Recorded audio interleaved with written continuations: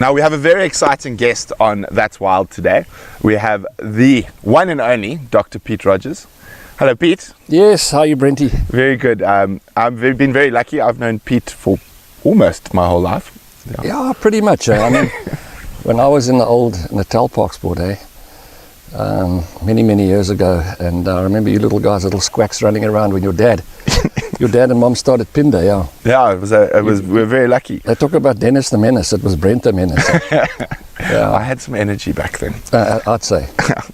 And talking about that, I mean, you've been working with Dad. I mean, since like 1990? Yeah, it was probably like 92. I met your dad. Yeah. Okay.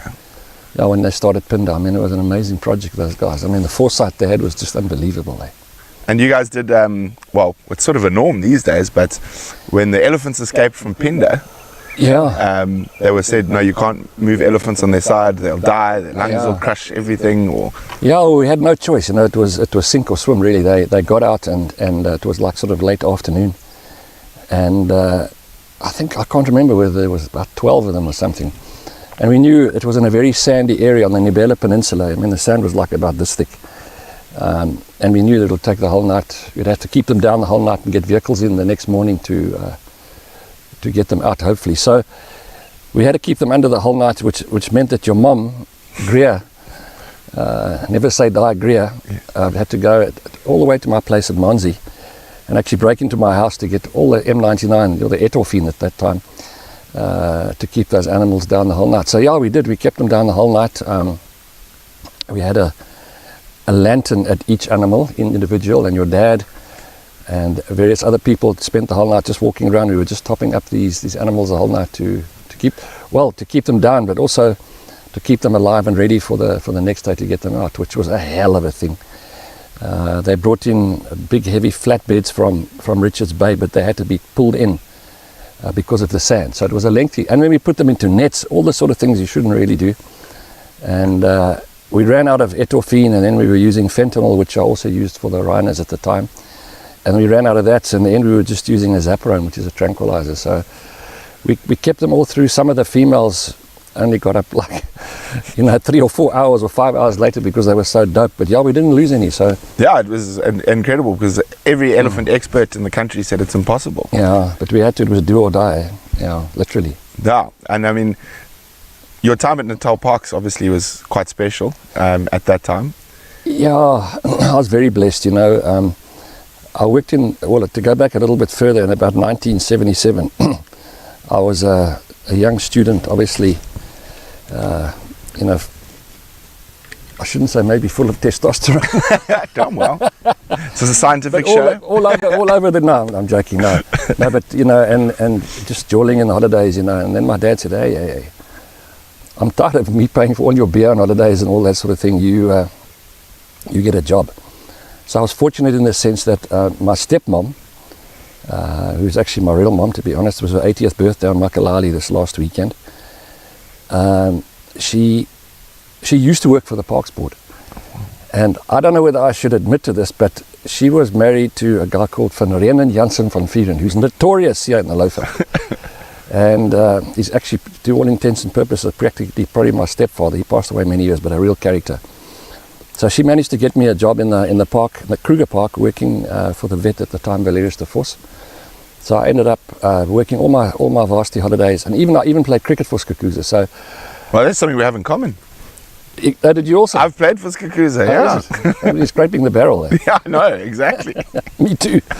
So I used to get in my little folla on a Friday evening and then drive down from Hoedspruit, and then they'd meet me at the gate, Leo Brock, and we'd go through, and then we'd play cricket on a Saturday, big party on a Sunday at one of the guys' houses, and then 3:30 on a Monday morning back to OP. So that was my introduction, and I'd always wanted to become a vet, and particularly a large animal vet. And in those days, this area, my dad had 2 farms here, it was a cattle area, and probably my best mate Dave Cooper, who you guys will interview, yeah.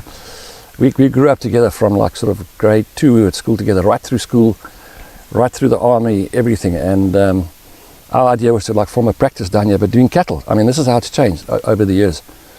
And anyway, so I was actually working in small animal practice in Durban, and I got a call one night, and those days it was still those bloody phones. Yeah, those paraffin phones. And there was a guy called Jacques Flamand. I don't know. So he said he's going to Saudi Arabia for a year. Would I be interested in standing in for a year, like as a locum? So I said, yeah, I'd love to, But then I said, well, where did you get my name from? So he got it from the crew, because he phoned them. So I was very lucky, because in those days, veterinary wildlife involvement was long before the game industry started. So there were basically 5 vets involved with wildlife full time. It was the state vet and the vet in Kruger, so that was 2, and then it was Natal Parksport, which was Jacques, and then it was Pretoria Zoo, which was Woody Meltzer or Jaime Ebediz at the time, and then Joburg Zoo was a guy called Lynn Colley. So there were only 5 of us. Sure. So I count myself blessed and very lucky to have got into conservation that way. Yeah. And I mean, Natal Parks, pretty much you were there for the saving of the rhinos almost, and the massive upflux. And yeah, it's in a sense, but the groundwork was done by my predecessors there, guys like Tony Hartwin, which most people wouldn't have heard of, and guys like Mike Keep, who was just before Jacques. So basically, when we got there, when I started there, the protocol was pretty much standard, except for 1 or 2 things. So I can't actually claim any kudos for being involved in it.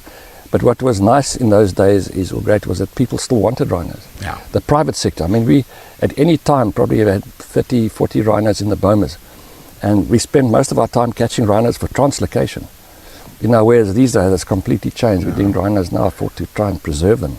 I think I was 4 or 5 the first time I went to the Natal Parks translocation camp. Okay. And there was a black rhino there called Gundwan. Yes, Gundwan. Yeah. I think he went all the way to America eventually. No, I can't remember what happened, but he was a tough little okie. Yeah.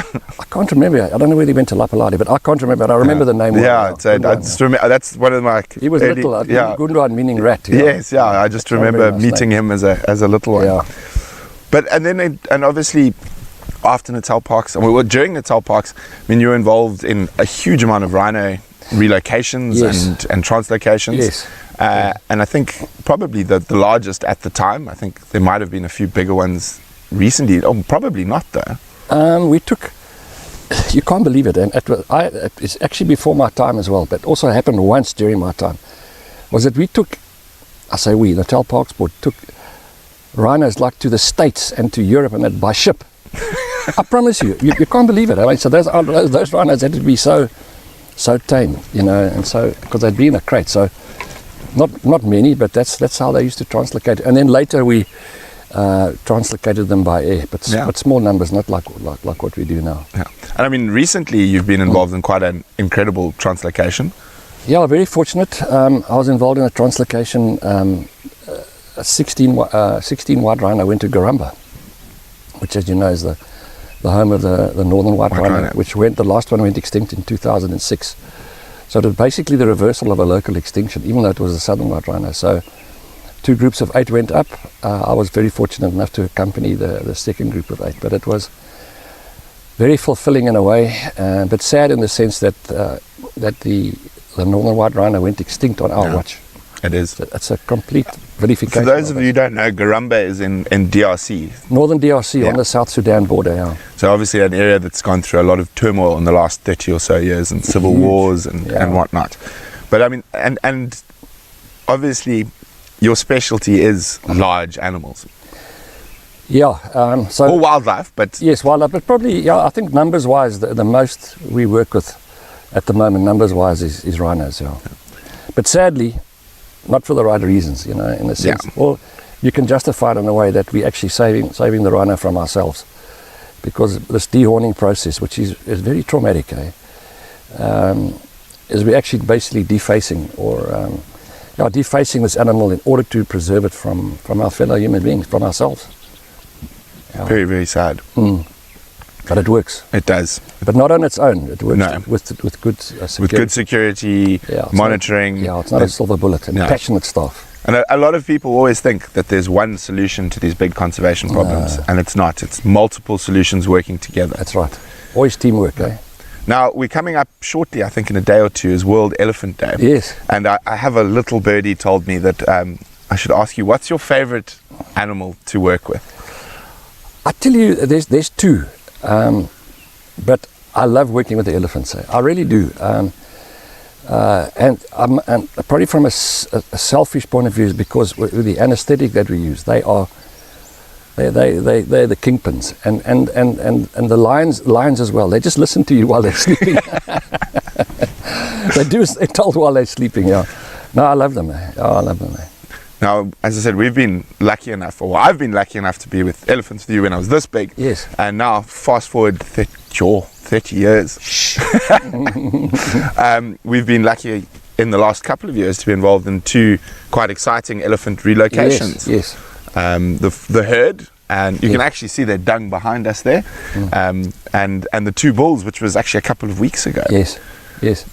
Yeah, no, that I don't have a lot of experience with these big mass translocations, but the one like at Pinder, they identified a certain herd because of the cow with the collar. But as soon as, and this is something I only realized later because we tried it in other game reserves as well and it didn't work, was the relocation of animals. Because most of these animals are contracepted, when they hear the helicopter, they just bombshell.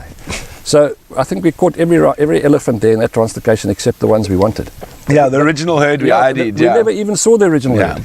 They just disappeared into that sand forest and they were gone. But the ones that we caught were fine and brought here and have done exceptionally well. They have, and I mean, the funny thing is that 3 days after the one elephant walked off the crate, she had a baby. Oh, we should have charged you extra for that. You should see him now. His little tusks are coming out. And proper little boy. He comes running up to the car and called Brent. Oh no, don't give any people ideas. But yeah, so we've been very lucky. I mean, we've done rhinos, cheetahs, yes, lions. Lions was a.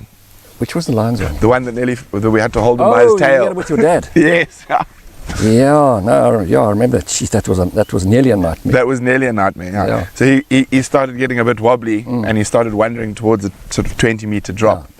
Yeah. And while we were holding him by the tail, his two brothers were growling at us and whatnot. I think my mom was throwing rocks at them. Probably. I don't know. If your mom threw something at me and ran like hell. But of course, I mean, actually, I forgot to ask him, how long have you been a wildlife vet now officially, since you moved from the small practice in Durban to now? So that was in 1987, September 1987 till now, yeah. Wow. Lots of scars and plates and screws to show that, yeah. So that's leading into the next question. Yeah. So, I mean, you're part of quite a rarefied club. I think it's the Black Rhino Club. Yeah, and my son just joined it about 4 months ago. Yeah, that was very... Well, I don't say I learned a lesson, but it just showed how unpredictable these animals. And I firmly believe after that experience that black rhinos, when they get cross, they eat meat. They become carnivorous. So anyway, I landed at Joburg and I had about 1,000 missed calls on my phone. And it was this, my soulmate, mate for life, Jono Barreto, who's got a farm in Avoca there in the Timbavati. And he said, Peter, you've got to come quick. I said, Johnny, you don't even know where I am. I said, I hardly know. But anyway, I've just got back now from Dubai, and you know, what's the problem? No, he said they delivered a black rhino the previous day. And they put it into a boma, and the reserve was quite small, like 1,500 hectares. So if they'd released that black rhino straight into the veld, he would have gone straight through the fences. Gone. So they released it into a boma, and the rhino wasn't settled. He just saw out and he wanted to get out, and he wanted to get out, and he wanted to get out. And it was December, you know, it's hot.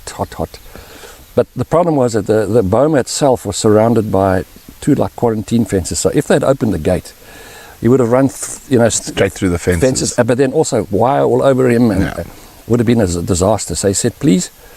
So I said, John, look, I'm still in Joburg. I'll be in Hoedspruit at about 1-ish or 2-ish. But I said, my friend, it's going to be 42 degrees today. You know, everything is wrong. If we dart this rhino, because then we'd have to wake him up partially. That's like being a little bit pregnant. Yeah. You know, so wake him up partially, and then walk him out through the boma, through the compartments, out through the first gate, out the second quarantine gate, and then You park him in a bush because you've got to get all the cloths off, because if he can see you, Yep. hey, that's your last day on earth, eh? So Neddy was mine. And fortunately, the guy said to me, Jono said to me, he said, listen, while it's down, please dehorn it. Young, that was a lifesaver. Otherwise, you would have been talking to your chair here today. If he still had a horn. So we dehorned him, and then we just woke him up partially, made sure, all the cloths are on and the ropes and that. Got him out, but he was sweating profusely. Even when I got there, I thought I was going to die. But he was going to die anyway. Yeah. And we obviously doused him with water and that. Anyway, so we got him out, and we parked him in a bush, and I took all the cloths and everything out, because you've got to walk him, eh? And then give him the full antidote. And then I'd worked with him before, and a lot of us had before, so we knew distance was important. Distance away. Well, last rhino dehorning we did here, you were, everyone go away! No, away from the black rhino. I told you, those things eat meat when they cross it. So then we were probably, I reckon, about 70, 80, maybe 100 meters away. But we were standing in the road so that we could get a good eye on him next to the road, and that was my mistake.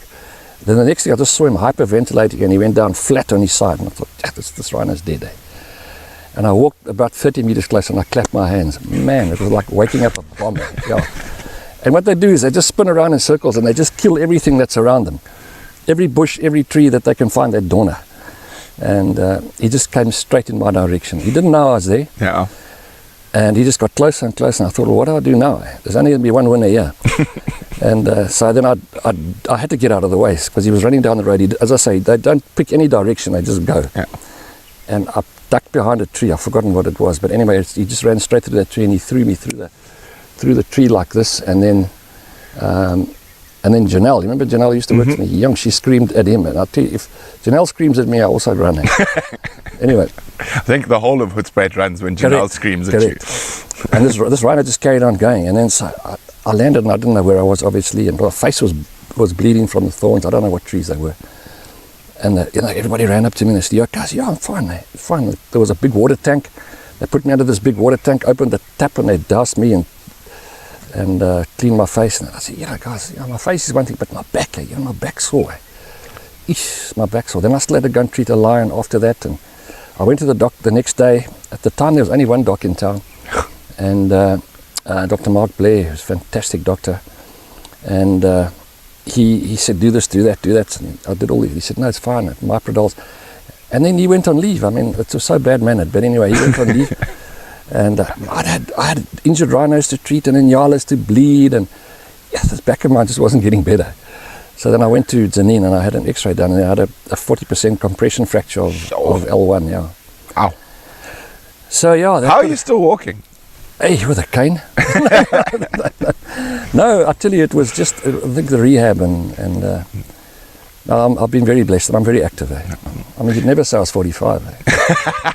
Isn't that what I am? Almost.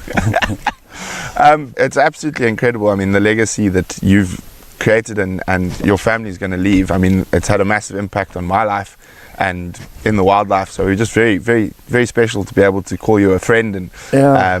And again, thank you very much for coming to talk to us. We've got one last question. I think we'll end off on a bit of a funny note. What is the strangest call out or experience you've had as a wildlife vet? I've got to tell you one story. Okay, I'm excited now. I've got to tell you the one that you don't know.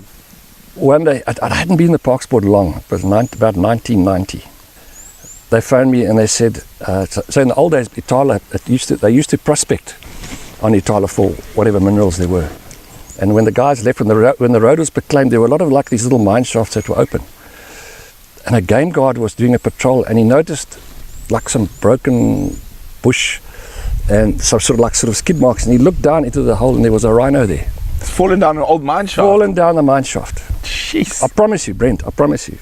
After whiskies I might, embellish, but this is dead sober. She fell down a mine shaft. And now what do we do? So they called me out and I went there. All of a sudden, all the game capture experts from there were not available, and Skippy, I had to go out there. And I remember Keith Micklejohn, the head of game capture at the time, wanted to organise a super freelon and all this to lift it out of this hole there. Yes, and we get there, to knock its front horn off, and the hole was just wide enough for this rhino. It's just jammed in there. Yeah, so it was in the days when in Chondwe camp, the main camp in Itala was still being built, and the roads as well. And we just noticed a big pile of like shale, but wet shale, luckily wet shale, that they were using to do the roads. So I darted it with a little bit of M99 just to take it off in, just to take the edge off it. And then we had some guys come in, and we got shovel loads of the stuff, bucky loads full. And we throw it into the hole, and then with long poles, torn it down. Anyway, 15 minutes that rhino was out. Oh, had 2 darts in his backside, but I mean, who cares? It was. It would have fallen out eventually. Yeah, it was fine. Yeah. Well, Pete, I cannot express enough gratitude for coming to chat to us. And we're very excited that you are the first of our conservation heroes we're going to be featuring on That's Wild. And the one who talks the most. and I'll make sure we've got a bottle of whiskey for you afterwards. No, that's good. Yeah, I just want to say quickly at the end, I was very blessed to be involved in this field. It's a highly sought after job, and it's, I think that most people, like for an accountant or whoever, they work 60 years or 40 years to be able to enjoy the last 10 years. But I've lived my whole life like that. So my whole life has been on holiday. I've had a couple of scratches along the way, but I mean, I've still got 5 or 6 years to go. And also I'd like to say that, and why I really made a special effort to be here with you guys today is because of the work that you guys are doing. And I've seen you growing from nothing really, and I say with all due respect, to where you guys are now, so I just think that you guys are doing fantastic work, and it's more about the awareness that you guys, because I mean the world is in a shocking place, and we can't do it ourselves, but each can do our own little bit to try and help it. And I want to thank you guys. Thanks very much for your contribution, and long may it live. And long may you live. No more black rhinos. Yeah, I'm running out of runway. Thanks very much, Pete. Okay, my boy. Pleasure.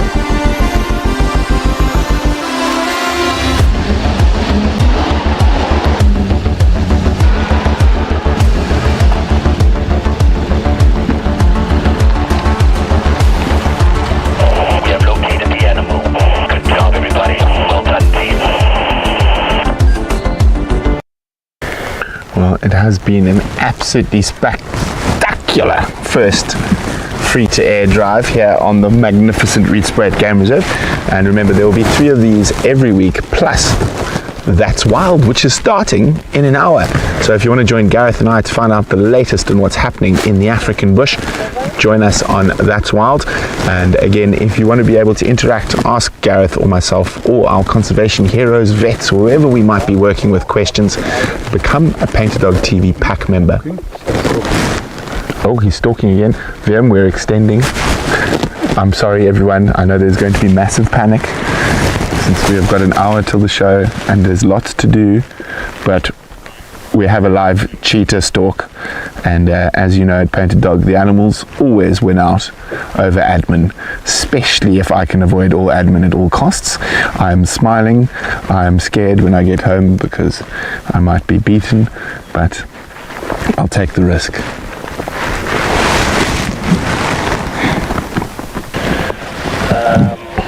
I think they'll pop out. Oh, it's a leopard. It's a leopard chasing them. It's a leopard chasing them. Look, there's a leopard, there's a leopard, there's a leopard chasing the cheetah. Now the cheetah are chasing the leopard.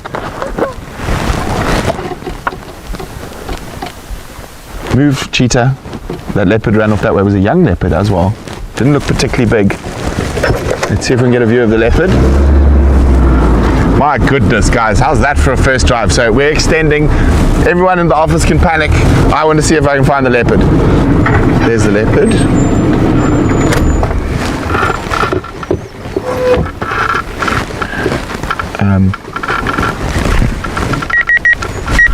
Oh no, run cheetah. Oh jeez, is that leopard right next to the cheetah there? Was that in a nightjar eye? No, it's a leopard. Leopard's chasing the cheetah. Hold on. Hold on, jeez, leopard's right on those cheetah.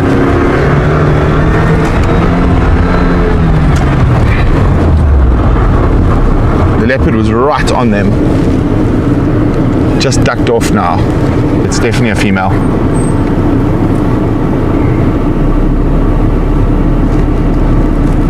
Let's try see if we can hopefully get a spot pattern on it.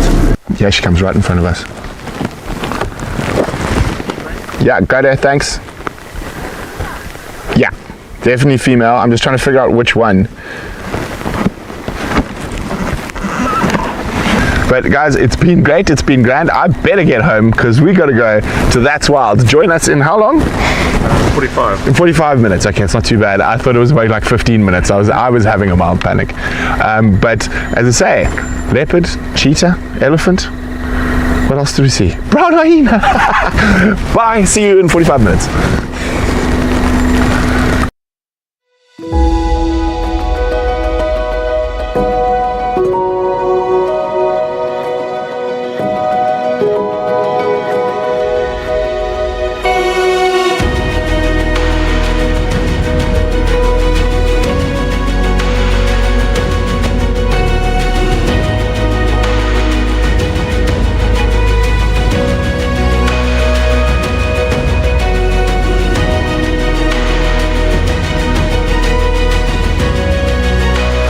Very spoilt here on the Hoedspruit Reserve.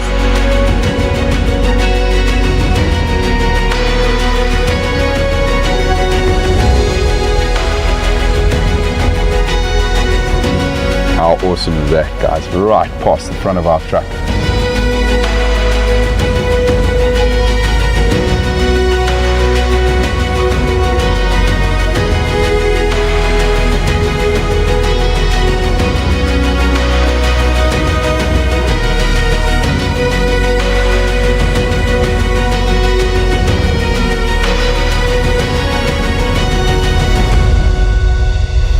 Look at that, everybody. They are just unreal.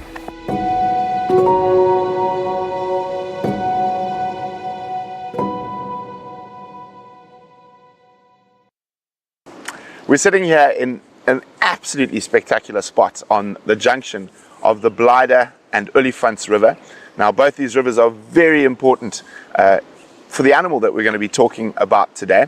And sitting next to me is John Davies from the Endangered Wildlife Trust and the Vulture Project. Yeah, thanks so much for having us. It's always lucky to catch up a little bit. And as you were saying, perfect setting. I know it's a bit hard to see behind us, but yeah, we've got a couple of white-backed vultures breeding in the trees there. If you sit here long enough, you'll see a pair of hoodeds going in there. So yeah, having these amazing riparian forests is quite a rare thing these days, so nice to have. And very, very important for vultures in general. Yeah, absolutely. It's very species specific, but if we're talking about hooded vultures, for example, you know, within South Africa, that's a species with a very small population. So about 100 to 200 adult birds throughout the country. So it is very, very low density, and they specialize in these riparian forests. So white-backed vultures, you'll see the typical nests out on game drives or safari drives, up in the top of the knobthorn scattered around. But with the hoodeds, they're always tucked away, especially jackalberries, matumis, these sort of dense canopy structures. So yeah, when you start losing these forests through flood damage or disturbance, it is pretty critical. You know, you definitely lose a significant chunk of breeding habitat. And of course, we are talking about vultures, not only the hoodeds, but the whitebacks, the capes and everything. And we are facing almost a crisis at the moment throughout Africa, not only in South Africa with vultures. Yeah, 100%. Yeah, it is. Well, I mean, it is called the African vulture crisis. So to give a little bit of a background story about why to us this is such a significant risk or potential concern is, besides the rate that we're losing the birds currently, if you look at India as a case study, you know, in the 80s and 90s, they went through a huge decline where most of their populations dropped to 2% of what they were within the space of 15 or 20 years. So as a species, just their mobility and their ability to move around over vast distances does put them at a high risk compared to mammals, which you have a little bit more control about movements. So looking at that as a case study of what might actually happen in Africa it's quite alarming. But yeah, I mean, if you're talking about whiteback vultures, critically endangered as a species, hooded vultures, critically endangered, lappet-face are endangered, white-headed vultures, critically endangered. Cape vultures, interestingly enough, are the only species that's actually on a slow path to recovery in South Africa. And they were the ones from the sort of 70s, 80s that were in the most trouble. Yeah, that was sort of the poster child of vulture conservation back in the day. So it gives us a lot of confidence and a bit of hope as well to show that if enough effort is put in, you can actually achieve something out of this. It's not, I think with conservation, it's easy to go down that negative slope of, like, oh, what's the point? Will it actually make a difference? But it is very encouraging having this case study and going, well, there was a huge amount of effort and still a huge amount of effort going in. And we are seeing some of these populations recovering. I mean, next week we'll be up in Blowback Nature Reserve in Limpopo, and that's got about 1,300 pairs of Cape vultures now. So that's about 25% of the global population in one reserve, and increasing. So yeah, it is encouraging in some ways. And what are the biggest threats facing vultures currently? So obviously it's going to vary a little bit according to where you are in the species, but by far the biggest threat, and the one we focus on the most, is wildlife poisoning. It's not just linked to vultures, but that is by far the biggest declines. But linear infrastructure is also a massive issue to us. Obviously power line collisions and electrocutions are a very regular occurrence. I mean, yesterday we got a report for Beverley Nature Reserve of another whiteback vulture there, and sadly an adult bird. So when you think this time of year, middle of the breeding season, it is risky, because then that impact of also losing the chick, obviously having a pair, raising the chick together. If you lose one early in the breeding cycle, there is a reasonable chance the chick will be abandoned. But that is a significant threat. If you're moving into more arid zones, then farm drownings, reservoirs, on private farms, cattle farms, sheep farms, etc., are a bit of a factor. Not just for vultures, other birds of prey as well, and general wildlife really. But I would say wildlife poisoning is always the one thing that we really come back to, that we look at in terms of what's potentially driving a species to extinction. That's the one that will do that. And obviously the poisonings are not species specific, because you poison, you're going to get a whole bunch of species. Yeah. But they are targeted at vultures and lions, particularly at the moment. Yeah, so it's a bit variable again regionally as to what the main targets are. So I mean, the drivers are quite interesting to understand. Often it's not very clear when we first arrive at a poisoning scene and you're trying to kind of put two and two together. But one of the big things that we see in our part of the country at the moment is obviously the threat to lions and hyena. So the lion bone trade really seems to be on the uptake at the moment, and vultures are often just the bycatch. Sadly, the birds that get there first, they find the carcasses very efficiently compared to any mammals. So even though a poacher might only be targeting one or two lions or maybe a hyena, you might at the same time get 50 or 100 vultures that all get killed at the same scene, even though it's essentially almost waste. It's not really the targeted species. If you're going further down into KwaZulu-Natal and then other parts of Africa, then vulture body parts are still used for traditional medicine fairly regularly. KwaZulu-Natal, probably the majority of the poisonings are linked to that. So there we see a lot of vulture heads cut off at a poisoning site, whereas up here we do get it, but it's fairly scarce. Maybe 1 in 10 incidents, 1 in 10 or 15 or so. Yeah. And I mean, I know you tirelessly driving around massive distances to check on your birds. And if you do find a poisoned vulture, there is hope sometimes for some of them. I mean, there is 100%. Medicine that can be. Yeah, so we're actually, we're in a positive position in the Looiveld, and this is something that we're trying to expand now. So in the last year or so, we've been trying to work a lot more with a big veterinary team and rehabilitation centers and building a little network. I mean, we jokingly call our little group the Vulture Bomb Squad, because it's all the guys that get called in when there's not really much of an option left. But in terms of the treatment, it's actually surprisingly effective. Our last 3 incidents have had 100% survival in terms of birds that were still alive on scene. So our biggest shortcoming at the moment is just finding the scenes fast enough and getting there rapidly. But it makes a huge difference, and the treatment's it's not particularly complicated, which is an advantage. If you obviously snare injuries, etc., it might be tough on mammals, and there might be some follow-up work required. with vultures, yeah, we need to house them for about 2 weeks just to make sure they've recovered properly, but you'll be astonished. You'll have a bird that literally won't lift its head. It appears dead, and within 2 days, it'll be trying to take your arm off. So it's amazing seeing that quick rate of recovery. So yeah, it's also encouraging, actually. So you've been mentioning some of your projects, but you've got other projects to help mitigate things like electrocutions and that. And that is something our viewers out there in South Africa might come across if they find a vulture under power lines or whatnot. So what can they do to help in those situations? Yeah, so it's an interesting one because the Endangered Wildlife Trust has been working on this for a very long time now. So one of our departments works very closely with Eskom on electrocutions and collisions in particular. And this is not just restricted to birds of prey. I mean, we kind of get called out to giraffe that have like electrocuted themselves on transformers and all kinds of weird and wonderfuls. But yeah, if anybody sees any sort of wildlife that they kind of feel was impacted by a power line, they are more than welcome to get in touch. I mean, jump on our website, find contact details, and all that we really need is a photo to prove that there's the animal either injured or dead, usually dead, found under the lines. And then also, if you have a look at the closest pole numbers, just photograph, there'll be like a little plaque in most of the wooden poles, or in the large structures, it's written on a little board there. Photograph that with a GPS location. And if that goes through to us, we essentially log that as an incident with Eskom, and then they commit to actually coming out. We do a site inspection alongside with them, and we decide what's the best course of action in terms of mitigation. So it's a slow process. It's not an easy one. It's not always as fast as we want it to happen, depending on the species, but especially with threatened species like vultures, there's usually a very good response. So it might vary. I'm sure a lot of people in the country would have seen those sort of yellow flappers hanging on the lines. Very common to see. Little things like transformer boxes where you get the jumper cables coming out, insulating those so that it's not exposed wire. So it's fairly simple strategies, but the more we know about these incidents, the more we can focus our efforts in the areas where it's more of a concern than others. Another aspect, which it's a little bit more of a far-reaching project, and it's a project that's going to take a very long time. I mean, we've kind of committed to 10, 20 years minimum for some of these regions.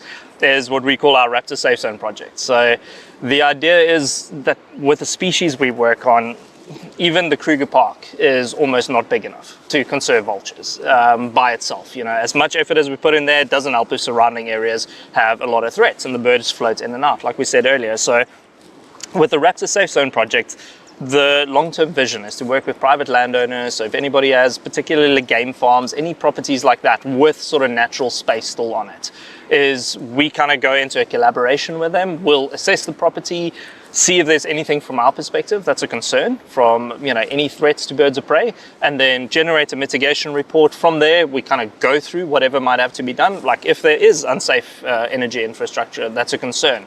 If there's a road that goes through, you know, a breeding area disturbing nest sites, then we'll work with the landowner to preferentially only use that road seasonally, for example, would be an easy solution. Moving away from lead-free ammunition, or at least reducing the exposure of lead to scavenging birds of prey is a biggie. And then also, if there are wildlife poisoning events, there is having a protocol in place on how to respond and reduce that as much as possible. And once we've kind of achieved all of that per property, is that then becomes a section of the Raptor Safe Zone. That's incredible. Yeah, it's a bit of a daunting undertaking, I've got to be honest. We did an interesting publication a bit over a year ago with a lot of people throughout Africa on mostly whiteback vulture tracking data, and the minimum size targets we need to aim for is 2.1 million hectares per region to make it feasible. But that's where, for example, the APNR, you know, you're already sitting with over 200,000 hectares, just with 4 properties, 4 or 5 areas that are already interested in achieving this and are already protecting birds of prey. So it does help. You have your big stepping stones, and then you got the problem kids where you put a little bit more effort. There's always going to be a few properties where you require a bit more effort, but yeah, piecing it all together also just brings a bit of attention to the threats. You know, birds are, I understand they're not everybody's favorites always. You know, everyone thinks of Africa and they think of, you know, lions and hyenas and, you know, elephants, etc., rhino, whereas the birds always kind of, we feel, you know, they're a little bit in the background there, whereas, you know, the way I see it, it really is the other way around. Start at the small species and work up. But yeah, it just kind of gets a little bit of publicity out there for them as well. So of course your project's not only based in South Africa, you also operate in Mozambique. Now, I mean, from the two different areas obviously pose different challenges. Could you let us know a little bit about the challenges in South Africa and in Mozambique? Yeah, so I mean, every country comes with its own unique situation, and it is quite interesting. March, April, we're in Mozambique training with the Mozambican Wildlife Alliance veterinarians there, an amazing team. You know, I can't say enough good things about them. But then we look at our Hoedspruit area where we're based now, and there's what, 14, 16 veterinarians within an hour's drive of us. You know, it's a bit crazy. They, at that point, had 6 for the entire country focusing on wildlife. So yeah, like one of the veterinarians heading up to Nyasa, he's got a 5 million hectare area by himself. So you think about the logistics surrounding that, it's completely different ballgame. So, you know, when we're responding to things here, it's fairly straightforward. We have a couple of people that can assist in response. A lot of the reserves have staff that can help us out in terms of actually getting in the field and like scouring an area, looking for any surviving birds and managing the crime scene afterwards. Whereas there, kind of the protocol is basically get a helicopter and 1 veterinarian and 1 pilot, and yeah, just do whatever you can. But, you know, in remote areas, it is a challenge.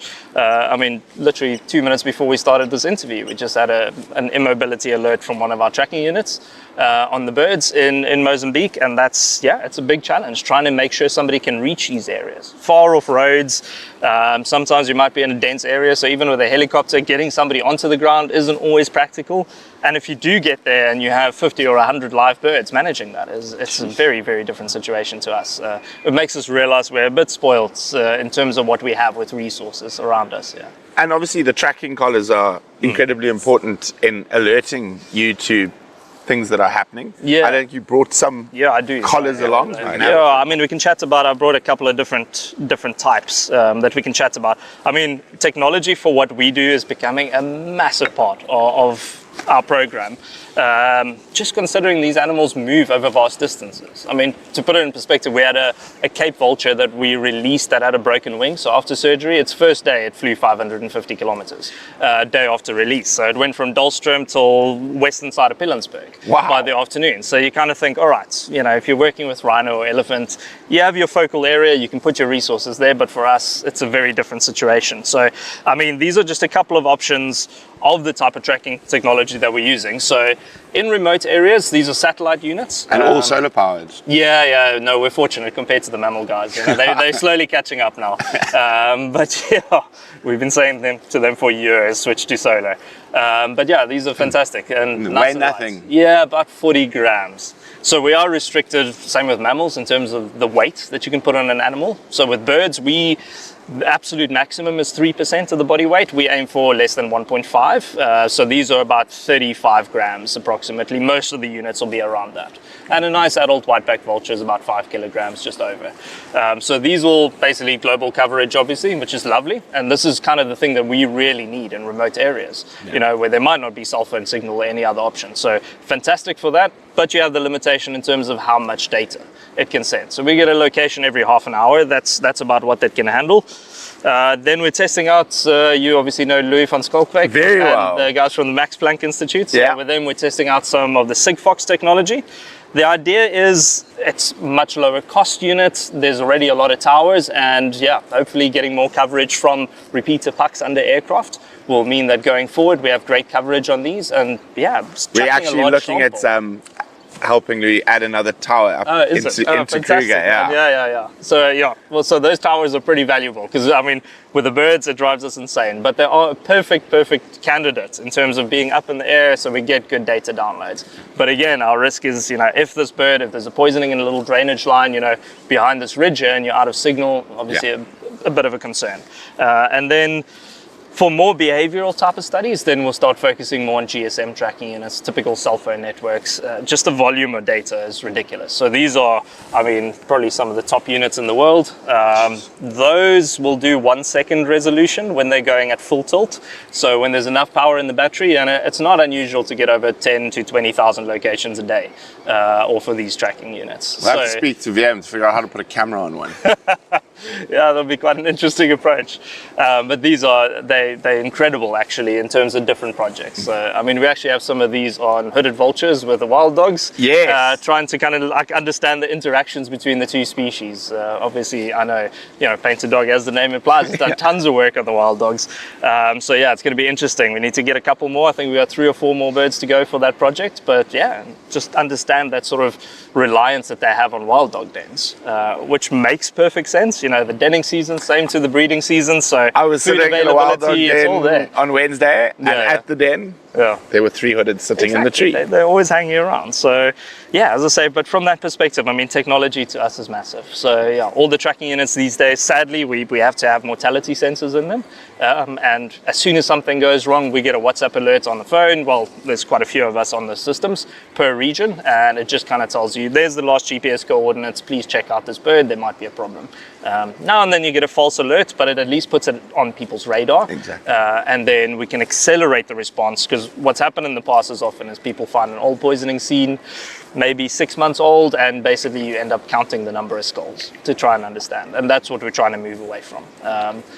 Stopping these poisonings from happening completely is going to be incredibly difficult, but if we can accelerate the response time, then you go from losing 20 birds as a max compared to what it used to be 100 to 200 potentially. So, yeah.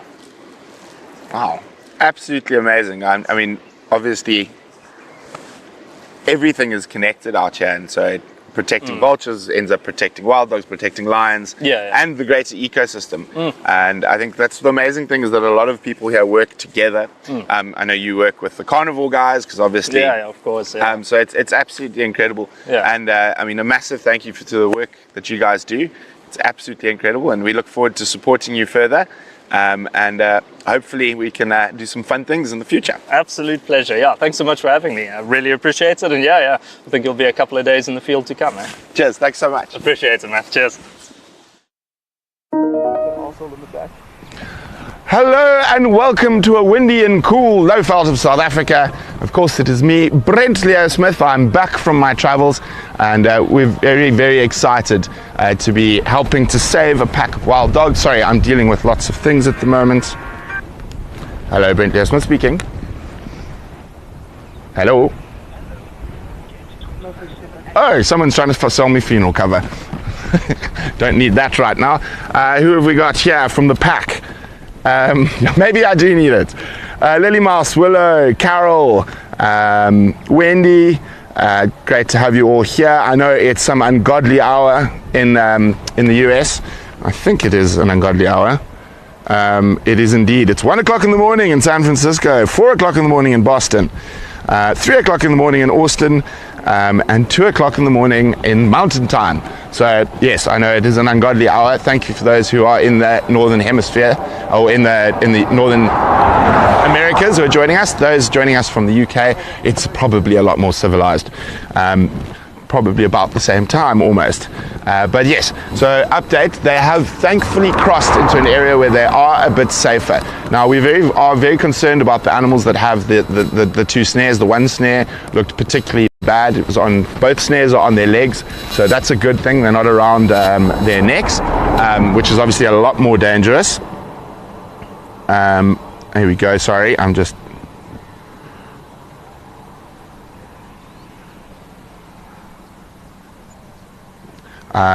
one second. So this is what I'm normally doing while Gareth was presenting on the phone, getting different various permissions and chatting to landowners and anti-poaching units. Save. So I'm going to have to go do that again for the next little bit. I need to jump on the phone, make some phone calls. We are still waiting for Ben. He's on his way, but we are all prepped and ready, and we do have permission to go into the reserve today, so that's very exciting. So you won't be stuck on the road. We'll be able to go into the reserve. So we're hoping that all 5 dogs are still there. I only saw 4 this morning, but yeah, let's get those snares off and get those puppies into a boma, and then go hopefully find them some girlfriends. I know VM's got plans to put up a live cam at the boma, and yeah, exciting times. Okay, I really need to go, so we'll catch up with you in a few minutes.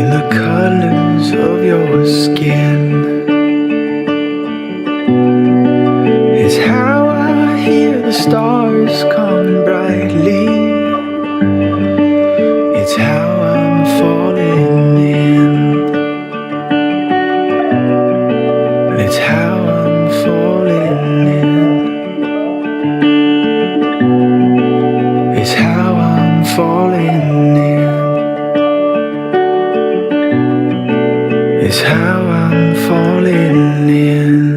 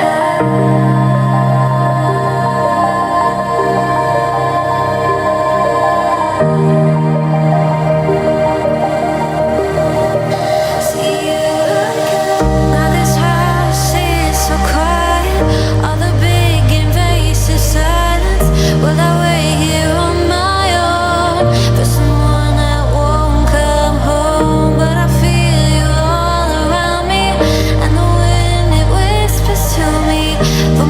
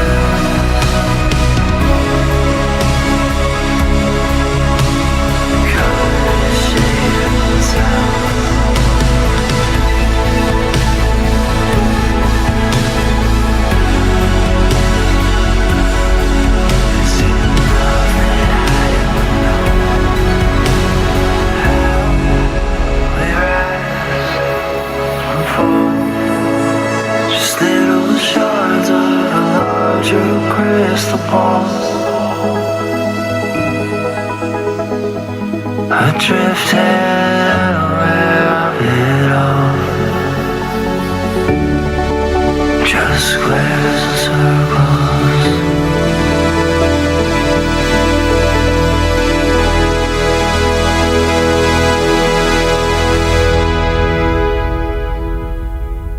All the thoughts and dreams, feelings that I need here.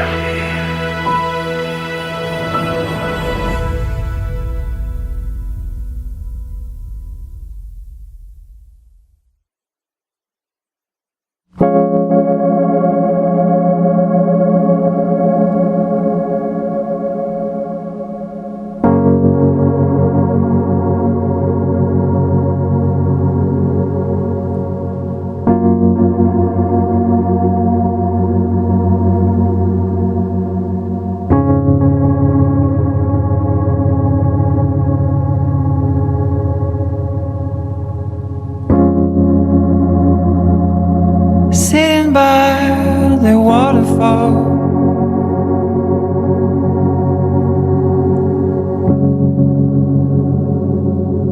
flying with the clouds,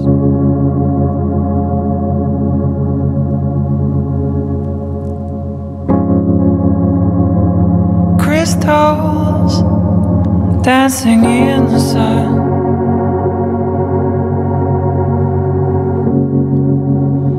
Colors are falling in my eyes.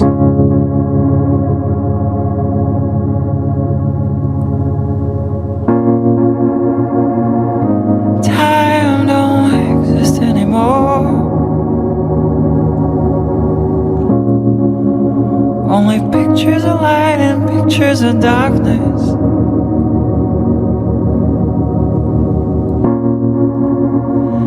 Free like never before.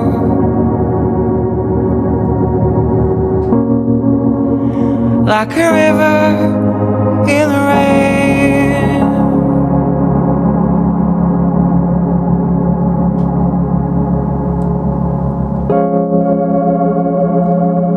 Oh, Father of the four winds,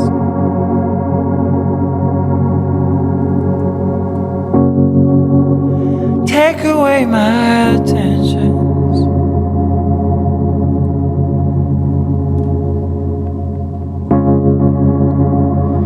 I did not betray you.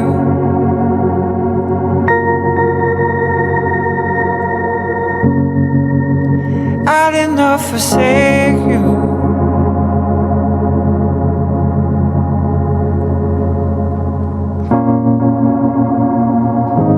The universe on a string,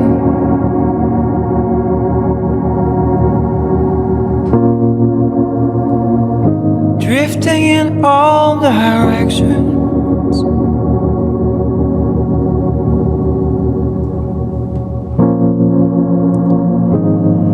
Free until the key finds the door.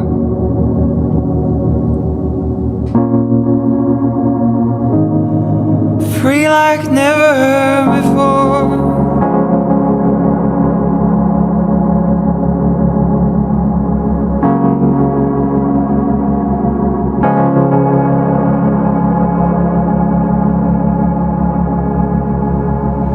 Children of light, gardens of life, gold on the inside. Children of light, gardens of life, diamonds in the miles. Children of light, gardens of life, gold on the inside. Children of light, gardens of life, diamonds in the miles.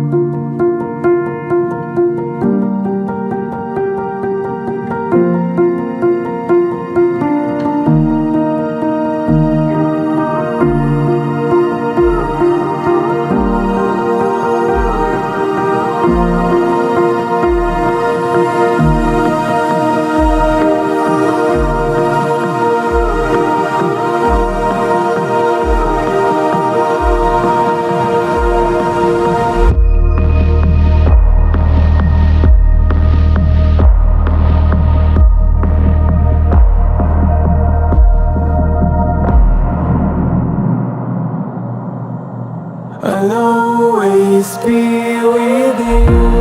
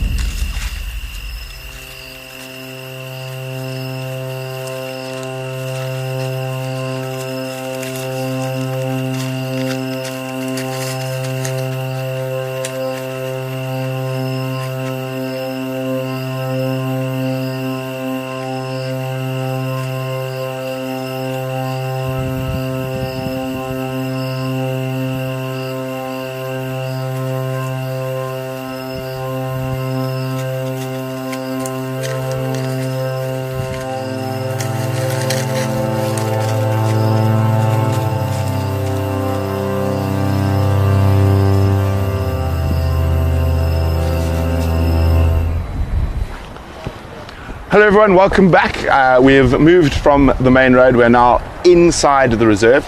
We're just getting everything prepped. Just behind me over there, the vets are getting a station ready to treat the wounded dogs, and Ben can explain a little bit more about what's going on there.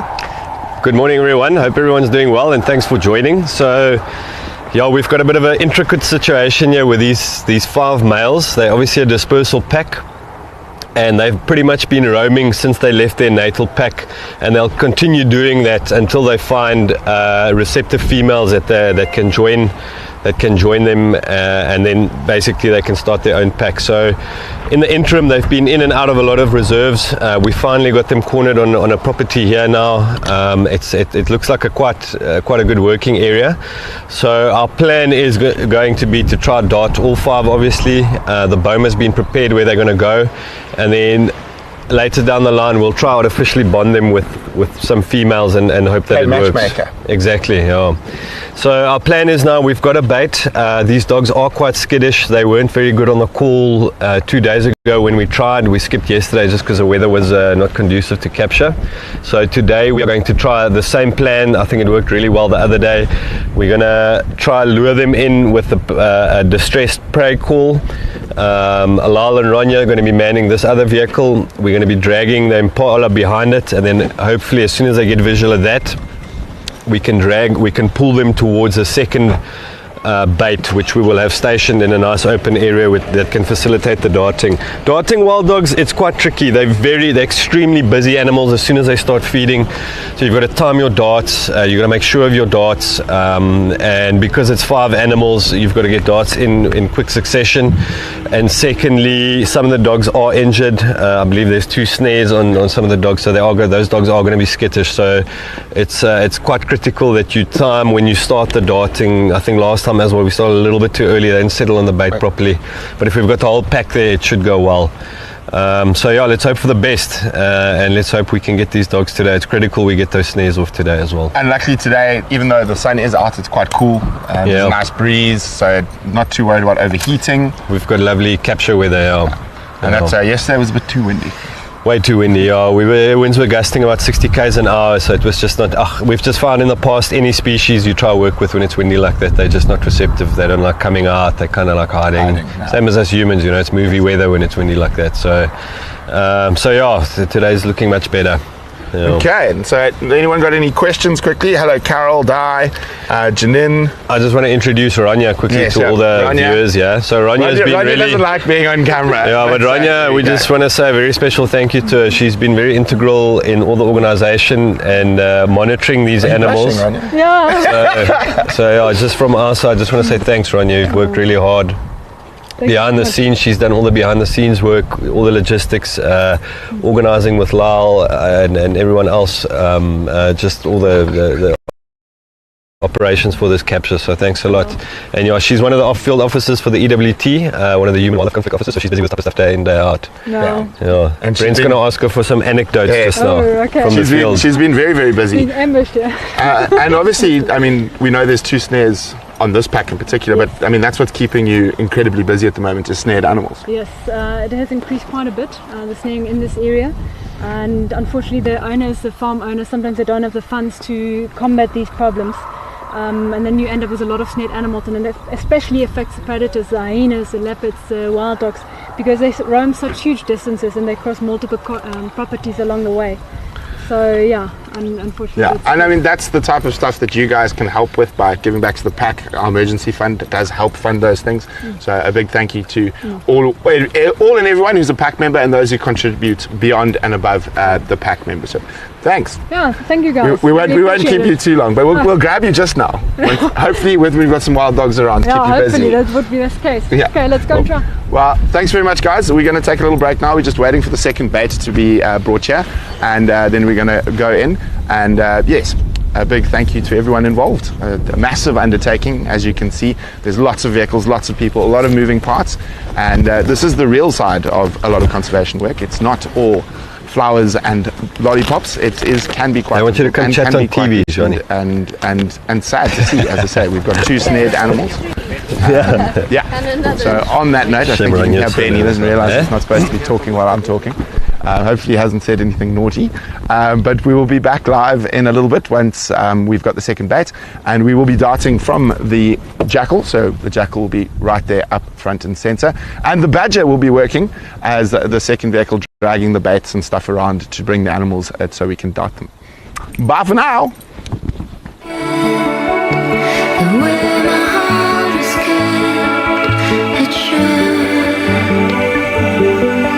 Be safe.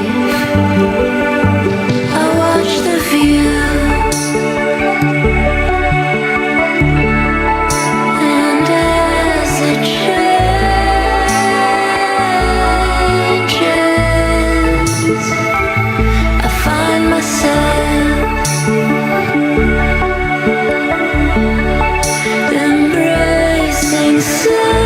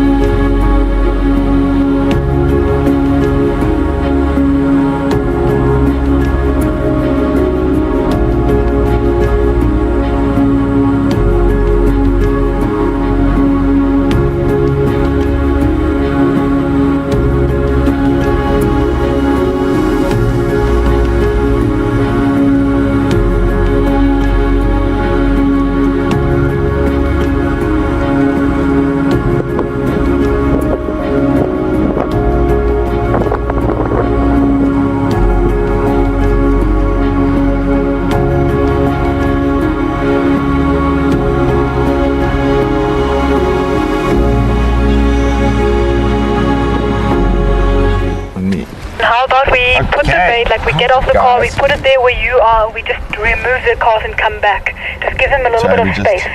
So the dogs are just in the drainage line, yeah? We're trying to get them to come out. We can do that, Ronja. I would turn around rather, drag it through the drainage again. I don't think they've seen it, eh? No, it didn't look like this. They definitely haven't seen it. And then, yeah, we'll maybe pull off here and just hang to the side.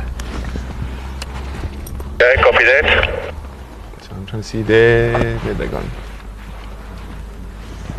So nog 'n pad op, Piet. But we can try. So we're using the two smallest cars today, so we can try get into thick areas if we have to. Ronja, another option, just quickly stand by here. Should we tell them to drive in here, you think, with those baits? Or you can, I mean, how wide's the drainage line? You can almost drive down the drainage system. But they're not going to see it. They're not going to see it, yeah. Ronja, I'm just wondering, you guys can off-road with that car right into the dogs, I think, till they see those baits properly. What do you think about that? Fine, I can try. Yeah, it's quite open, man. I go in here, the dogs are there now.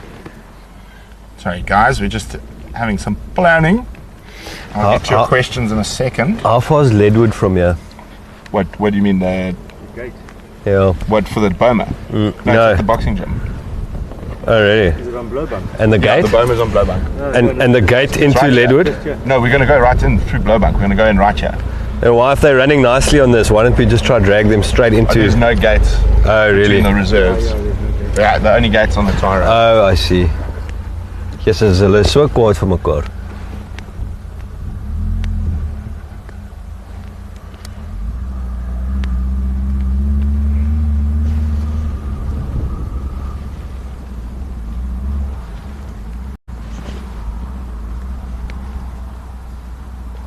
I think these puddings have been harassed by cars, eh? Yeah, I think when they were being chased these dogs were so tame. They were dog tame. So, as I said, Ben's just saying that the dogs have been out of protected areas for a while. They used to be very, very relaxed around vehicles. But now, after going... It's difficult, I don't really see good footsteps going in. Yeah, you see them, they're still right here, Ronja. You guys can maybe come from the top here. They're sitting right here. So there. Can you see the dog there, Maddie? Yeah, I'll just hang on. I'm just changing the thing for the So as you can see, it's not an easy process, particularly with a pack that's been under pressure. They've been chased by farmers when they sort of caught a cow. I think they caught a calf, so the farmers would have chased them off that. Make them more skittish if I off-road there and like cracking through the branches instead of just tying it there at a tree. They're going to become curious, especially if I open it up. The wind's going in the right direction. Yeah, I think if you open it up, Ronja, before you guys come back here, maybe open one of those up quick. Wind's blowing perfectly, they'll smell it quickly. Let's do it too, what do you reckon? This side. Yes, this big, this tree's also... No, that tree's not going to work because it can fall below the where you guys are. Yeah, we can see them, they're right here. So it must be tied to that big tree there. No. I'm just scared if we climb off and they see us, they're going to run. So let's see if we can just get them interested on the smell quick. Even if you just drive past again, because they're just here. Will do. He's moved a bit. And this wind's perfect, they'll definitely smell that. Yeah, sure. And they don't look too full either. No. Yeah, this tree looks nice, but I'm scared they pull the bait around the bottom side, then we can't dart. So we'll have to drive past them to dart from that side, but this tree can work. Oh, even this one behind us, yeah. Yeah, that could work. You can also put on a small tree just across the road.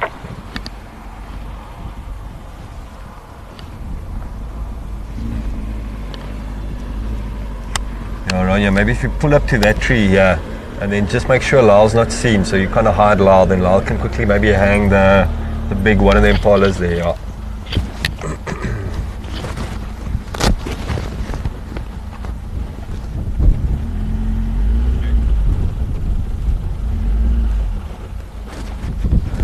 You want to see the dogs? Murphy, the wind changes. Lal.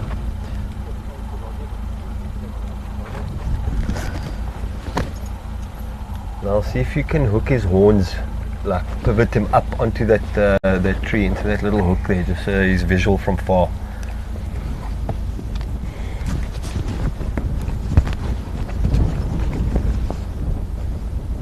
Okay.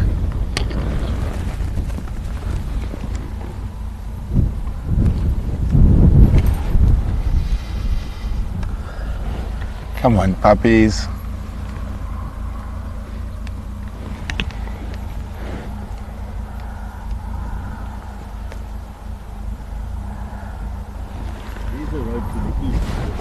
Far. Is it? Oh, so look at that. Yeah, it is quite far.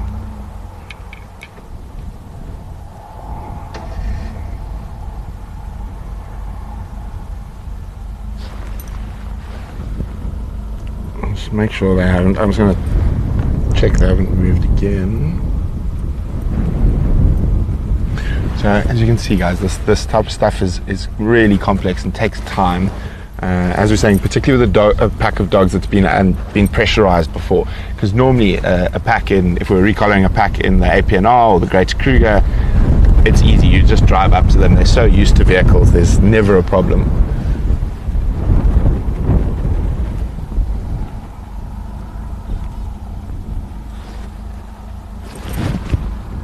So we're just trying to. I'm just gonna check. Should have. Yeah. Can help while they quickly just prop that bait up.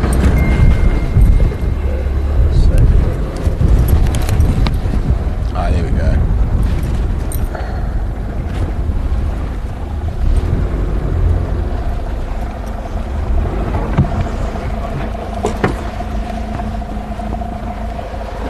So Ben's just going to sneak around. Wil met de hapjes op, jongens. Ja. Maar jij. Kan we nog afkomen? Ja. Wait, you know what I'm saying?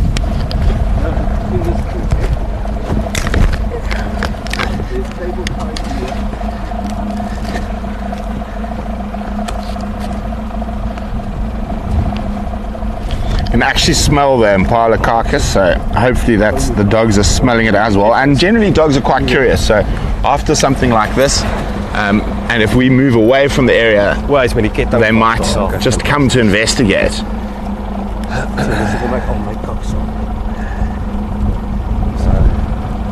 Het julle ou Messi, ek kon net gou sy pens ook sommer gou oopsny.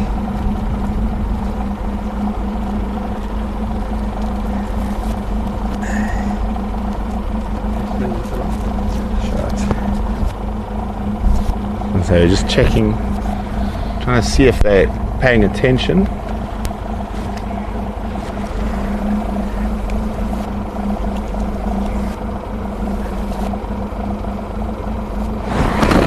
But it is very exciting, and obviously this work's very critical, and we're very thankful to all the different people who are involved, the landowners, government officials or whatnot, that are enabling us to try help this particular pack of dogs.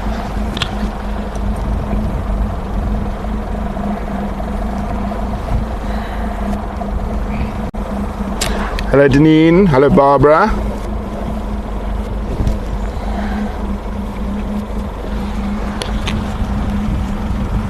So we're going to leave one bait and we're going to keep one bait. So just in case we still need a second bait. I think so, yeah. We'll go wait just up there. Out of sight. Yeah, if that doesn't work, Brent, I think we must push them around, because if they smell this, I think they'll come here. Yeah. But yeah, I think maybe call a bit. They seem a bit interested in it, yeah. Okay. So we're going to try a distress call again. See if that gets them. We're going to go just wait up. Perfect, yeah.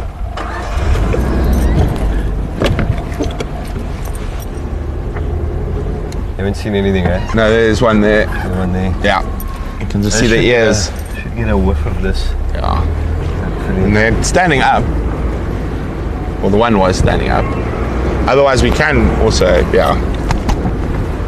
Maybe just move a little bit forward, Rania, then I can see that impala. You happy here? Yeah, Perfect.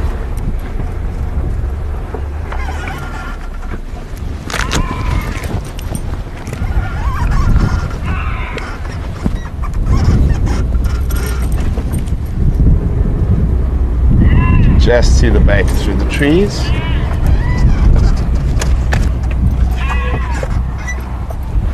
Ronja, it's the light one that's got the collar that's working, right? The only person doing darting is Ben. Any dogs are driving out? Who the vet? No, yeah, from the one's still WildScapes. there. His ears are still there. So they still just In the shade.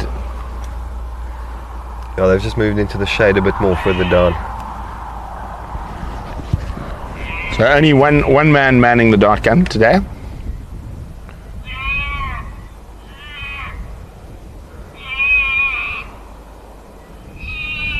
Thank you, Janine.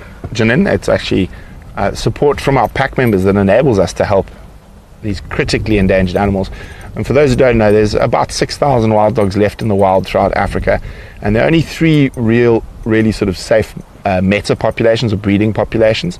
One is South Africa, but that's purely because the whole population is managed as a single population. So the dogs inside protected areas, outside protected areas, and they're moved around to ensure good genetics. The second really healthy population, is the sort of northern Botswana into western Zimbabwe complex and up into the Caprivi strip of Namibia, and then the other major sort of safe zone for dogs is what used to be called the Selous Game Reserve, now called Nyerere National Park, in southern Tanzania, and that extends into the Nyasa Reserve into northern Mozambique. Those are sort of your only really viable breeding populations of over 500-600 dogs currently. There are sort of populations that have the potential to become important to the meta population in Zambia, South Luangwa, down into Lower Zambezi. Can you hear them calling? They were calling. Okay, maybe we must go for a quick drive while you guys wait here, Ronja. Let's just go see what we can see. There's not much of a road here, but Pete says there's a road like that we can just maybe go have a look at there.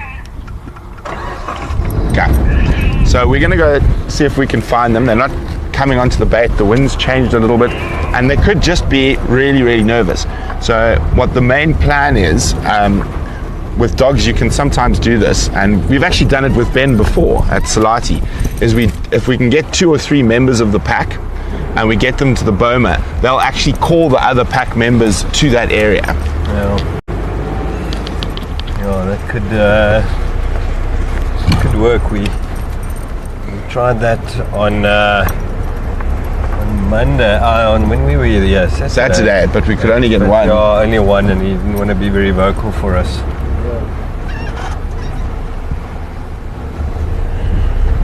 Okay, let's just have a look at the map quickly.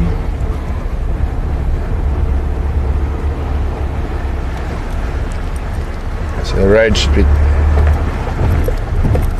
coming up shortly. Thank you, Karen. We need a lot of luck. These dogs have given everyone a bit of a runaround for the last couple of days. I think everyone's had their lives on hold due to wild dogs. Yeah, very much so.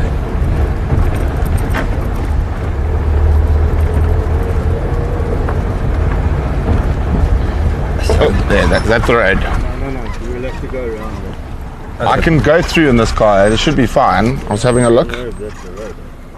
It's not on that. I can see it's on Google. It goes all the way through to the other road that's running back. Yeah, we can try. Okay. Looks like a little 2-track we're going to try here.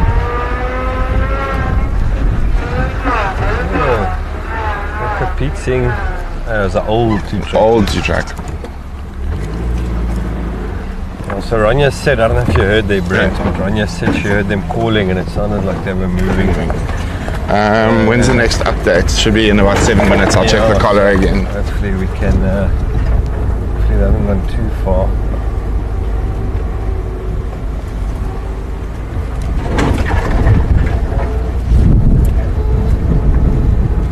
It's a very old road.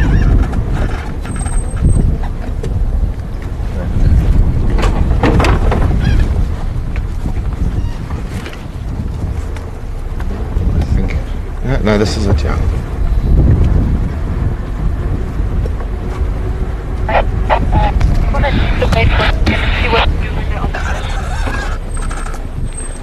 Say again, Ronja? It goes there. Yeah.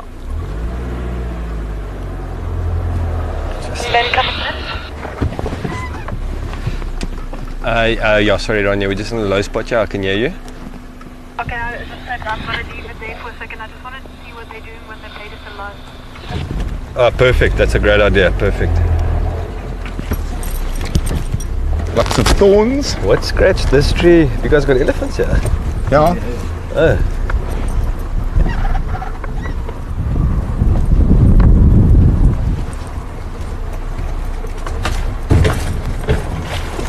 I think I've lost the old 2-track. That's alright, we'll find somewhere to punch through.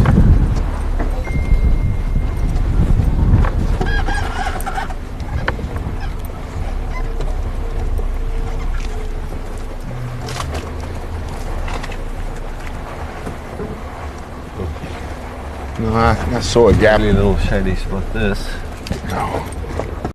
No gap. I think that's that erosion section, might be the old road.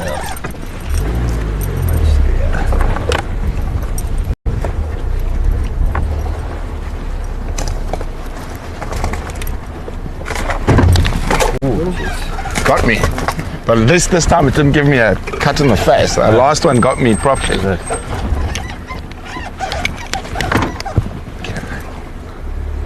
Here comes the joys of a tiny car. Good this side. You good? You good. You good. You passed. Yeah. You guys ready to get skinny up there?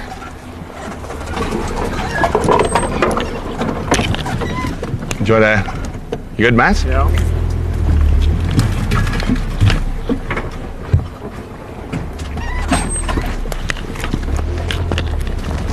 This is actually a lekker little thing.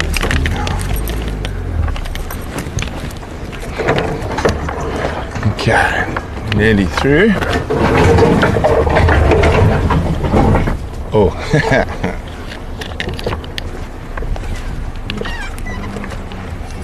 Oh well. I can see some open.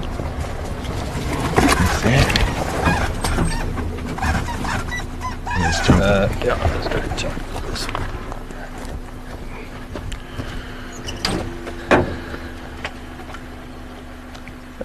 But, I think, what do you think, Dan? Yeah. I think we'll get through here, and then I think we're on. You see the soil change there; it should be more open. Is this thing electric? Who's that? No, it's petrol.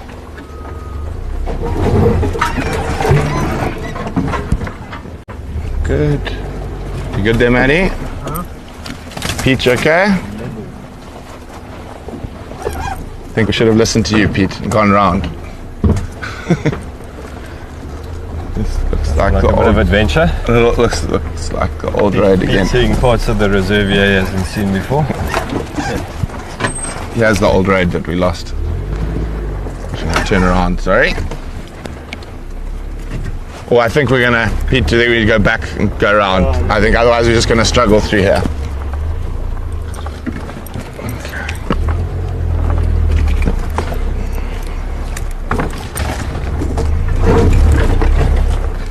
And they hold these cars, eh? No, they do. Oh, odd fox. This odd fox. Check for you. Or is it Good, but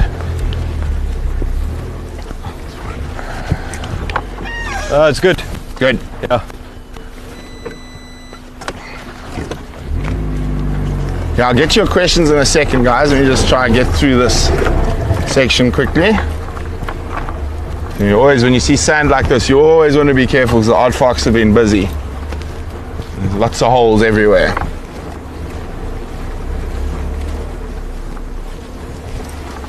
Not the old road. I think there's might be there's a few game drive 2 tracks here that might be catching us. Okay, it's a bit more open now. Let's get to the road.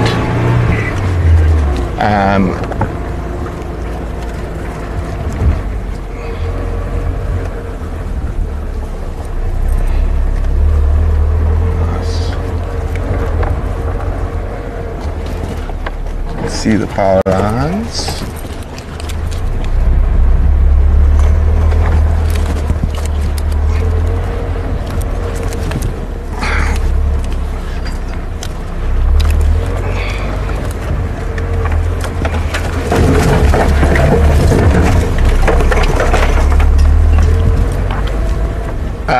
So I can't see who it was, but someone was asking, said at some point there were only 120 dogs left in Kruger. That is correct. So that was early late 2008, 2009. There was a big distemper outbreak that really crashed the wild dog population in Kruger. Currently, without puppies, the population is sitting at around 350. That's without this year's puppies, because they don't count the dogs until they reach adulthood. So we're hoping, there's been some really good litters this year, so we are hoping that possibly they will push over 400 this year. But when I said that meta population, that includes the free roaming dogs in La Palala, to push the South African population over 500. Obviously the dogs in KZN, and then the dogs on a lot of the private reserves, Salati, Tswalu, Khamab, all the private reserves that are part of that population. So without the buy-in from private landowners and the incredible work done by Grant and Cole and the rest of the sort of wild dog team at EWT, Derek, we wouldn't be looking at such a fortuitous situation. So South Africa is currently the only known population of wild dogs that is increasing in the whole of Africa at the moment. So that and cheetahs as well. So it's a really good success story.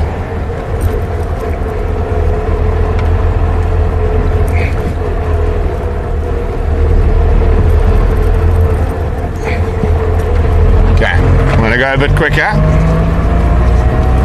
Almost time for the download. Yeah, let's double check.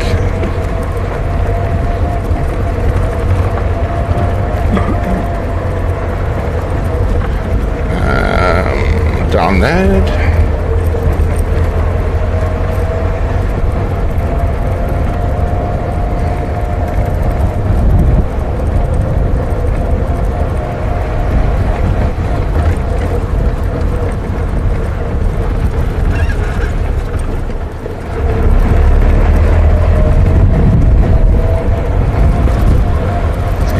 Earth Rangers was been a bit glitchy today and yesterday. It just kept crashing. Oh, really?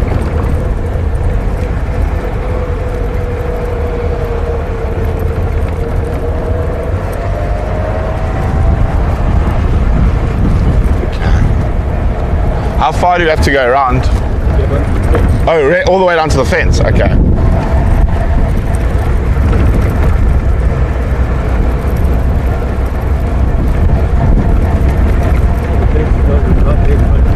Yeah.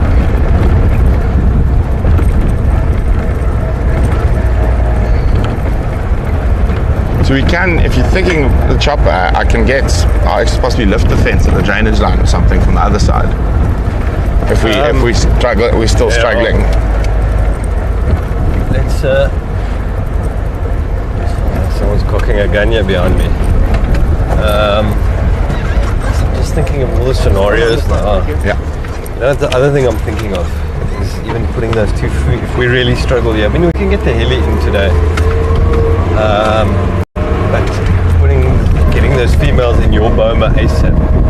Where are the females? Do we have females? Yeah. Oh, we're waiting for the genetic test. Yeah. That's not a bad idea. Like struggle to get the heli in now. You're definitely going to get 2 or 3 dogs, but I prefer to use the heli for last resort. The last resort, and if you've already got 2 or 3 dogs, then it's to finish up the last 2. Okay. But let's see. The day is early. That's hours left still to make plans and try. That is true. Try. Did you see your black Impala? Where? Yeah. So we live at the Blowbank House. So we drive down this road all the time. Obviously some came through from next door. But Some came to our side as well. The cheetah ate them all very quickly. Oh, sorry, hold on. From 1 minute. Yeah. Oh, really? Because where's Hein from here? Right opposite us, really? on the other side of the fence. Oh, okay. And then the top of that crest there is Blowbunk starts, and that's where we are. Okay. How you good?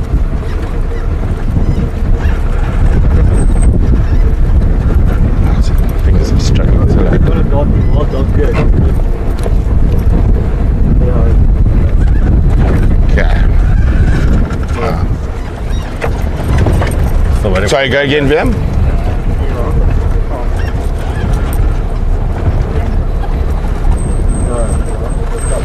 Which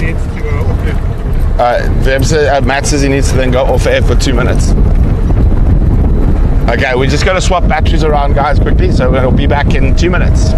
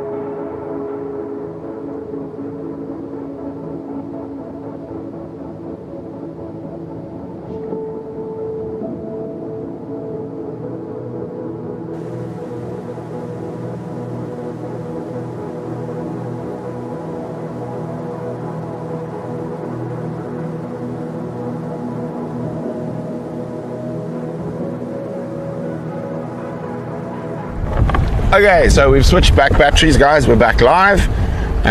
We're just trying to get an update now on the collar to see if they haven't moved too far.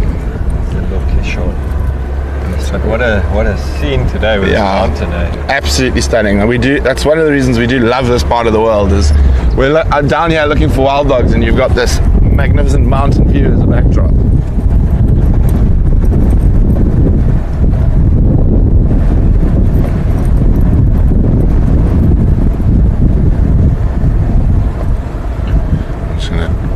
Close and try restart everything. That'll work.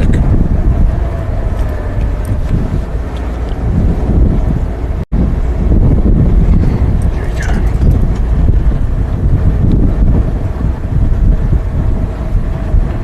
Okay. Seems like we're having some success.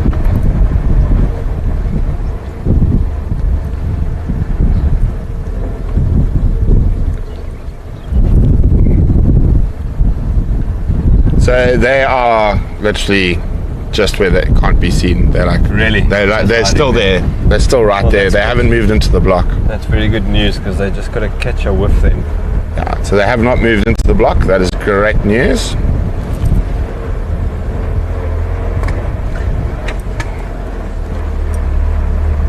Do you know if they killed something here yesterday? Because apparently they were seen with quite a bunch of vultures just inside here yesterday, late afternoon. Oh, really? Did you hear about that? No, because we've lost.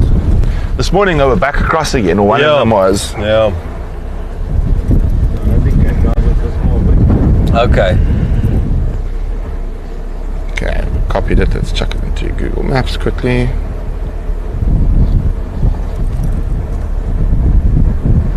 Yeah, I mean they're literally, so they've moved maybe 50 meters from where we saw them. Really? Into the shade.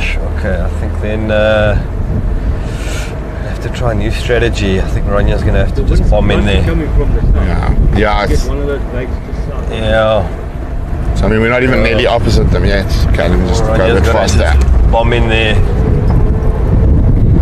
Bomb in there with that bait and hope they see it. Yeah, I think.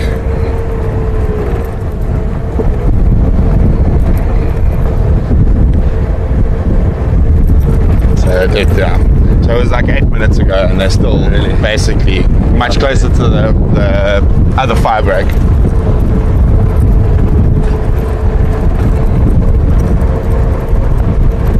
Okay, let's see if we got any questions now that we've managed to somehow deal with all that admin.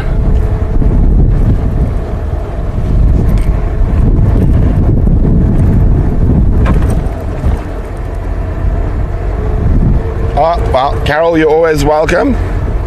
As you say, as we know with conservation things, even the best laid plans, it can take much longer than you always hope.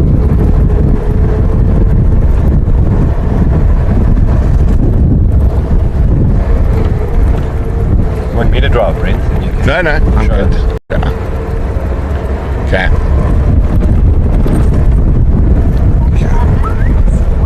I'm just getting my bearings. Pablo, this might be good. Tell me they at the bait.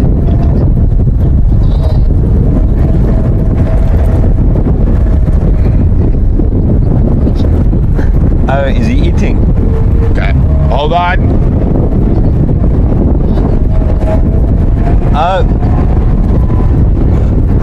Oh, okay. Yeah, no, we saw that now. We just looked at the download. Oh, okay. Okay, cool, but it's fine. We're going to be there in a couple of minutes and we'll just quickly come up with a plan, a new strategy. Okay, see you now. Right. What, on the bike? No, I got excited there. I was about to start doing some low flying. No, she says they same pin. She's just relaying the pin location. But it's all right. We'll we'll just come We'll have to make a new plan.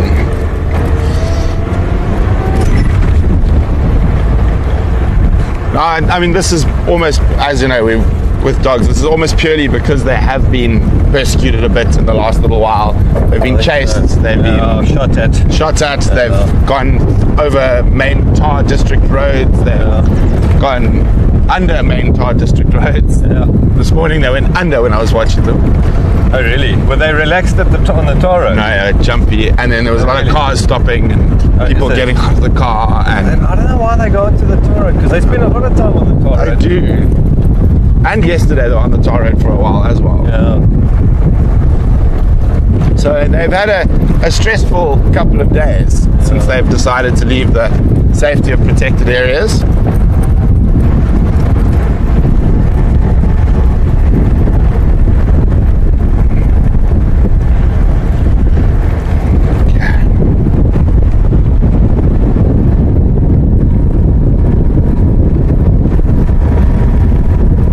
As Di says, is this plan number 43? I think it could be plan number 143. Yeah.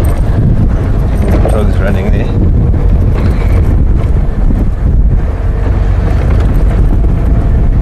Lots of impala around. So, as I said, there's various different plans. So we're going to meet up with Ronja now and see what our next plan is. So, being quite skittish from being persecuted is making getting to these dogs a lot more difficult than normal. But hopefully, as I say, the weather's still great. It's cool. There's a nice breeze, so we're not too worried about having to push them a little bit if we have to.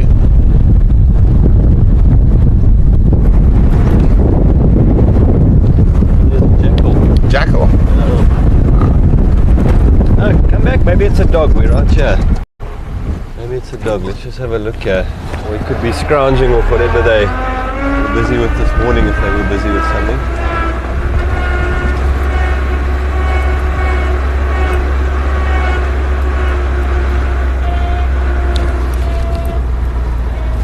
How much further? Right there. It's a blackback. Here we go. Two, a pair. Oh, nice blackback jackals. Canids, but not the ones we're looking for. Might have a nice den in the rocks here. Well spotted, Bemo. Got to rule out that it's not a doggo.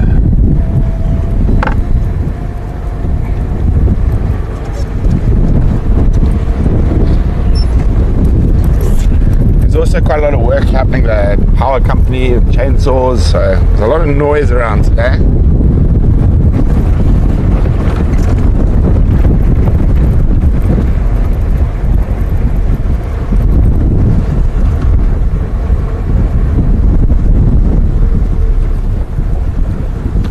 This is a chainsaw. Having lunch. Having lunch. Yeah, cool, come on,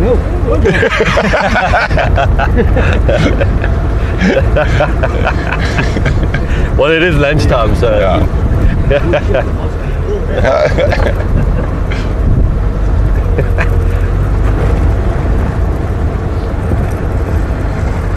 Okay, we shouldn't be too far from where everyone is.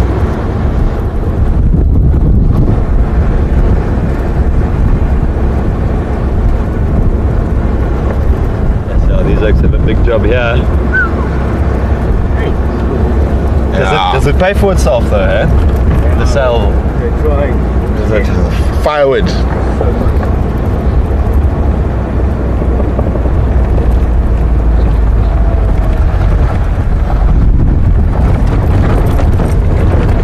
Okay, should be coming back up to the house. Here's a nice big pile of firewood.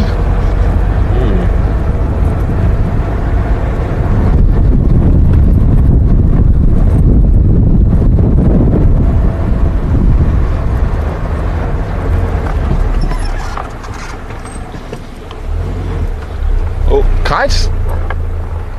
Always keep a lookout for kites with dogs, but not at this time of the day. Yeah, them in hoodies. It's amazing, up in northern Botswana there are kites that don't migrate and they just live at the dog dens. Really? They just stay there all year. Off the scraps. Yeah. Okay, we'll go past this is the station where we set up to treat the dogs, where Ben's team, the lovely Leah, should we get Leah to say something quickly? She might beat us up. Patiently waiting for a dog. They're all patiently waiting for the dogs. All patiently waiting. No, don't panic anyone, we haven't done anything yet. Not yet. Okay. We're going to go back to where we left the baits. So they're so close.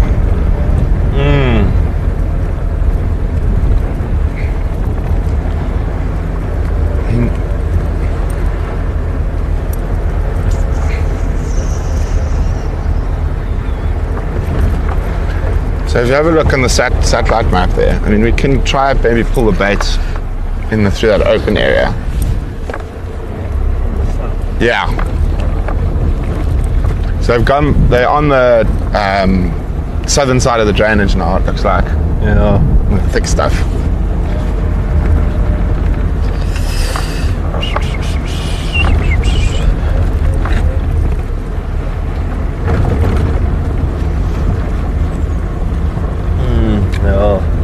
Unless we try and prop that bait up to the back. of the vehicle. Ronya's car, so it's properly visual. That's always the issue when you drag it. Yeah. You know, we forget that Or if you it's hook- high off the ground. They've Hook the got to- horns behind the tow bar. Yeah, exactly that. They just see it, and if one comes in, that's, you know, you just need one to see it, and then he'll pull the rest in.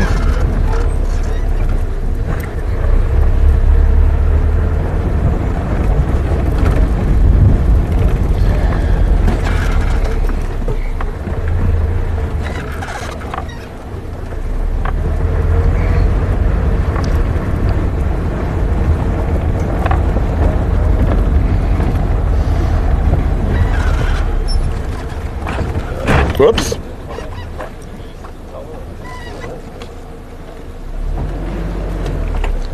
It's a very long way around. Yeah. Okay. Let's go past. Here we go. What do you guys think? We have two options. We could drive with the vehicle, and if we see it destroyed, we just go on the other side. Or we have to look in because we haven't looked at our vents. Yeah. You know, it's going to be, I'm not sure if the helicopter will actually help. No, look, I think a heli's a last resort. I think we must just try it today, the whole day from the ground. You can walk in and front. And also, what if we try pull in on the opposite side? It looks quite open if you look at the satellite. Just see the bait. If we pull the bait past them on the... Yeah, and the wind's blowing that way. Yeah. And then we maybe just prop that Impala up a little bit like on the tow hitch. That makes sense, so it's more visible. Because I think they literally just, you know, we forget they're this high, they literally just didn't see it. No, we've got they just updated. Is it? So they are... Calling if there's... Oh, they're probably calling... Is they all there? Is it? They're 90 meters. Well, the collar dog. From where... 90 meters. That's why the other ones are calling him. Yeah. I wonder if we shouldn't try... Should we try the pig? Squealing Try that pig. They're in the line of fire for the squealing pig. Yeah, no, I'm gonna... I'm gonna move out of this line of fire of the squealing pig. Just hang on here quick, but... Yeah. Oh, I'm scared of that lull, eh? When they start seeing oaks on foot, then they...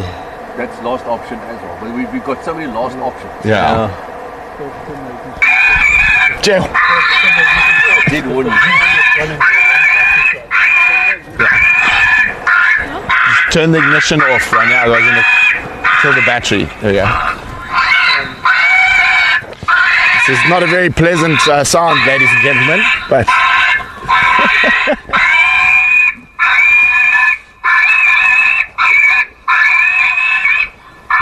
Yo.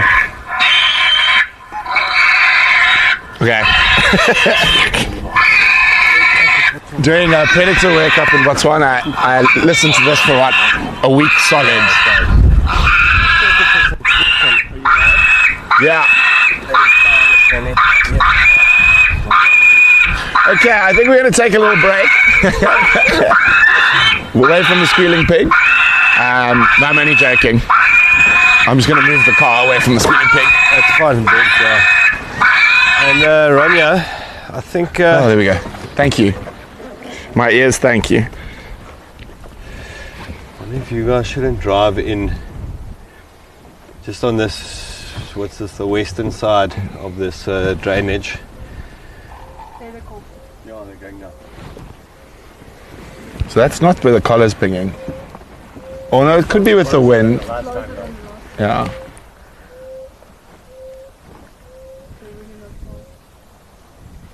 Oh, maybe this pig they're liking.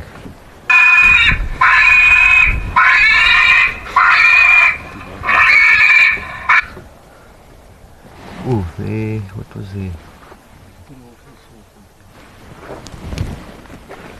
Oh, I left my binos in the other car. Jeez, these are giants. I think Ronya, if you guys, it's open there, so I think drive slowly in. We've got that bait propped up a bit now, and I think maybe this this pig call might get them a little bit more excited.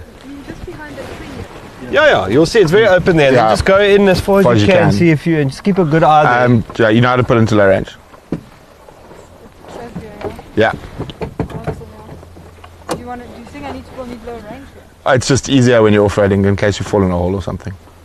And it's better for the car. You can't, low range it'll stall before you break something. High range you can break something.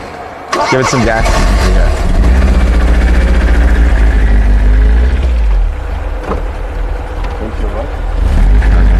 Right. You're gonna hit us. There you go. Are we gonna sit your hand? We can follow them, Brent.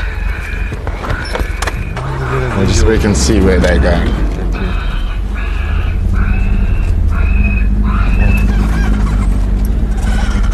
Thankless job that.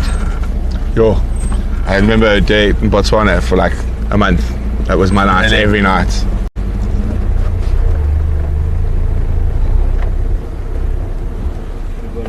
Yeah. The drainage. You can a bit of it. No, just try to wiggle your way through here. Do you want me to come drive? Because I don't mind crashing over trees in that car. Yeah, then I'll follow you. Yeah, you take this car, Ben. Yeah, I think so. Okay, right here we're gonna swap. Ben's gonna drive. I'll drive this one because I don't mind smashing it. Well, then jump on the back because you might need to do here. Yeah. Okay.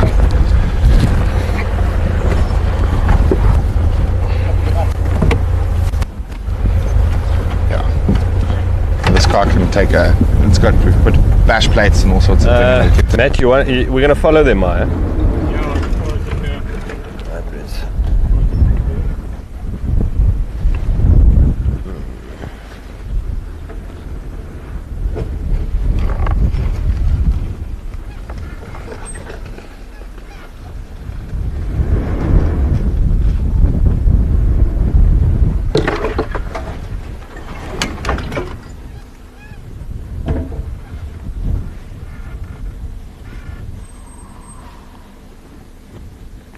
Watch out.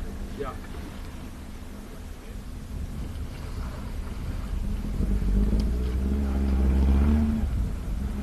Oh, jeez. Brent's braver than me. You don't want to follow me, don't you? Is it? Okay, oh, I'm just...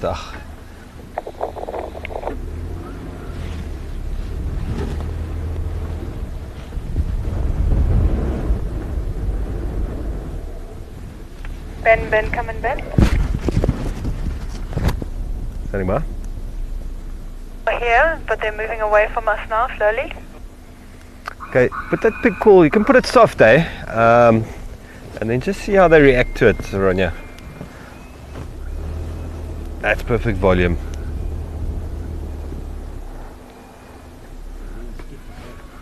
Yes, but you know, these poor things, they were so chilled, Pete. And they were on some Oaks cattle farm here and some other Oaks game farm, and the Oaks they weren't shooting to kill them, but they were like trying to chase, like shooting bullets over their heads, and I think screaming and shouting, and I think they've become quite, you know, skittish towards humans then. Ben, they're slowly moving away. Oof, okay, that's not good news, Ronya.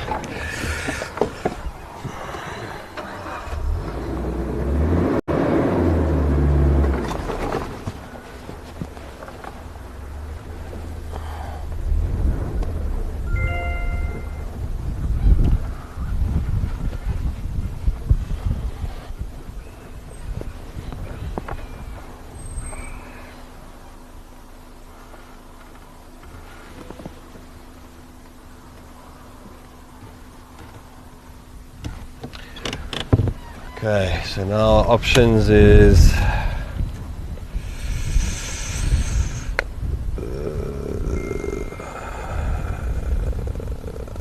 helicopter or female in the boma.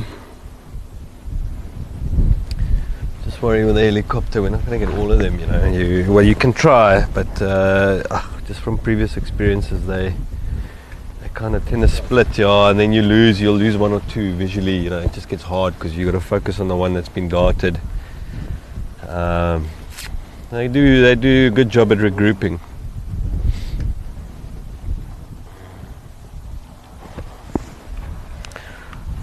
Old Jerry on the line.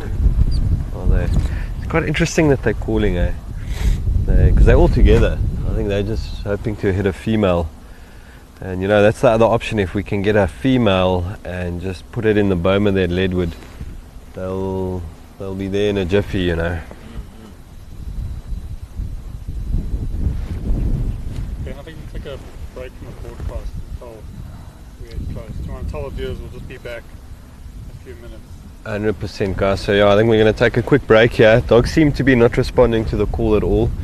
They're moving a little bit further away, so I think we're just going to take a break here, re-strategize. We've still got a long day ahead of us, lots of time, so we'll see if we're going to go the helicopter route, or maybe we must just wait till they get a bit more active around about 5 o'clock, 4:35, and then take it from there. But we'll be in touch shortly. Thanks, guys.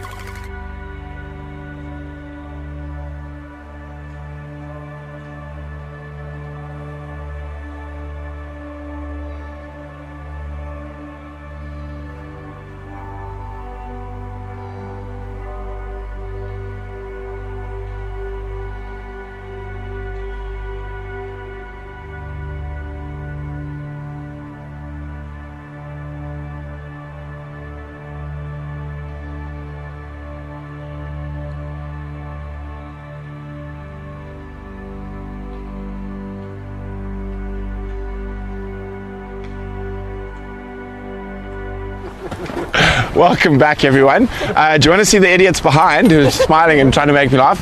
Come, you can show them, Matthew, please do. They're the idiots who are pulling faces at behind us. There's Leah and Tristan, clowns. But welcome back. So unfortunately all efforts have failed so far, so we're on last resort. Yeah, which is Old Faithful Jerry McDonald. He's just busy with another capture, then he's coming through in about an hour. So we'll be back online then. So yeah, it's turned into a helicopter capture. Our focus though, it's quite hard with the dogs, and especially with them splitting up once you start putting pressure on them with a helicopter. But we're hoping to get at least, we're going to focus on the two animals with the snares, and if we can get them, I think it's a bargain, and then take it from there. Hopefully we can get all 5. And that's the story. So in the meantime, we're going to go into the bustling metropolis of Campusrus and get some lunch.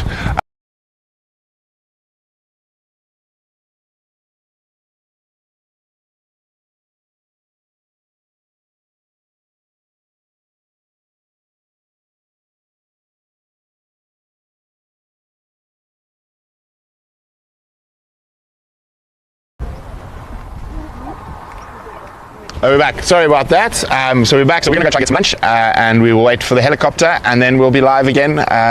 So it's going to be quite the process. We're not going to stream out of the helicopter today. We need Pete from the reserve up there. He knows the area better, and then we'll be with the ground teams trying to collect those snared animals.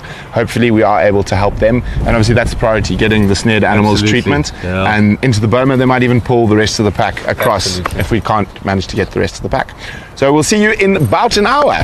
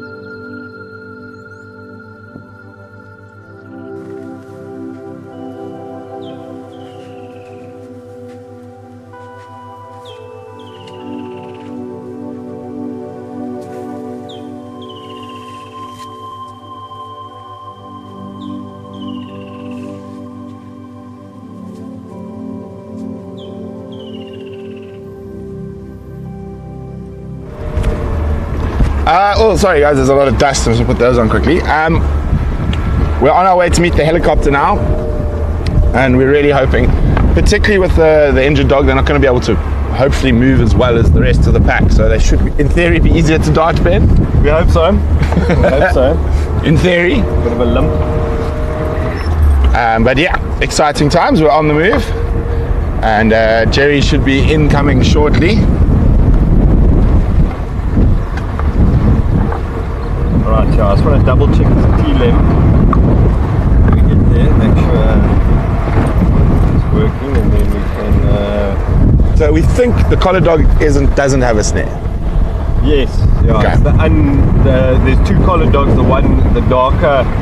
The old boy. The old boy, yeah. His collar's died, and then he's got a snare, and then there's another uncollared dog with a snare, so they're going to be our priority.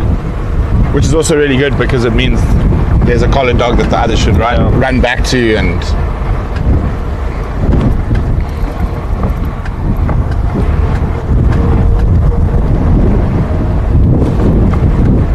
okay. Oh, cold wind off the mountains. Let's see if we've got any new questions. Did I hear Jerry? I thought I heard Jerry.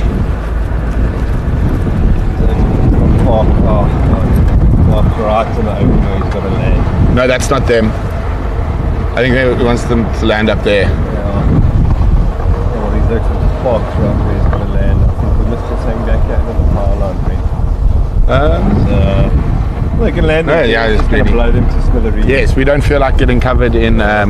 We're just going to stay a little bit. Mind you, we can actually park under the power line. Yeah. You can't land there. I think that the hounds for the cameras. Yes, the hounds are going to bark at us though. There's a whole pack of Jack Russells. Oh, they are under the power lines. Jeez, there's a lot of power lines here. I suppose theirs probably going to be the best. Ham? He'll land up here, right? Okay. He'll probably land into the wind with his tail. Okay, well, we'll park ourselves. You can give it to Brent, but you guys actually don't need it because you're going to be talking separate. I can drop it off with Leah, maybe. Yeah, you're going to be talking on on the ground to air. Okay, sorry. Let me see if we've got any new questions.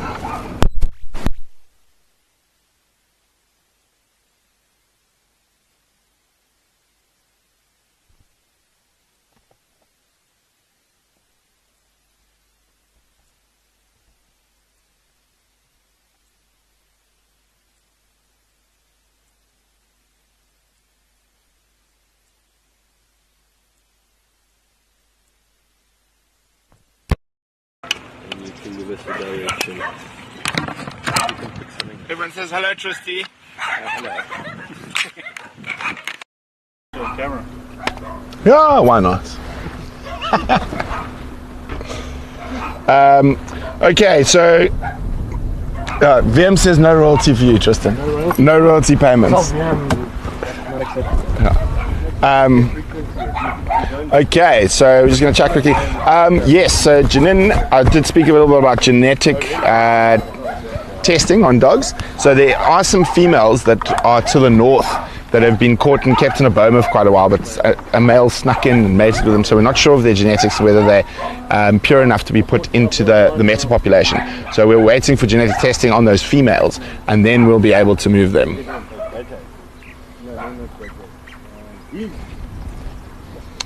The guys are just testing telemetry behind us now. So just in case, as Ben and I were talking about, when the dogs bomb, because obviously the two dogs we're most after don't have collars on, but they'll be able to sort of get that. Oh, there you go. They're making your life difficult, Matthew.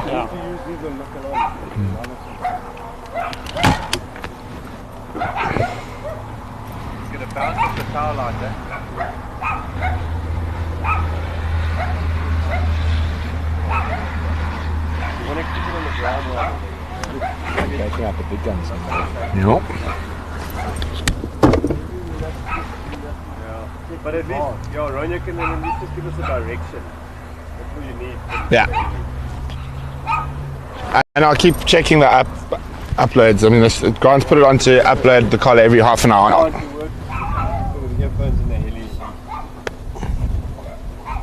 Oh. Focus on one job. Right, here's your earphones. I just chuck them back in there. And these radios.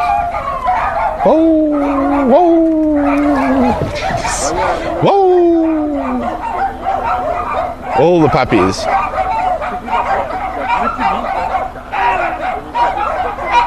Maddie? There we go. Let's not get the howling hounds too excited. Hello, Guido.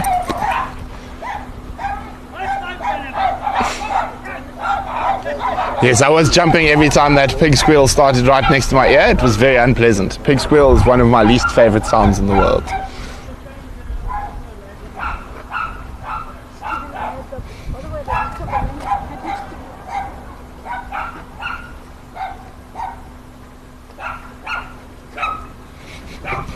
That is a proper pack of Jack Russells.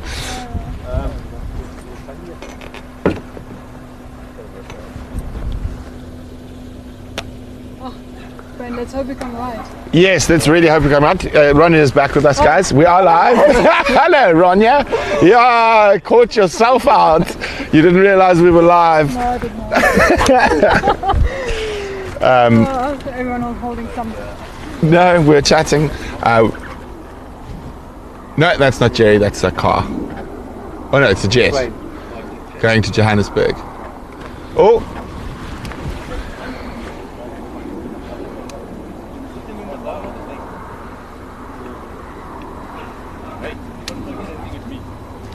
At the aeroplane.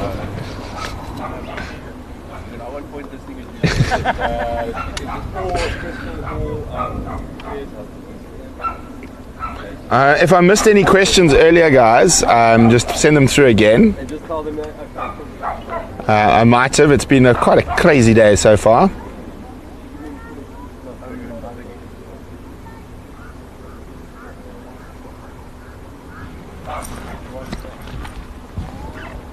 Just waiting. Oh, for the helicopter. Some pied crows flying over. Quack, quack, quack. Might be a new one for some of your bird lists.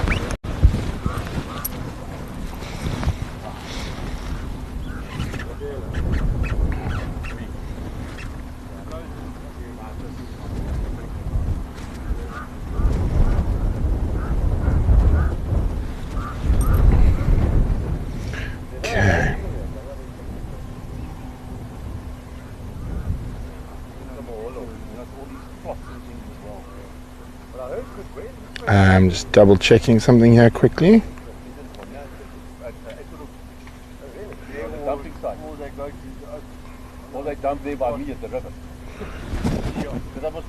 Oh, so we just, as I said, waiting for the chopper now. I said, if I missed any questions earlier, now is the time.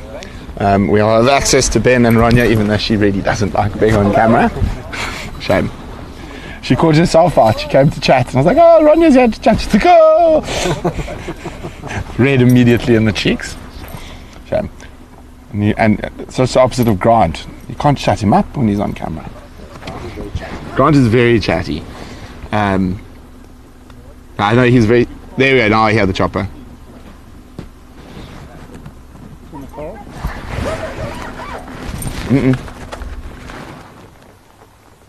Swear I heard a chopper.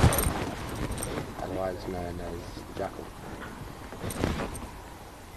Yeah. So difficult when we're close to the main road. Yes, and Di, you are correct. Our transatlantic friends should be waking up soon. It's becoming a more civilized hour across the United States and Canada. Although I do see some brave Canadians and Americans there, Barbara in particular. Up, it must be, I don't know what time it is, but it must be quite early. 4, 5 in the morning. Morning, yeah. Mountain Time's just hit 6 o'clock. San Francisco 5, Boston 8. Yeah, so it is getting to a more civilized hour, which is how these things often go. I mean, the first time we tried, well, we were collaring that pack. I think we went live for the first time at like 6 in the morning, and we darted them at 6 in the evening. Guido, full. Barbara says she hasn't been to bed yet. It's now 5 a.m. So the full situation at the moment is we've tried on Saturday and this morning the more traditional ways of darting dogs with baits and call-ups. Unfortunately, these dogs have been traversing through farmland. They ate a cow, I think, on Thursday or Friday. So they've been shot at, they've been chased. So they're just really skittish, and we're not being able to get close enough to dart them. So what we're going to do now is Ben is going to go up in the helicopter with Jerry, and they're going to then try prioritize the darting of the 2 injured dogs, the 2 dogs that are carrying snares, and hopefully firstly just to get those snares off those animals. The one does look particularly bad, and it is on quite an old individual as well. I think he's 7 years old already, so the longer that snare and that leg swells and stuff, the bigger sort of problems he might face. And then one of the other younger dogs also has a snare, and then we're going to hopefully then move them, once the snare wounds have been treated, we're going to move them through to the boma on the Hoedspruit Game Reserve on Blowbank, and from there we're hoping that the who calls of the dogs in the boma will actually bring the rest of the pack. If Ben gets the opportunity to dart more from the helicopter than just the 2 injured ones, then he will. Obviously the dog we'll leave to last is the dog with the working collar, as that's the easiest one we can find again. The dogs without collars, a lot more difficult to find again.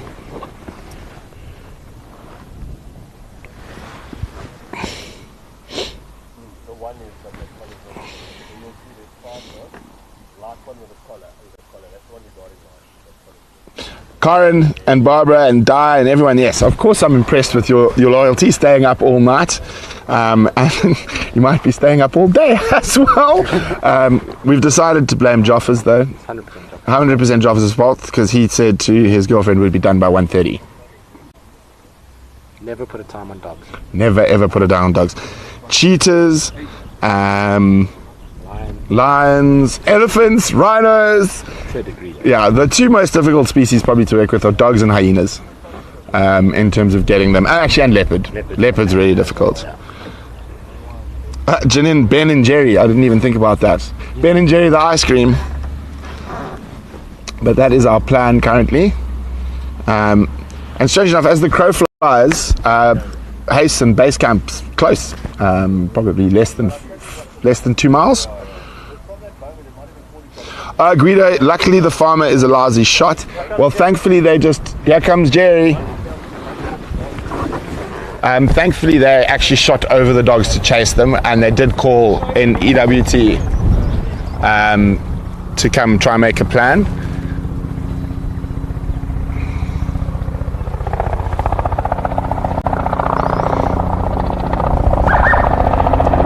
Here he comes.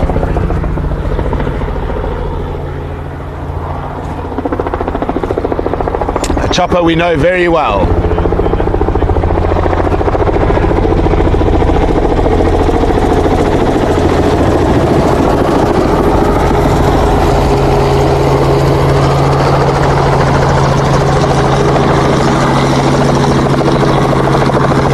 Who else is coming? I saw Tandy. Don't know who.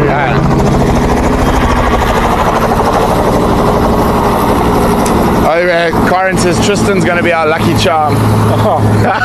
Now you've jinxed us, Karen. Yeah. So Ben's... You guys ready to get started? We're ready. So as I said, if we can push them sort of northwest to that open area. It's probably idle. Yeah. We're ready to go. I was going to grab the 2 radios.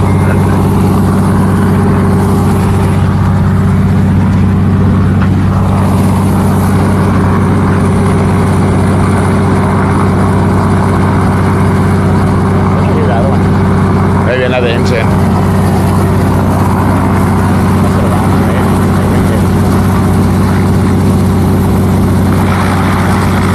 Looks shell shocked. Looks like a first trip in a helicopter. Always funny seeing people doing a first trip in a helicopter.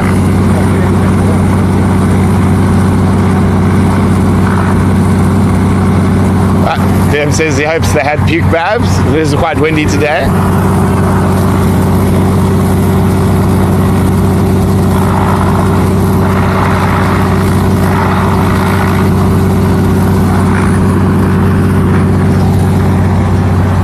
I just found out. How's tons? How you doing? Nice to see you. Hi, Brent. Hi, Leno. Nice to meet you. Brent, nice to meet you. Nice to meet you.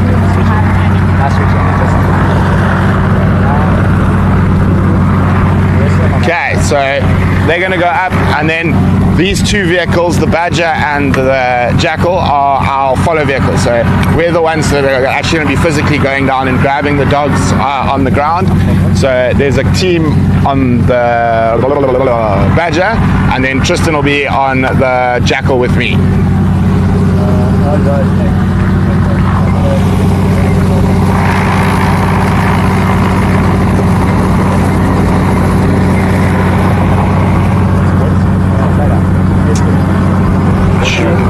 Mic now, but it's fine. No, that's fine. We took it off. Yeah, that's good. You can operate ground to air, Tristy. Karen says, remind Tristan I sat on a plane with him. Yes. Here we go. Hello, Karen. We did. We flew back from Hoedspruit. It was nice. Had a good chat. Okay.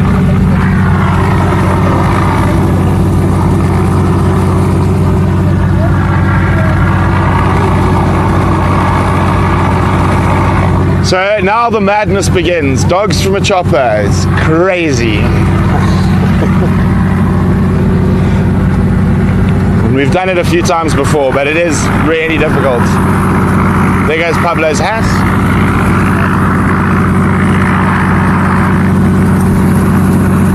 There we go, Barbara. Yes, Barbara on our last Friday did her first helicopter trip. And I love my ride in the helicopter, Brent. Do it again in a minute.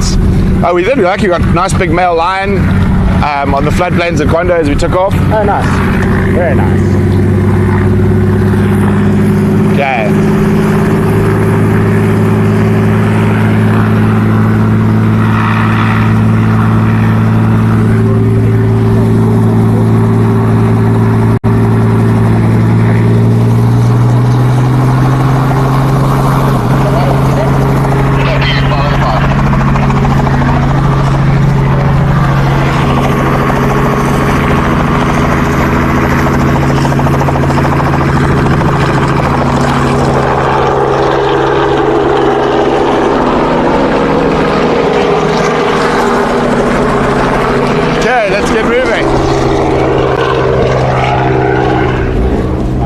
Yeah, you can jump up front. Probably more comfortable. Decided more comfortable. Yeah.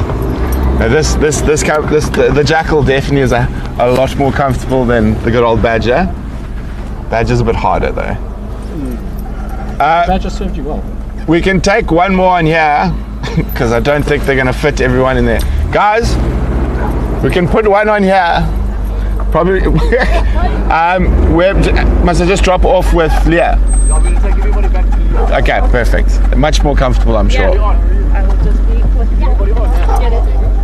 I need to get the charger as well from the other car while we're there for the tablet. Okay, let us go ahead so we don't get to eat the dust. Clever Brent. Yes. Cameras don't like dust. Okay. Cameras, humans too. Yes. I'm more worried about the camera than the humans though.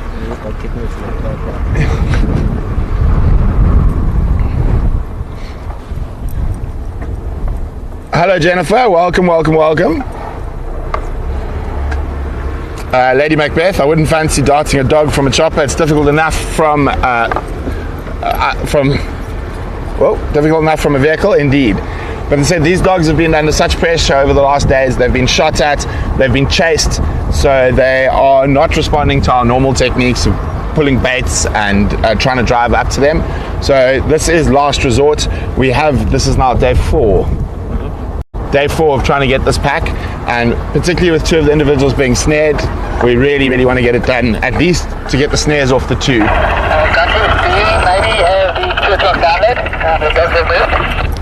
Okay, checking. We'll try and get back to the vehicles now. We'll give you an update. Okay, the dogs have moved. Let's try to do that download. For some reason, not working. Trying to handle one of them. No, it's a very complicated process because MTN won't give me an eSIM for my phone. So now I have to, yes, it is very irritating. So I need to put that one on. It's not working on the EWT thing for some reason, Vim. But I have to go onto my phone and then it works. Yeah. So I've got to go swap to that one.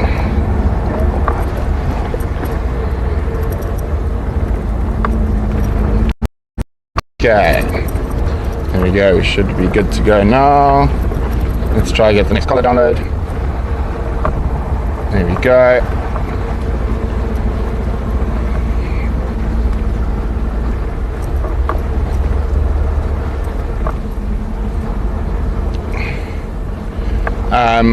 Okay. Oh, they've moved right into that. Okay, they found them. Copy, thank you. So the chopper's got a visual.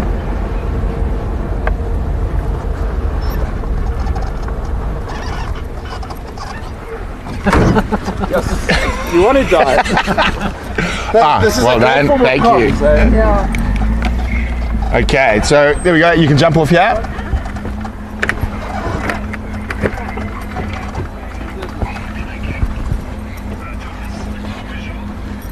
Okay.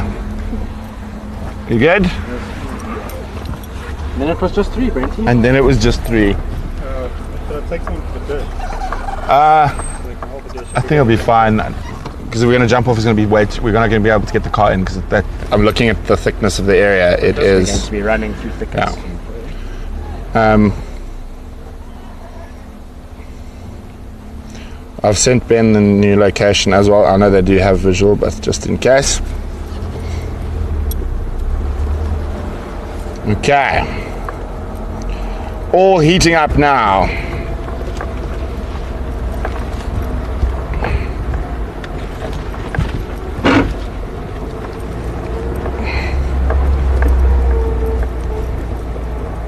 Oh no, I need to go get my other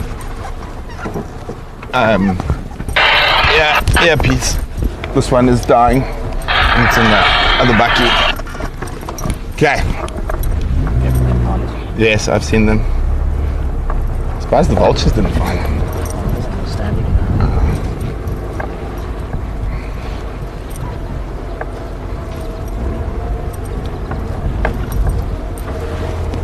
So I just need to swap my earpiece out. Okay. I'll be as quick as possible. You want to lose my audio probably.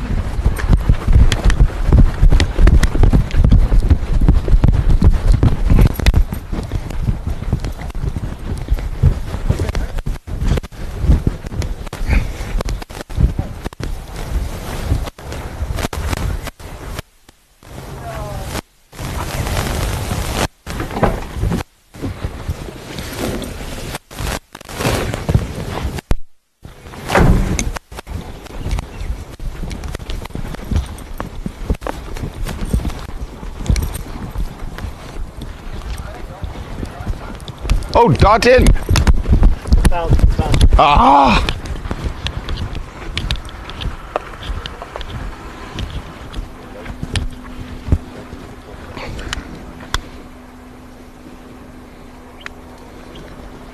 Okay, let's just do that quickly. There we go.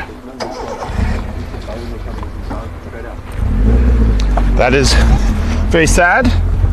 Oh, we need to do this before this dies. Where's the thingy for this, Maddie? Top. Okay. Yeah, should be. Pull that from the top, let's see if it's charging. Let's pull down first. Yeah.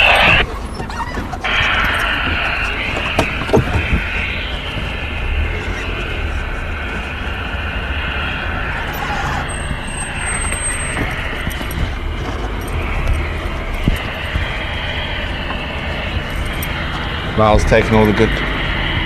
Ronnie's taking all the good shade. Yeah. Just try to find some shade. Just looking for some shade.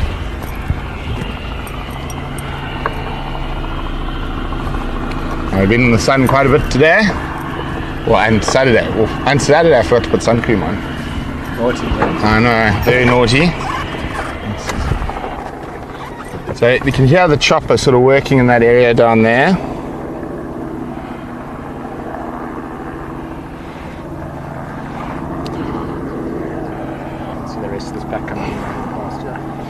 No, nets aren't really viable in this area, Lady Macbeth. And again, nets is very much last scenario. So it was, I think, 4 months of trying to catch that pack before we pulled out the nets. So most people don't keep nets. We need to get nets from far away, from game capture companies and stuff like that.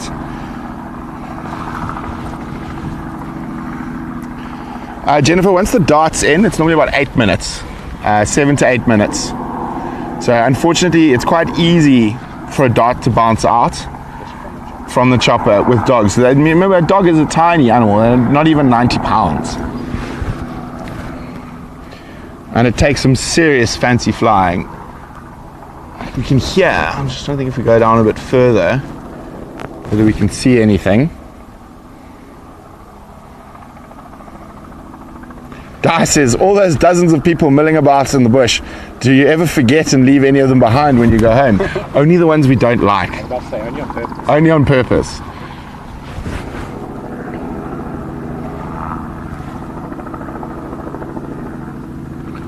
So it's all happening just out of sight.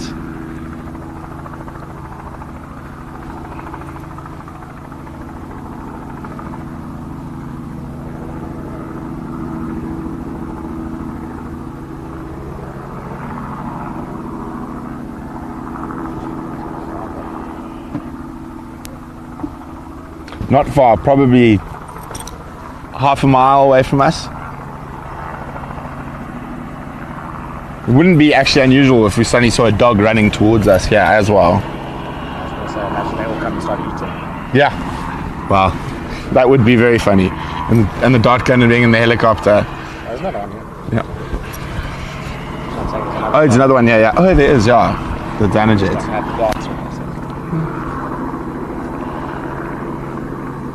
Thank you very much, Judith. Oh, chopper sounds like it's coming closer. Yeah. We're just gonna move a little bit forward. Maybe we'll be able to see the chopper.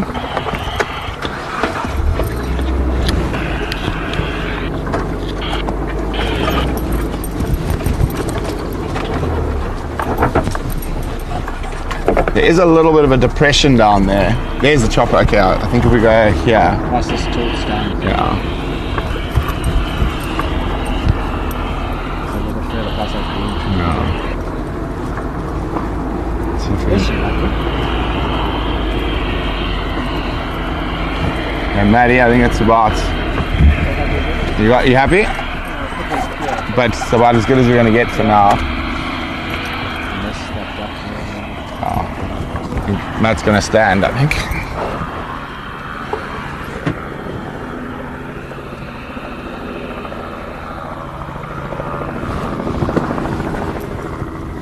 So what's happened is sometimes the dogs learn and they'll just go stationary under a thicket.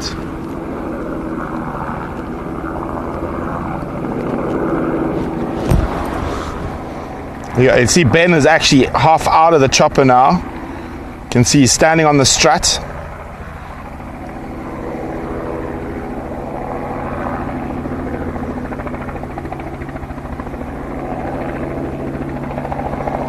Virma's in final control, Marcy. Matt's on the back and Tristy's in the car with me.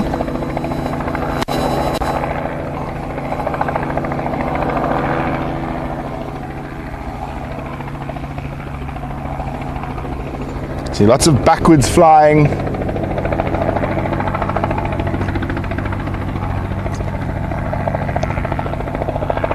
Oh, he's going down. They're going down low now. That's it. Going in for the dart, hopefully.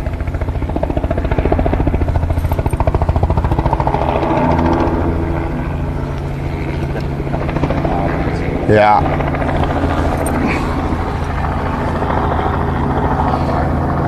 And of course, it's the incredible Jerry McDonald. There you go.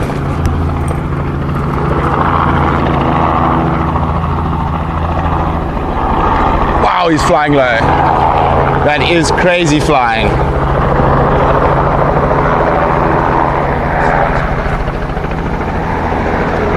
Wouldn't be surprised if I thought I actually saw a dog a second ago. There, that might about to see a dog. There's a dog right here running opposite us, Maddie, at full speed. Oh, careful of the power lines.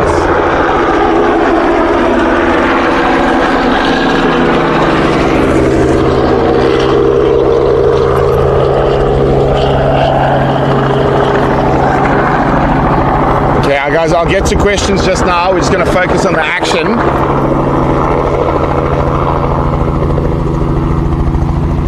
Has he gone across? Oh dear.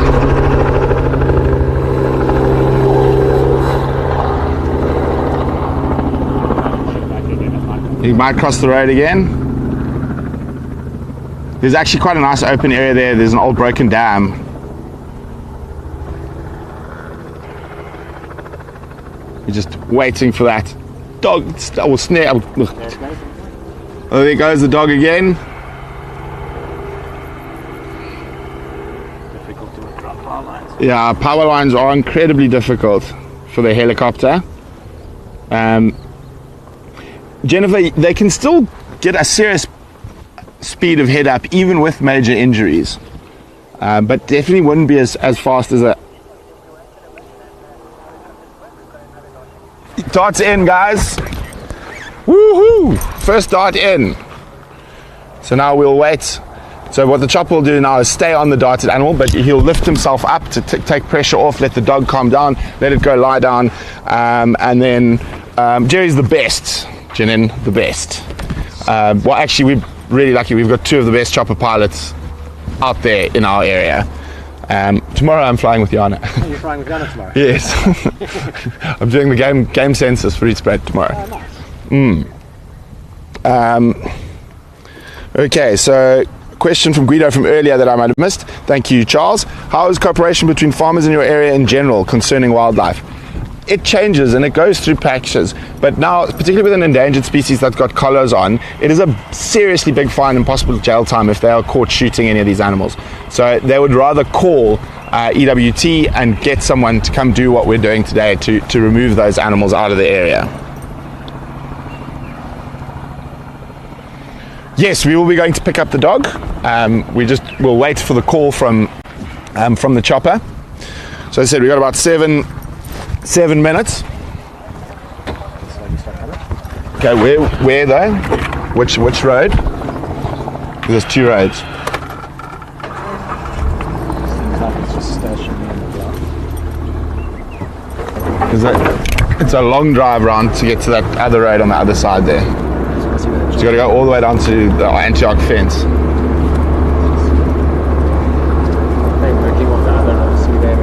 Yeah, I mean, just have a look on the satellite map. I'm pretty sure that's going to be the other road.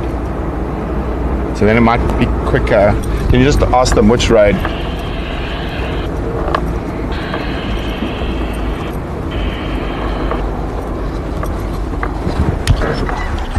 Did they say the other road?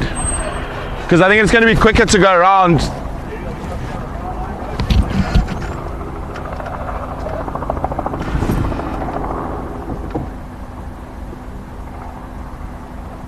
Because to get to the other road, it's quicker to go back to the house and down, then all this way. Okay.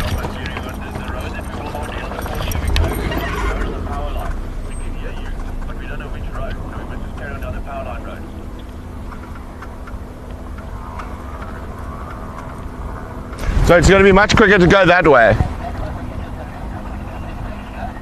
Came back on when you did the loop, so yeah, the road so it's going to be much better to go that road when we did our loop. So just follow us.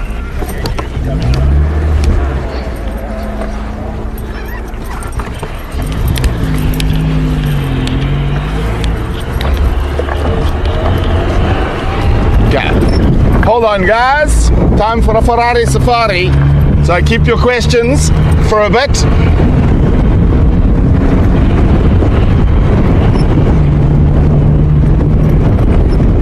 So it's such a... I know. I'm going to try and not run over Joffers again. Oh, I took the hooter off. First dart in. Bye.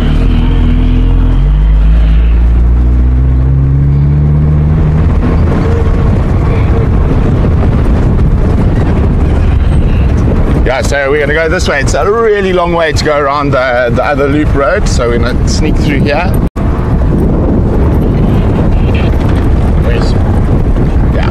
Where's this road? Here we go. Right, let's just wait for Lau.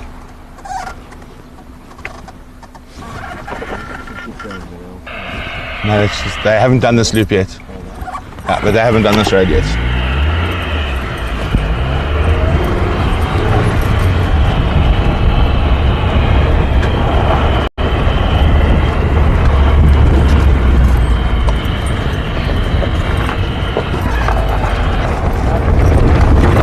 What are they saying?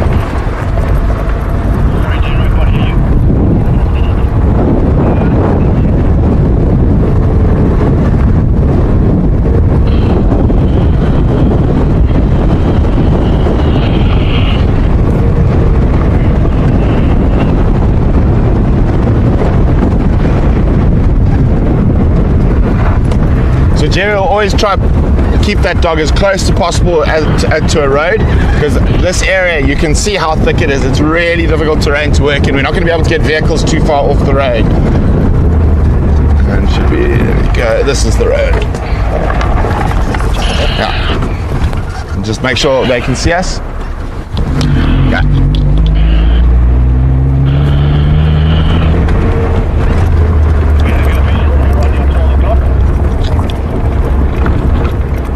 So the other way would have taken us like half an hour. There's a jackal dead here when we came through. Yes, I saw it. Oh.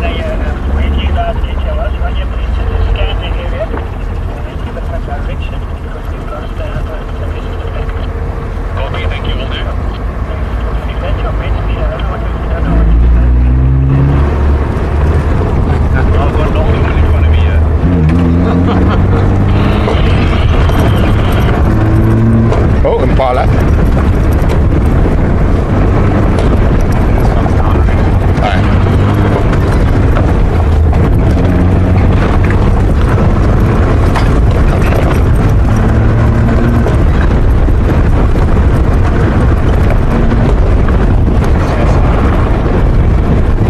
Just watch Jerry put it down on the road. Oh, there you go, got it.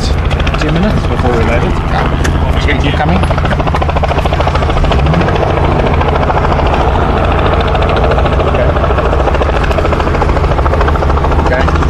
Now that is unbelievable.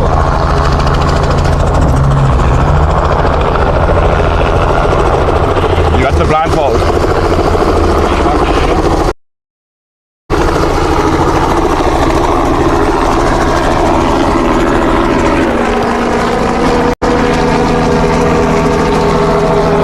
Oh man. Your snare's bad, eh?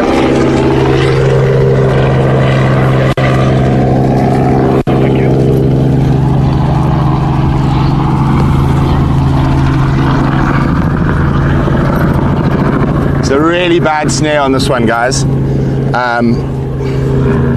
It's actually, let me see. Do you have a pair of pliers? No, they'll cut it out with here. No, it's not in deep yet, so we can cut it straight off here. Let's get it onto the... Maddie, oh, you're too far. Let's just get it onto the... Yeah. Okay, you got him? Yeah. I'm gonna try to get that. So it's quite, this is a new snare. You can come. Okay. So just warning, guys, it's not going to be pretty. This is luckily it's quite a fresh snare. I can't hear you. No, then just stay. Here you go. Yeah, this one's.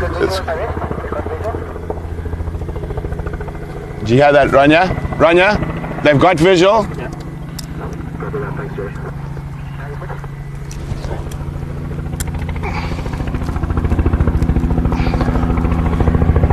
I don't want to pull too much. Yeah, so I'm just trying to take the tension. It's nearly through. Do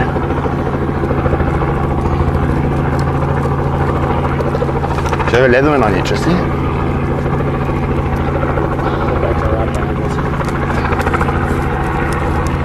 That's coming. Yeah, it's nearly there. It's so close.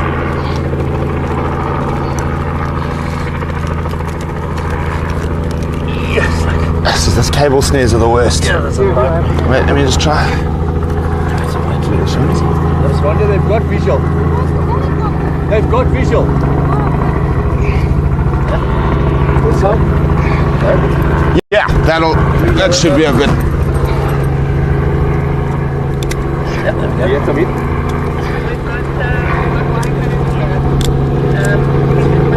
There we go. Yeah, 10. The snare on just really quite bad, so you're going to bring it into you now. Hold on, just move the dog up. Yeah. This one looks like it's. Have you got the snare? Okay, just go. Yeah. Just watch the head. Yeah. Put the nose over the end, please. Yeah. That's it, thank you. And then head up, yeah. And around the neck as well. What's that wound on the neck? Is that another snare? Yeah. She's got 2 snares, it looks like. Yeah.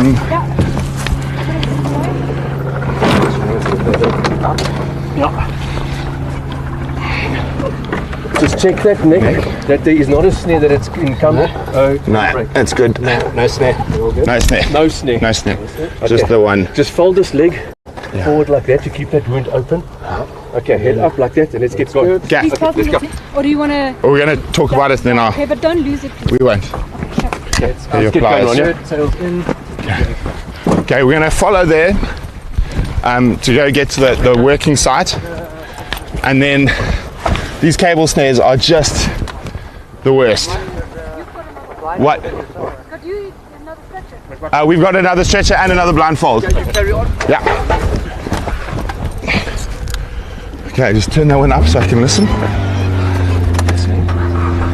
There's no darting yet. Okay. Go back to where we were. Yeah. Yeah. Oh, you can tell Ben is a good dart one. This one's got a really bad snare across its chest. Okay. Let's turn around. There we go. So these cable snares are the worst. They're worse than the little wire, the straight wire snares. They really cause a huge amount of damage.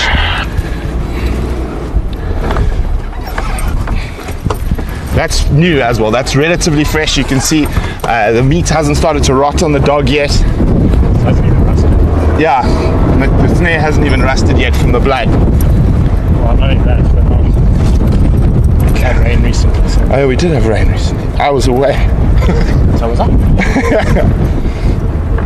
Okay, so 1 down, 4 to go. 1 more still with a snare. They have got visual of the pack. Yeah, and they've got visual. Dart in. Second dart in. You might need to go this road. Yeah. I just want to go. That's quick. 2 darts. Copy that. Thank you.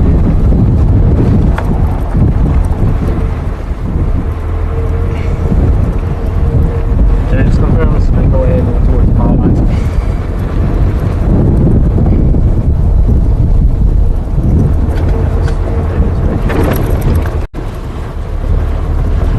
Jennifer, it's not a new type of snare, it's just a different material they make the snare of.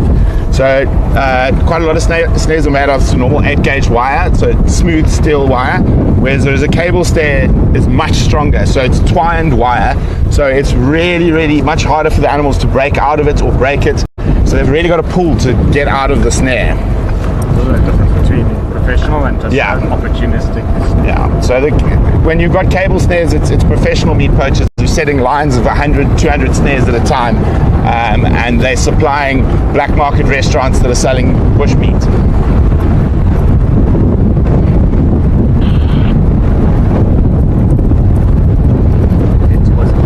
Yeah, we'll just do a quick stop with the team that side.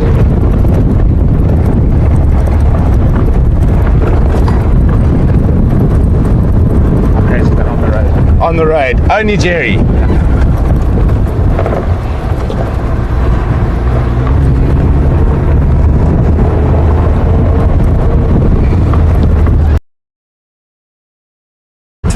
We do organize snare sweeps and people go on bushwalks to remove snares. However, anyone can't just do it. You guys got to remember, there are lions, there are elephants, there's all sorts of other stuff out here. So unless you're actually a professional and know what you're doing in the bush, you can't just go help and remove snares. It's one of the problems, having the manpower to be able to deal with these things. So we do organize snare sweeps with some of our partners, and we're busy planning few months with Grant to an area of just outside Kruger that's been hit quite badly. But yes, that's the problem. So not anyone can just go check for snares, because you might also find a leopard or a lion in that snare, and you need to know what to do in that situation.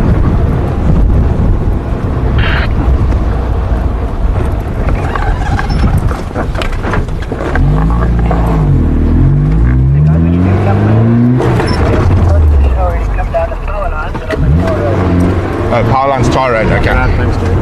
Okay, so we're not going to stop in and check with the guys who are treating the dog. We'll have to come back and look at that a bit later. We'll have a dog on the board anyway. Yeah. And this one's going to be the bad snare. This is the bad snare. Sorry guys, we need to get to the next dog. It's going down on the power lines.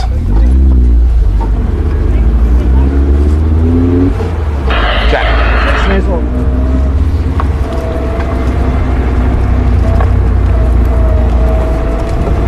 Tar road, tar road, tar road. Oh no, he's there. Hey, he's right there. They told us tar road.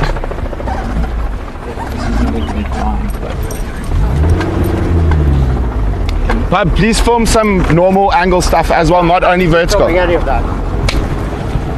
They also need to go back and fetch another stretcher. We've got the stretcher. Yeah, we need another one. Oh yeah.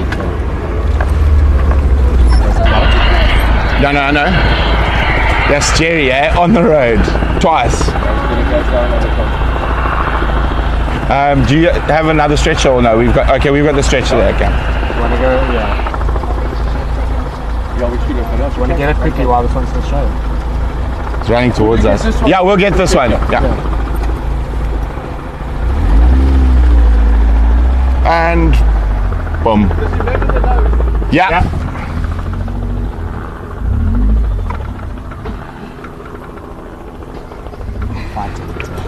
Seriously fighting the drugs. There's the other ones. So the rest of the pack are still around, coming to check on it. Are you okay, bud? Are you okay, bud? What's going on, bud?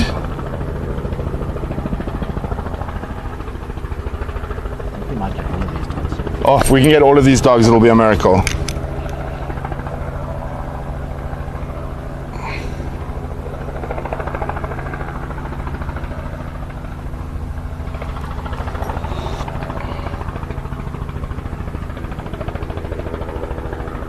And I'll have free Impala for dinner. So it's 4, hey? We 3 there. Yeah, 1. I haven't seen 5 since Saturday. They said that one was reported.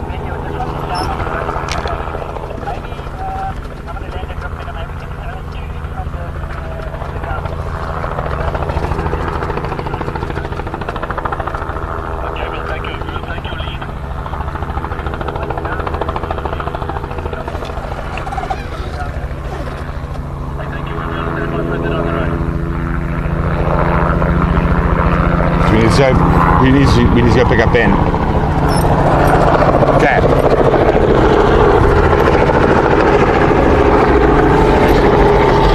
Yep.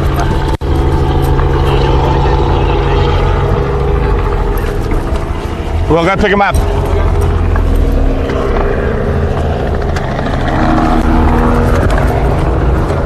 Okay, so we're gonna go pick up Ben. Now it looks like those other 2 dogs don't want to leave the dog that's gone down, which is what we tried to do on Saturday, but it didn't work because the dog went down an area we couldn't get a vehicle to.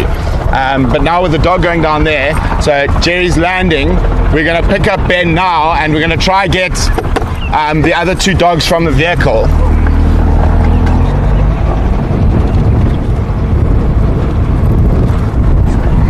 Just jump on the ground. Yeah, you jump up with Maddie. There's, yeah. Just wait, yeah. No. Yeah.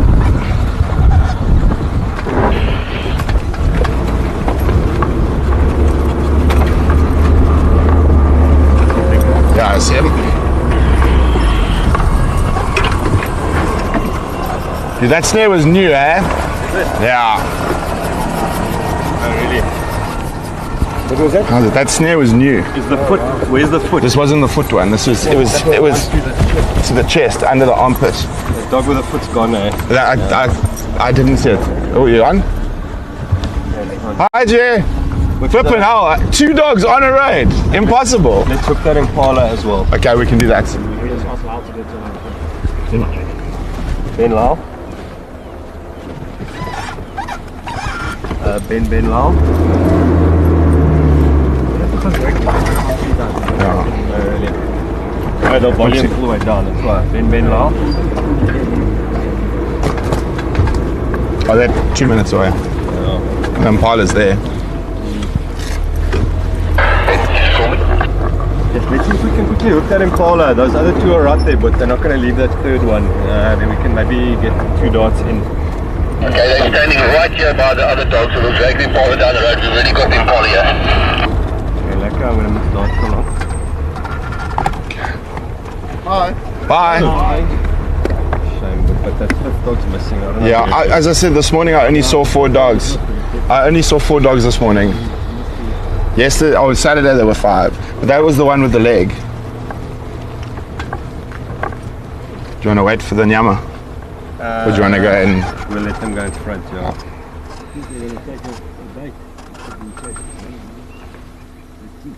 Hey, I won't blij hond. Yeah. Okay.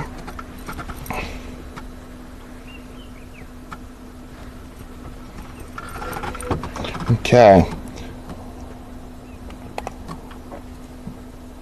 Yeah, so unbelievable flying there by Jerry to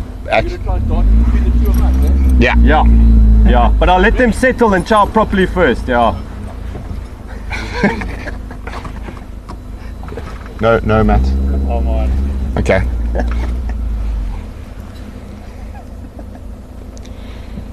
But there's a really good chance we're going to get all the dogs now that this has happened. Oh, we're leaving one behind. Yeah.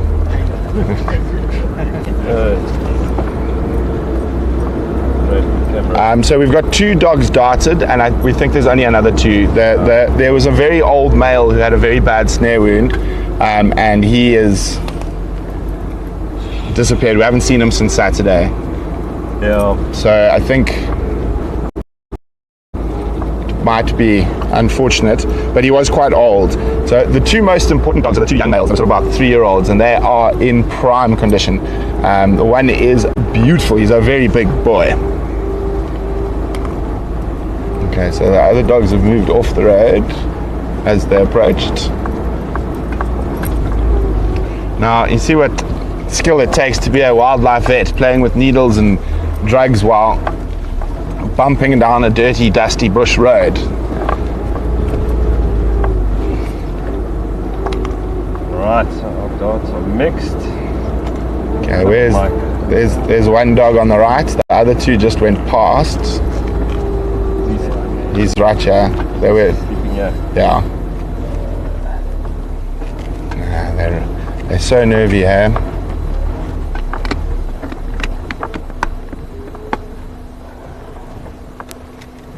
I don't see them.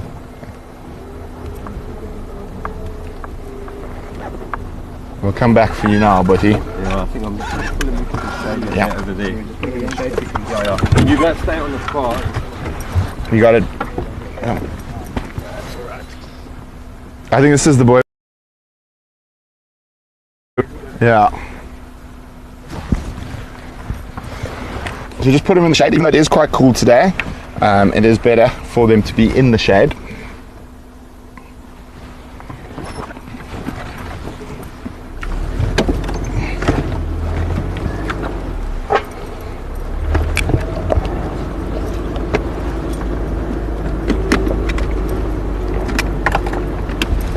Just check if I don't think they've got visual there.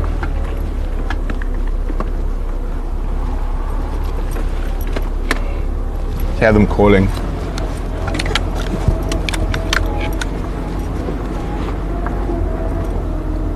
Sound like they're quite deep in the block. Oh, there's one. That's one with a looks like it's got a collar. So that's. There's the other one. Okay. Yeah, we've got them. That's a bit far. Yeah, running. Anyone you call? I got quite good last time. Right. I was practicing with Grant and Krieger. I'm not as good as Grant though. There is. Again, they went back into the bushes when you guys got out the car. They were right next to the road.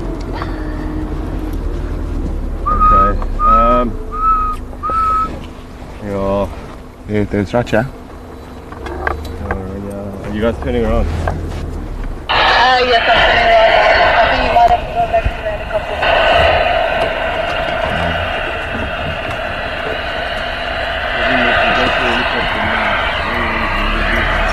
Yeah, so you take the one with the collar last.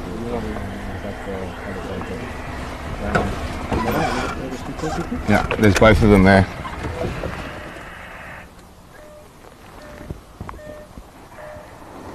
I've been running from who calls since Saturday, huh?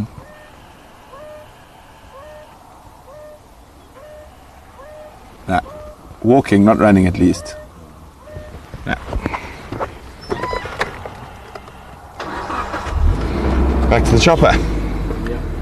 Back to the heli. Well, no, I don't know now. I'm worried that this dog's still here, so I'll have to run here and see. Otherwise we can take these two chaps. Yeah, well, I think that, I know it's sad, but I'm sorry. I know it sounds sad, but I don't think that fit the dog with the leg. I mean, we haven't seen him since Saturday. Are they calling? No, he was seen this. I'll ask Rania. I think he was seen this morning. I saw 4 this morning, and I didn't see the one with the, because it was back leg, wasn't it? I'm worried if he's not Aina and he just stayed on the other side of the road or something. So I only saw 4 when I came this morning. He would be calling though, wouldn't he? If he was Aina. They're not far, they're just sort of... Let's go take this guy back. Yeah.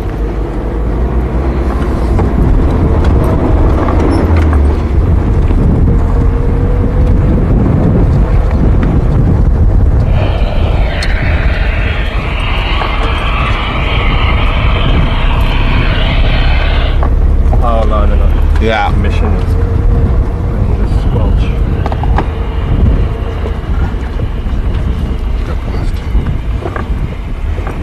Shame that this is the way he's been darted twice this week. Yeah. Poor boy.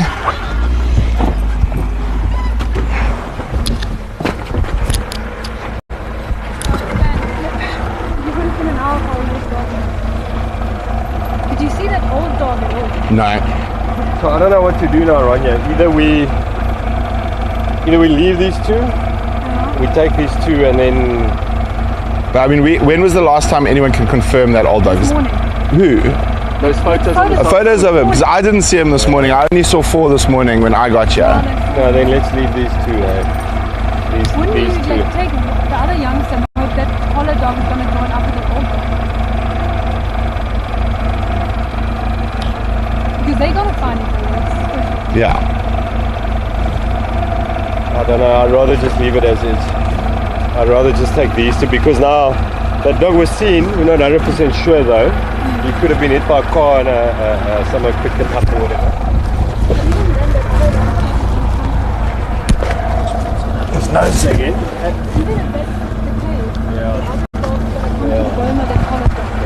I would take the other youngsters. And my other reasoning is this dog's got a terrible snare. You only leave him with one chap. Then they're pretty much like one dog hunting for himself. I'd rather leave 2 that can kill animals. 3 dogs, if that makes sense. Yeah. Because now these 2 are fine. They're in the boma. But surely this third one would be responding if it was alive. Yeah. I don't know. It could be hidden, but it could be hiding. It could be across the road, because that collared dog wants to cross the road all the time. That dog is very independent, right? So that, yeah, they said he leaves the pack for, goes off on his own missions. He does his own thing. I mean, I can ask. I'd still leave these 2. Yeah. But the boma is so close to that bird, and that collar dog we get easy. Even if we see he's losing condition, we can get him easy. But if it's 2 dogs and then another dog somewhere, like then we're struggling with the same issue. If we have like 3 dogs, we still need to get. I'd rather take as many as we can now. Let me find Brian. Just come from. Okay. Should we take this guy? Yeah. Let's Take him back. So there's no rat run here. We still got lots of time today. But let's check the grass. It doesn't make a rat here. Oh yeah, don't put that.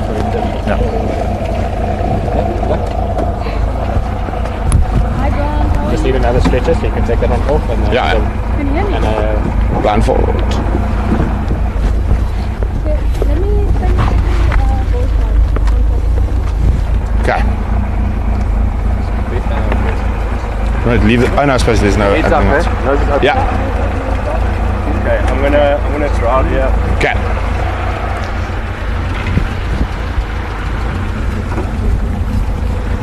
Hi Brian, listen, we've got the following situation. So we've drive got in with this chap. two dogs. Okay. One was one of the Stuff limping dogs. safe, yeah. Should be. Or just you can hold it. Yeah, everything's good, yeah. You just want to look after the spam, please. Oh, you want to jump on this one or that one? Up to you. Okay, we're going to go now quickly to where they're working. And then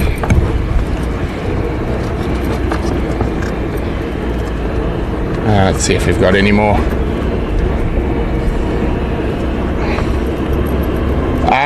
So basically what we're going to do now, guys, is we're going to let Grant chat to Ronya and to Ben and with our Leadits official, and then they'll make the decision what to do now, whether we go for the other two dogs or we rely on the fact that we've got two in the boma and that'll bring the rest of the pack to the boma. But there's obviously positives and negatives on both sides, so I think we'll just leave it up to them to make the decision.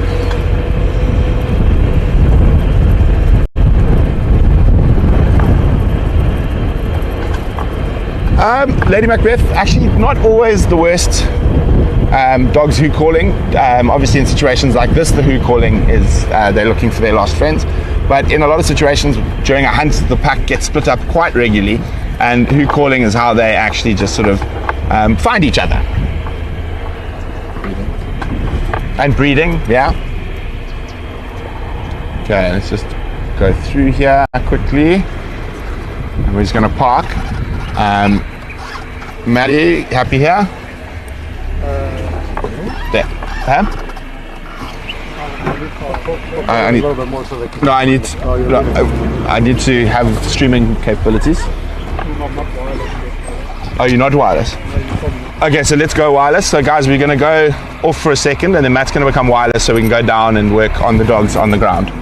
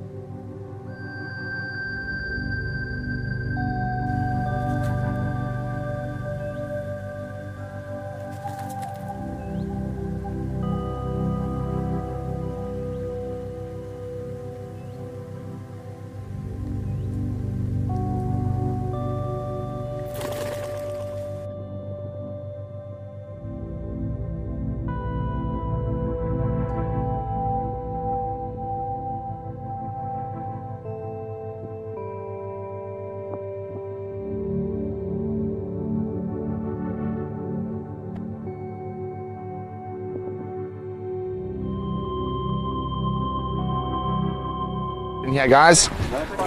Maybe shave that before you spray it. Yeah. So we're live again now. Ben, what's happening here with this dog? So this is the second young male. Let's have a look at this guy. Lovely white teeth still. He's probably a 2-year-old, this guy. Still not a lot of war wounds or anything like that.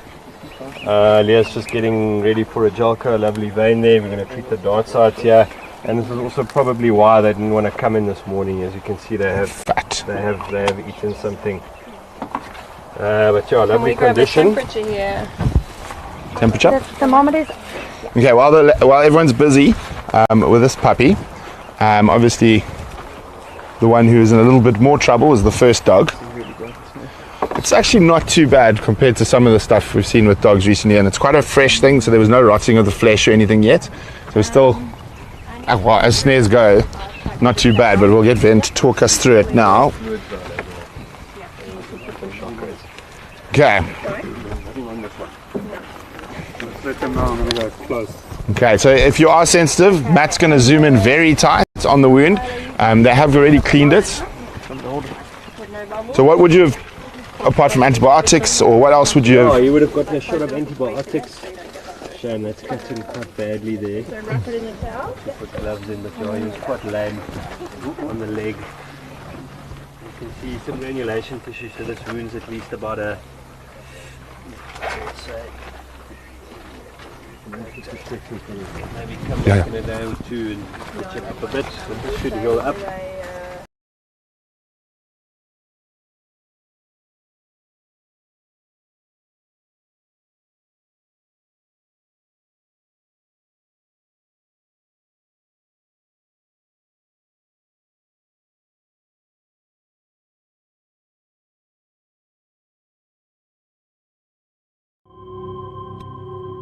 It hasn't cut any of the major stuff yet. Been worse than this before. No, this is not bad for. So this is not too bad, as Ben was saying. There's no maggots and there's no rotting of the flesh yet. So obviously, I mean, it sounds terrible, but at the moment, with how bad snaring is throughout Africa, this is considered almost a nice one to find. It's really too easy to clean, as Ben says. He's going to be in a boma now. He's going to be getting free food, so he's going to be much easier. He's not going to be putting stress on the wound. And if in a couple of days we need to stitch it up and do second treatments on it, with him being in the boma, it is perfect.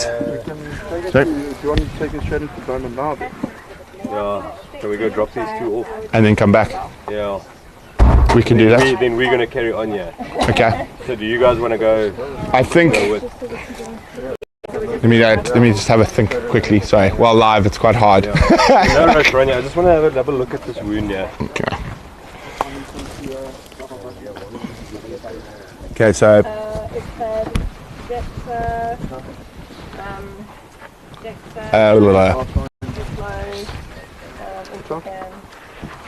Sorry guys, I just need to disappear for a second. I'm just going to mute, so I have to just make a quick phone call.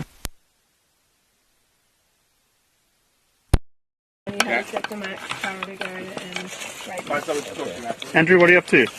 I am checking the heart rate. I'm going to stop his drip now. Yeah, I'm going to stop his drip now. In the top drawer on the right hand side at the front there, like at the very, very front. What do you think? Can we just move that line forward a bit over the eyes there? No, it should be a handle like a normal shaver handle. Where would you like a dart? In that yellow tab, please. What do you reckon? Okay, you ready to connect fluids, ladies? You don't need that stuff. Chuck it, no, you can chuck it in. Cool. No, we'll go get it. Yeah? Okay, no, you can take it off and then connect just gently. Sorry, that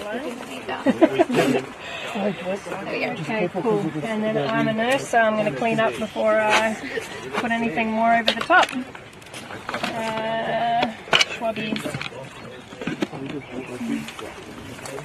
Yeah.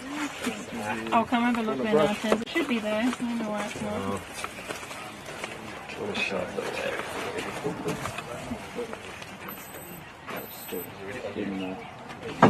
I've got a soapy swabs here as well, Ben.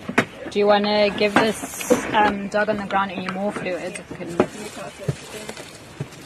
Any more fluid? Yeah. You can ask Ben if he wants more. 200 mils should be more than enough, but... Well, Tanny just went to look for it and I haven't moved it from there. So I only found blades, not the... Otherwise we can use clippers. I know it's not ideal, but we can use clippers. I'll just shake my hand. I'll grab some fluids. At the back there? Yeah. And then There's Sophie swabs.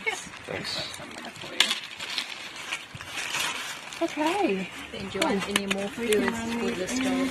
Or is this 200? 200 is fine. I think it's fine, 8 tons. Please, yeah, we want to keep them full just to see, look at his temp. Yeah, it's way too high. What was that? We can just kind of close it and leave it there. We'll leave that. Yeah, you can leave it all line up there. I've just closed it so it doesn't take air in. No, there's only them. But I can send out. Yeah. No.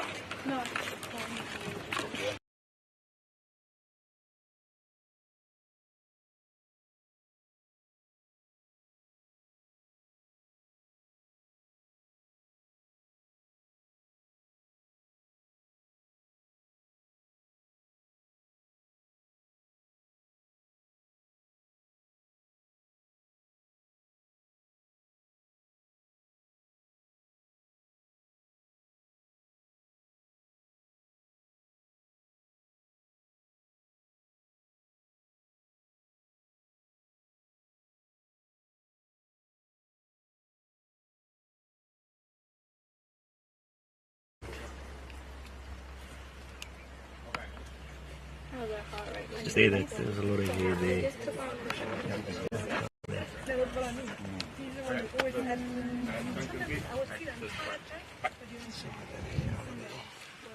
What age is that? This chap. Who's going to send it to About a 3, maybe a 2-year-old or a 3-year-old. One of these two buckies with the crate. Okay. And I feel one of them. Yeah, you gave him Decto, eh? Yeah, he's had Duplo, Decto, You cleaned this last week or 4 weeks, eh? Tandy Deck while I was doing things. And then them, you just need to stop past them, grab a camera from them, you might be able to regularize them if you're going to have to.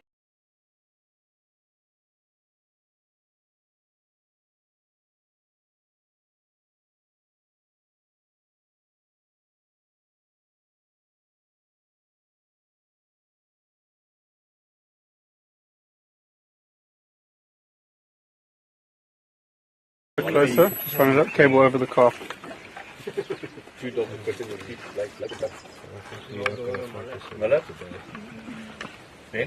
Jawel.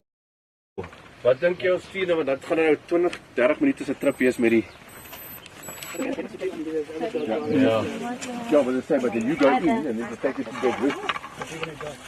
Yeah. 2 minutes out of your life. Yeah, also I need to think exactly if you have cameras on the way through here. Okay. 49. You just don't want to have dogs in your chopper. I feel dry. Joff, are you going to go with Okay. Okay. Is a Burma open, huh? Yeah, everything. Let me just organize something. Sophie? They just, Joff knows how to get through our gates, yeah. I know how to get through the gate, I don't know where the Burma is. Andrew's going with you. Are we going to the Boma now? Yeah. Okay. Are you going to go wake these two up, yeah? Yeah. Ben, can you just lift it one more time? I just want to make it a documentary photo of the... Give me some dry there, please.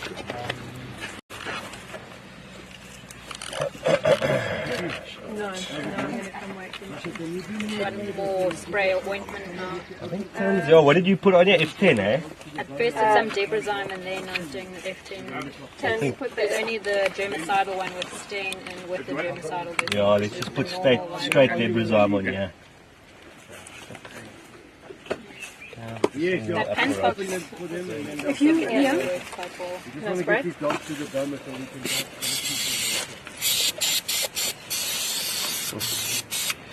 Mooi. Yeah? Okay. You're going into the dogs, huh? Yeah. So you're going to carry on working? Do you want me to wake up or do you want me to stay here? We can use that bucket if we need to put more people into it instead of Joffers as this time. Or wake them up and take them in the crates. Andrew can Put drive. 2 crates on the back of the bucket. Well, why don't we just take 2 buckies? You put one and one crate, one crate. We could do that too. And then wake them it's up more now, for let people them, to also when go they and then get we'll there. shoot Wake them back up and put them in a crate is a better idea. Each. And let's just put them in the boma and let But up. There's too many people here, so let's do this. Let's get some oaks, pull the crates off, and we're gonna wait till the cars get in. Well, otherwise, we just drop the crates there where it's gonna be quiet. We wake them up there because I don't want everyone. I want to wake them up here with everyone. It's gonna be chaos. So let's get all our strong gentlemen here. Pablo, you included, sir. So we're going to wake them up in the crates and then load them again after that. Yeah, but now Why don't we just move the cars with the crates, put them and wake them up in the cars with that stuff? because I don't want to send the whole team. No, it's saying just move the trucks. Move the trucks rather than taking crates off cars to put a dog in. All that. Yeah. Sorry. You want to chip them? So we just moved the 2 cars and drove them in. Away from them. We've got chips here. No, that's fine. That's fine, thank you. Okay. What's it? Are you coming back? I'm coming back. Mic on? Okay, we're back, guys. So plan has been made. We're going to try and get the rest of the pack. At the moment, what we're going to do is we're going to put the dogs into the crates that you can see on the back of the vehicles, and we're going to move them to a quiet place, and then wake them up in the crates. And then while we try and get the rest of the dogs, we're going to wait to try and wake them all up, put them all in together, hey, Benno? Yeah. Okay, instead of sending, okay, no problem. So we're going to try to take all of them together. So basically now we're going to wake them up in the crates, but we're going to take the crates away from the crowd where everyone's working and where there's a lot of noise. So obviously it's been a really stressful day. I mean, this poor animal's got the wound, being chased by a helicopter, being darted. I mean, unfortunately this is the length we have to go to at the moment with conservation. Is running out of space, and not everyone is as happy to have these incredible creatures on their land as we would be. So that is the plan. So while that is happening, we're actually not going to, we're going to take a little break from live streaming, just because it's got to be really quiet and stuff like that, and then we'll go live again when the chopper goes up. So we'll see you in a few minutes. Was in the front of the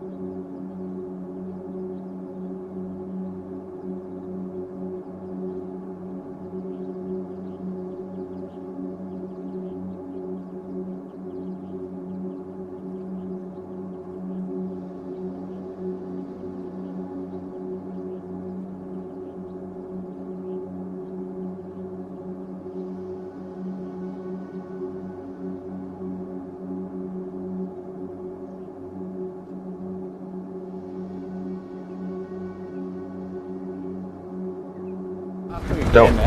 Okay. So we are back live. We are trying from the ground one last time before we're going to put up the chopper again, because the dogs were on the road looking for their lost comrade. There we go. We see them. They didn't like it last time. They seem to be more spooked from the dust. Yeah. Okay, let's go. This is we're gonna try, and then if we get no joy, it'll be back up in the chopper.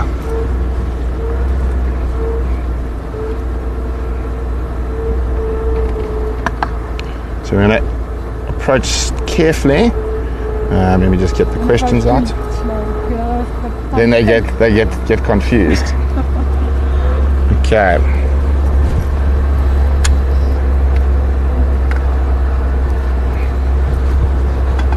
Okay, we see them up ahead. They look like they're at the old broken dam site there. So guys, we will get to answer your questions, but for now we're just going to focus on trying to get the dogs. I see 1, 2. Do you see 2?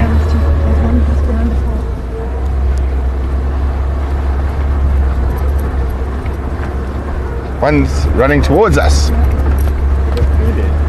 2.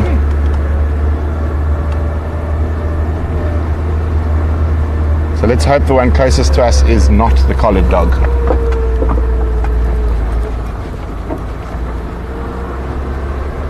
So obviously we want to do the collared dog last. So I'll let them come, Benno. Is this the collared dog? I can't see.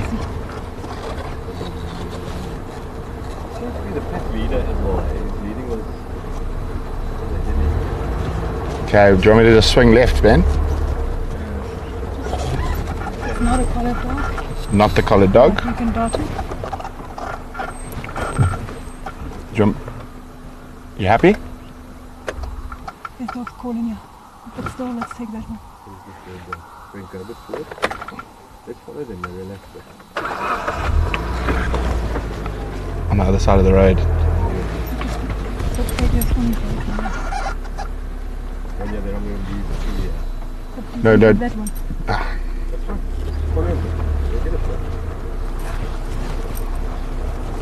Okay, I don't know if this is a road, but we will try.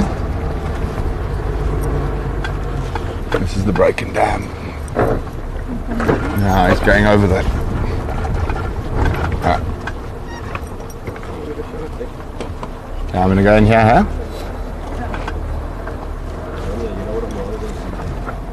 He's gone over. I think on the other side. It's in Moholo Holo. Why? Because they're all those. But you're not going to find them. He's so sharp.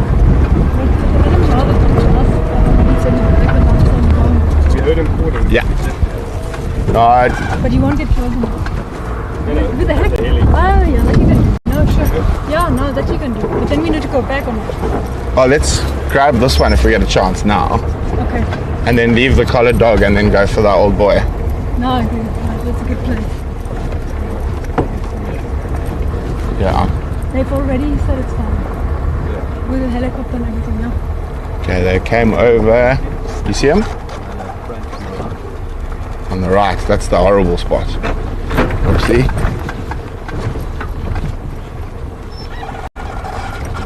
Okay, I don't have him yet. So stay on the road or that calling. That's the collared dog. Where's the other one? Okay, do you want me to try go in here? Let's go get the chopper.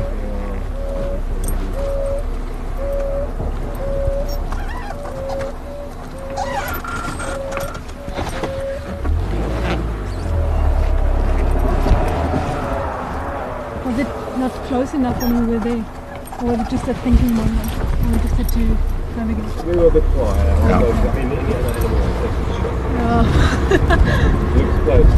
No, Okay, so plan is back to the chopper.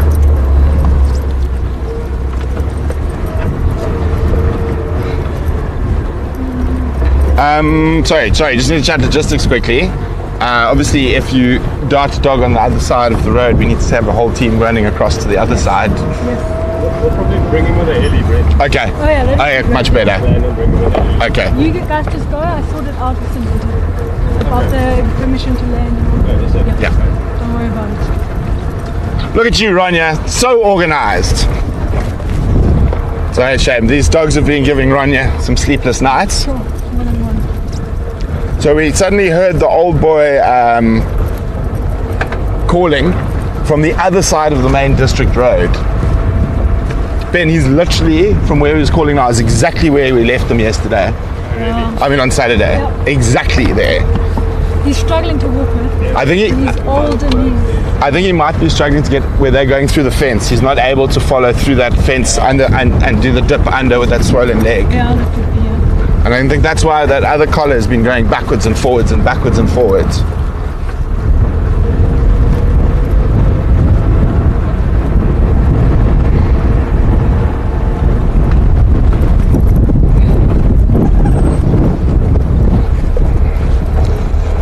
So let's go put the helicopter back up in the air. And then, so the plan is then the guys are gonna try to dart the old guy from up in the air, but we're gonna stay this side. So we're not gonna go across there. We're gonna put no vehicles on the ground, and once they've darted him, they'll try to just load him into the helicopter and bring him to where the team on the ground can work on that wound. And then as soon as they've done that, the chopper will probably go up again and go straight after the remaining 2 dogs.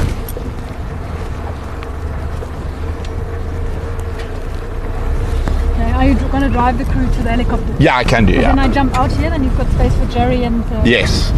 Perhaps Peter. Yeah. Okay. So the old boy is alive. See that? He just started calling. He's still in Moholo Holo. So they're going to try to get him from the chopper. He's in exactly the same spot as he was yesterday. I think he can't get under the fence with his swollen leg. No, I'm just going to grab these 2. I'm coming back here.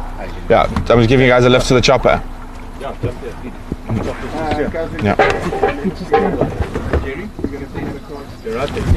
No. No.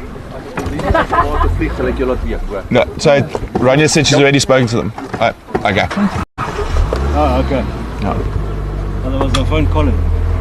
He's in like UAE, Dubai, or somewhere. Samantha, we spoke to last year. But there we go. That was the goal today. Yeah. And then we're going to try the others straight away. Yeah, but try to get the snared dog first. Let's get the snared one first. Yeah, and he's not. That's why he's not keeping up. I think his leg's too swollen. He can't get under the fence. Probably too soft. Yeah. And that's why the others have just been going up and down, up and down. Yeah, they haven't really left this yet. Yeah. Is he calling? Yeah, he just called now. Yeah. So literally that drainage system where that broken dam is, Moholo Holo side, literally across the road, that's where they've been for like the Friday, Saturday. Okay, well if you heard him from there, you won't be that far.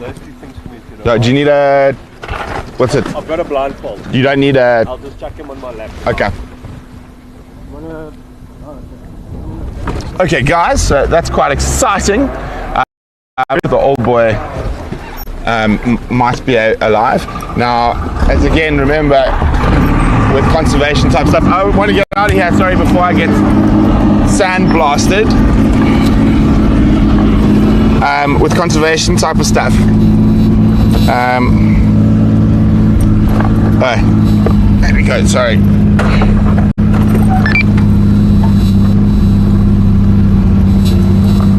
Standing by. Permission granted, you guys can carry on. Okay, copy, thanks. Ben and Pete and Jerry are taking off. I'm coming back to you. Okay. Thank you. So I'm just gonna say we're gonna take a little break. Obviously, that, as you said, there's a bit more complications with the next door farm, so we are gonna take another break. But as soon as the guys are back this side, they'll be bringing that dog out. We will go live again as soon as the chopper lands.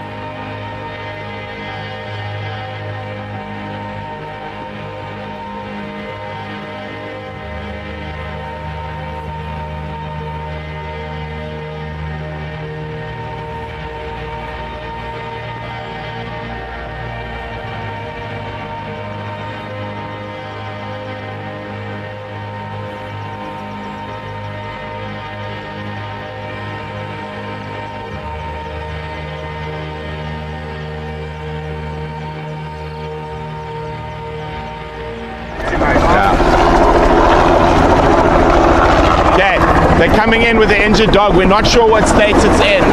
We just know that this is a really bad snare wound.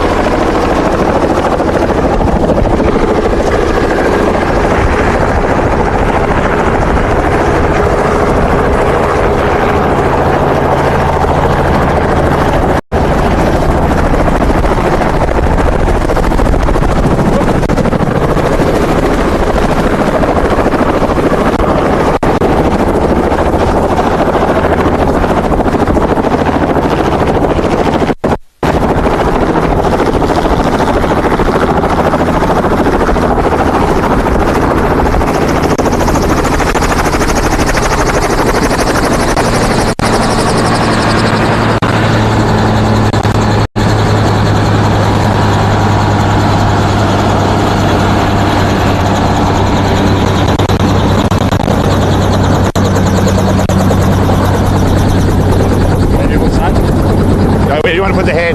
My side, so I can hold it. Okay. Let's go from my side to these thorns.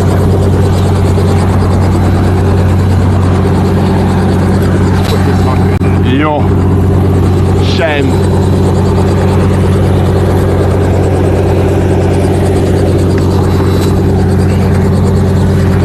Okay, so we've got to keep his head up. So Tristy's going to hold the head while we move.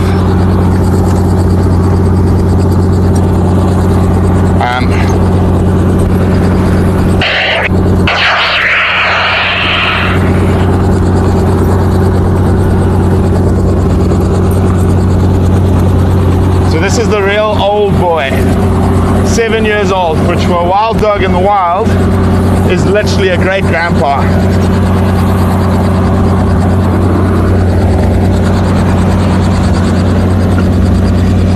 So now they're going to go up to try and get the rest of the pack now. So they're going to go for the uncollared dog first, and obviously leave the collared dog that we can keep tabs on for last.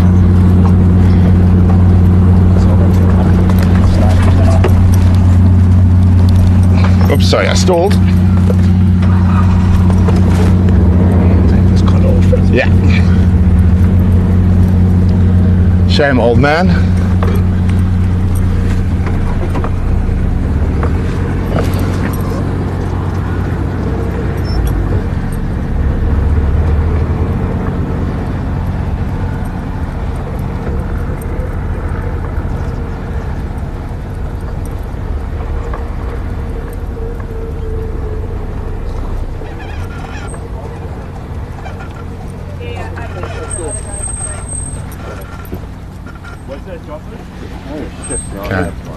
These are keys.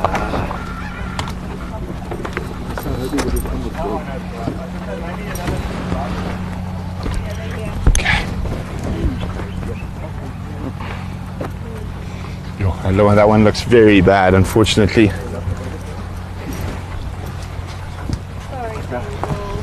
Another cable snare. About an hour and a half, 2 hours before you wake up. So I think, and then just those other dogs just in the crate, like far away where it's not noisy, and then we'll wake all of them up at the same time. Well, they're already awake. Yeah, but I mean when we release and wake these ones up. Okay. So guys, just remember those who have a bit of a sensitive, this is not going to be very pretty. This is a really bad snare wound. So remember we were talking about that. Yes, the other snare wound was really bad, but it wasn't sort of nearly as bad as this. So this is really bad. Horrible. Do you want to get an instrument underneath that to? I think it's an 8 or a 6. Yeah. Sounds really hard. Okay. Do you want me to try? Use these ones rather. Those aren't nice. Oof, it's down to the bone. Okay. Yeah, let's get him.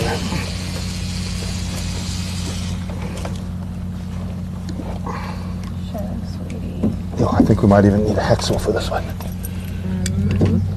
I got through one. There's on the street. There we go. I think. Just a little. Okay, let's try. Lift it higher. Yeah. Just make space for Maddie there, Joffers. I think this is going to be a hacksaw. Do you have a little hacksaw blade?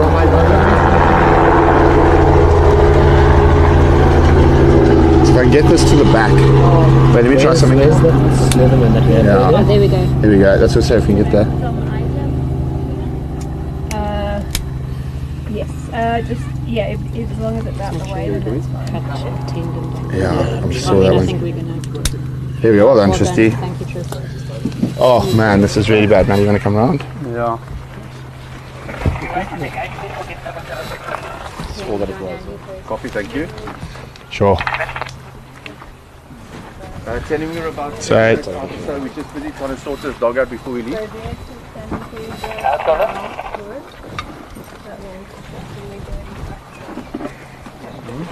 So you can see that cable snare is just so much worse and incredibly strong. Marcy, we're not sure yet. We'll have to wait to see what we're going to do with the leg, but it's not looking too good. But these animals are incredibly resilient. There's quite a few three-legged wild dogs and three-legged hyenas running around. So the problem is it probably cut through some tendons. It's through everything. It's right down to the bone.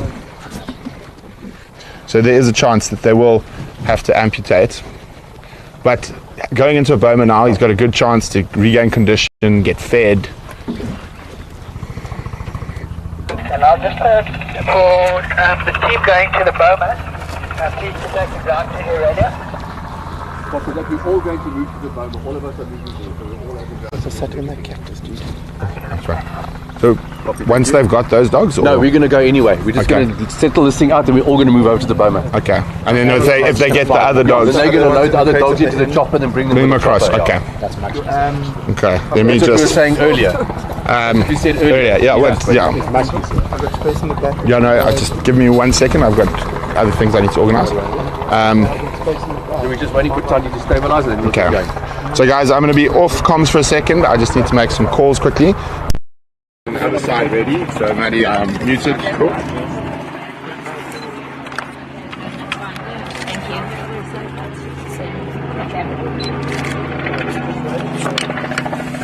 None of the other Zeg dogs hier aan die have stenings en wounds. alles, nee? Ja, kijk af. None of the others have no wounds. So when I finish this recording,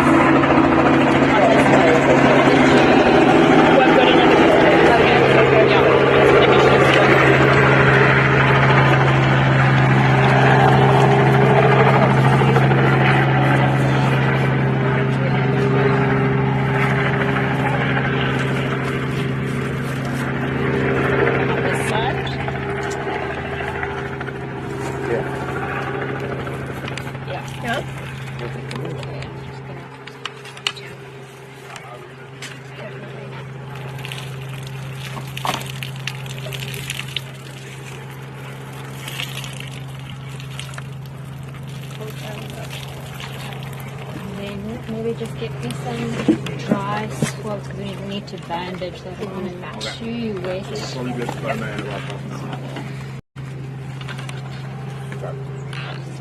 Obviously don't take it all, just dab it dry a little bit so the bandage will stick, so maybe leave the wound and just dab the Mic on? Yeah, mic's on. Okay. So you guys can see tons. I mean, that's cut through everything, pretty much. A few tendons have survived. The bone is still there's a fracture on this side. Okay. It's unfortunately not looking good at all. But wild dogs are extremely strong and resilient animals, stronger than most, and they can survive very well on 3 legs. So we're going to definitely give this guy a chance. It's not cause for euthanasia at this stage. We will be able to bring him back from this as devastating as it looks. To put it the front leg, but I mean, the back leg would have been incredible. What should I spray? You want to have a look at the teeth? No.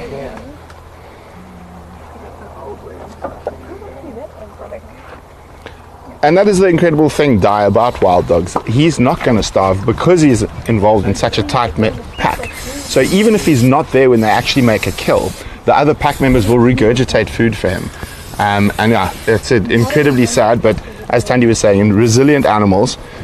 So there's a good chance that he can make a full recovery from this. And obviously it's a much better situation with him going into a boma now than actually being treated out in the wild and being left to go with the pack. So he's going to get some nice impala every second day that he doesn't have to run around with after. So it is the best sort of possibility, particularly with an injury this severe, that he is going into a boma. Now, wild dogs are one of those animals you can't put a single animal into a boma by itself. They're so reliant on the other pack members that he will literally drive himself mad and probably hurt himself even more trying to escape to join up with the pack. So that is an incredible thing. So the fact that they're all going in together is going to be very good for his recovery. And it's just, yeah, it is incredibly sad to see. But this is the harsh reality of what's happening across Africa at the moment. The teeth are still looking really good. Sure. Yeah, his teeth are in great condition. So he said you think he's 7? Yes. They thought he's like 8. 8? Grant says like 8 or 9. So he's a proper old gentleman. Yeah, but he's got good teeth. Like the dogs that we collared, you should see that bronze teeth. It's worse. No, there's like all yellow, half broken. There's nothing left of the canine. Oh wow! So even with his hoppy leg, he seems to be eating well and looking after his teeth. Remember, everyone at home, brush your teeth.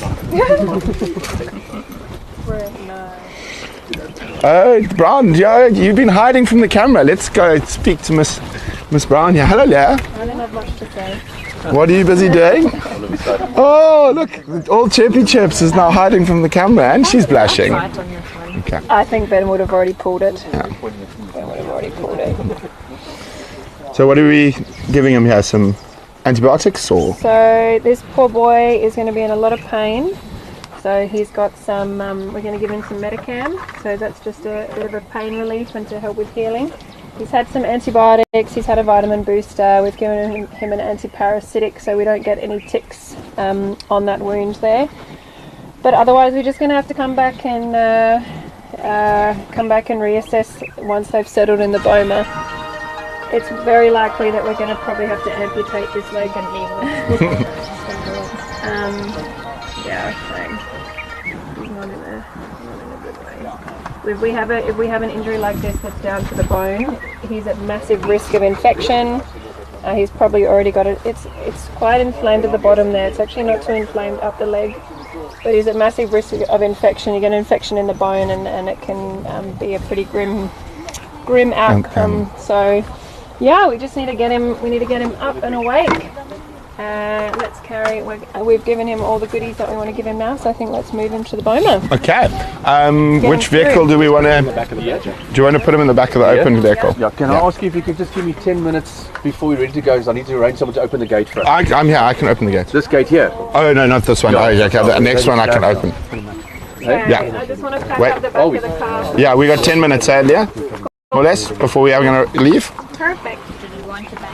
Okay. Are you happy with 10 minutes, Leah? Yeah, 10's perfect. Gary, come in. No. Well, we could put him on there. Do you really want to drive with a wild dog on the car? Good point, Tristy. Well, I mean, it's the same with the badge. The badges can't go. It's slower on the vehicle, on the tar road. No, I mean it can go in the thing where people are not watching a dog being draped over. That's also true. We could probably fit him in the feet here. Do you want to bring him with us? No, I just think the badge is quite a rough ride on the tar road. Yeah. So I think yeah. So let's just clear out. Well, no, we can leave that there because we'll use that. Yeah. So just Maddie.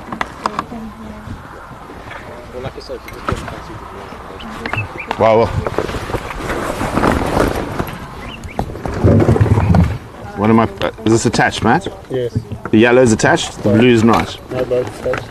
And the black sleeper bag for me. Pop it underneath there with you, Matt. So he can fit in here and his head can go up on that ped there. Tristy? Then we can put his head up on the ped if we have to. I think. Oops, sorry. Well, let's just see what Leah says. Yeah. It's just that, yeah, a car can't move as fast, especially on the tar road. Or we can put him up this way, his head this side. Yeah, that blanket can go into the wash tomorrow. Put this thing on top. Yeah. Every individual one. Just the front two.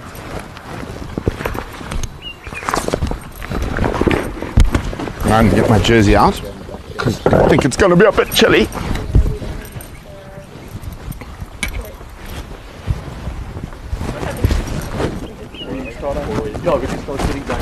Yeah. Who's going to be driving the... Just remember there's a wild dog in the back. Yeah. So don't hit the bumps too hard. Where's the lane shark going? We're going to pop him in here because it will be... No one can really see it. See it, so it's not visible. No, that's fine. Because there's not real space in the other buckies to put him. Yeah, ours is full as well. Yeah, so that's what I said, just going to put him over. Perfect. And we've got a tarp, we can cover him if you want. No, don't cover it with the top. No. Get too warm. Okay.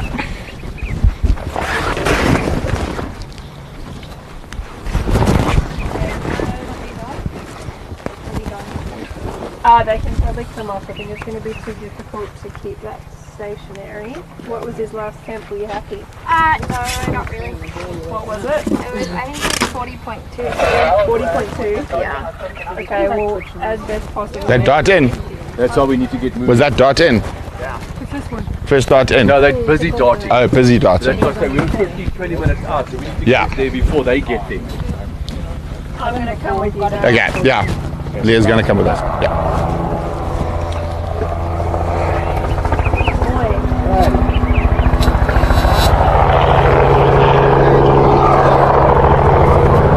No, they're going to bring the other dogs by chopper. I know, we know. They're chasing it. They can see a lot more than we can from the air. No, but I'm saying... These dogs are going to go there. We need to get to the boma before they get this next dog up and over. Okay. Oh, sorry. Dart's in. Okay, we got to move. Cool. Where are we going to go, Tristy? That's it.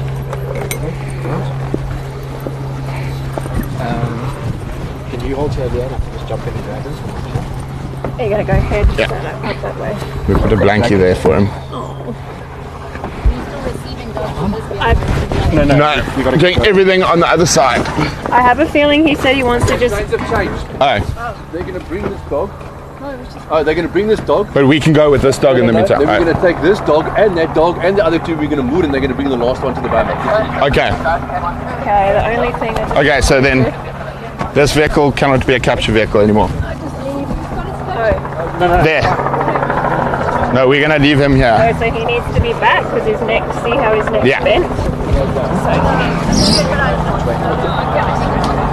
Are we in the way? No, somebody was going to fix this dog. No, he's never done anything like that before, so someone go with him.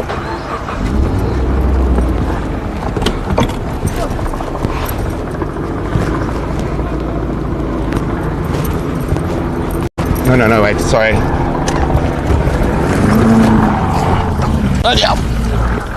Yeah, no, wait. Go back. Go back. We're going to wait for another dog. Yep. So just park back where you were. The crate's there already. Oh, the car, you're going that side. So I need to move. Can I move? Just so the guys can get through. Wait, Andrew. If you'd waited, there would be space. Rush slowly, otherwise you will crash. Oh. Children get too excited.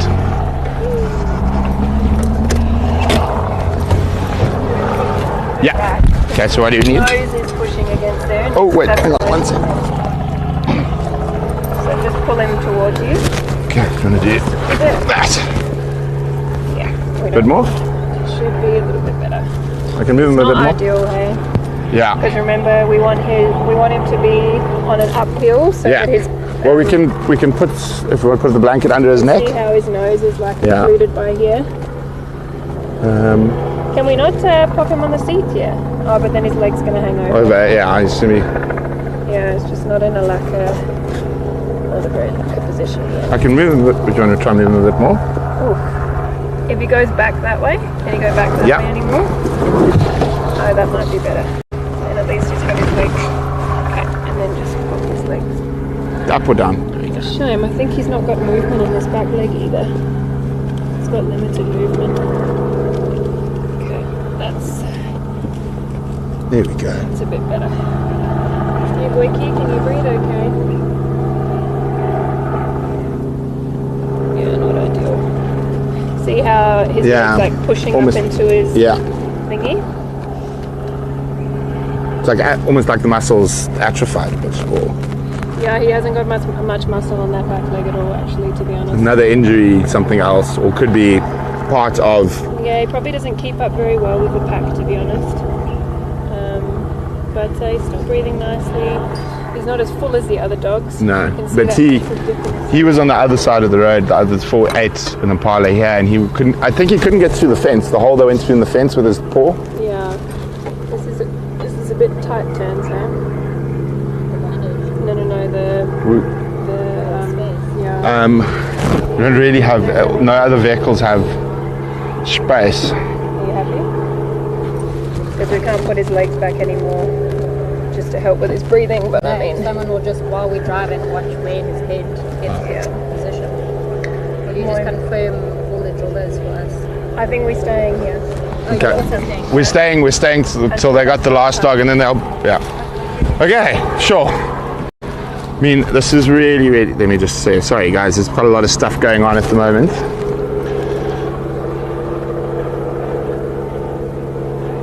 So Dart is in to the 4th dog.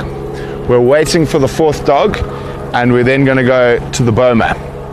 And the guys are then going to dart the collared dog last.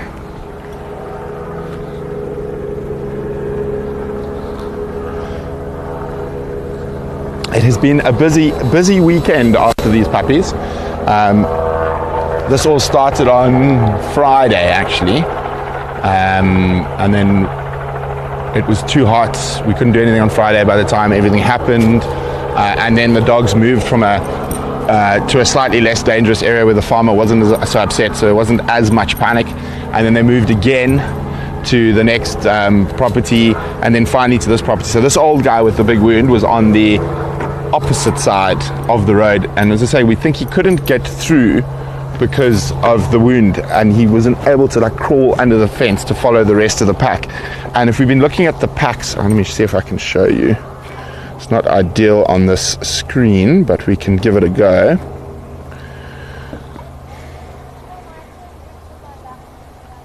Let's see if it loads first. It's been a bit temperamental.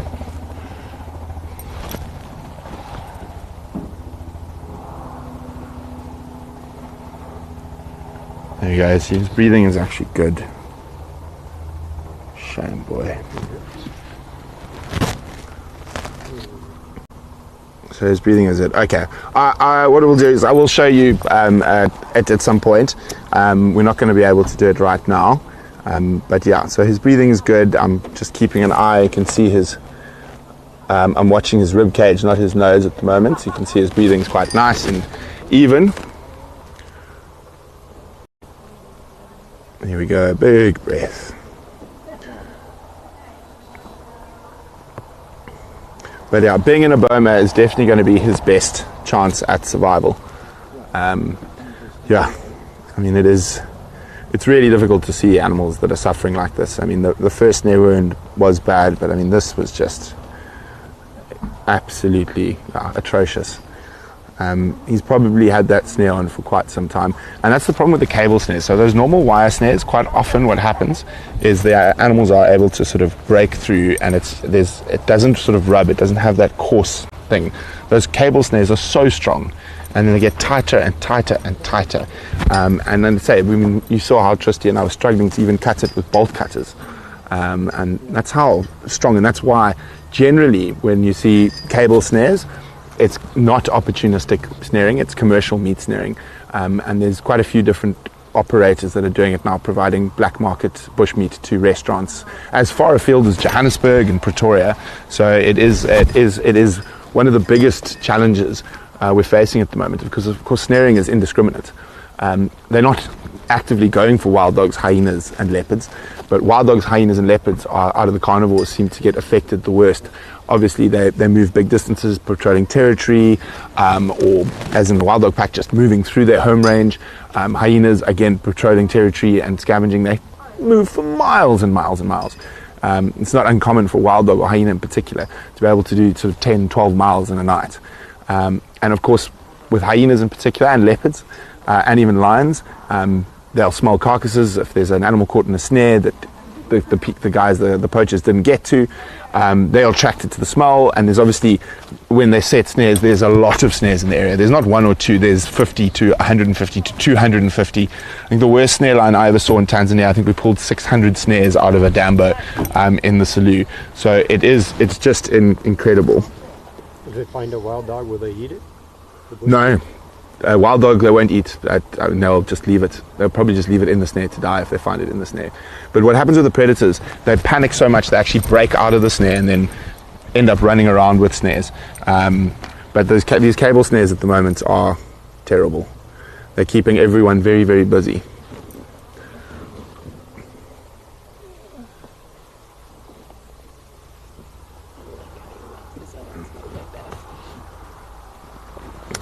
Yeah, they're horrific, Yeah. This doggy's gonna lose his leg. But tripod dogs do very well. They do. It's incredible. Tripod dogs Yeah. do very well. Especially when they've got mates to help them out with hunting and stuff. Getting food in.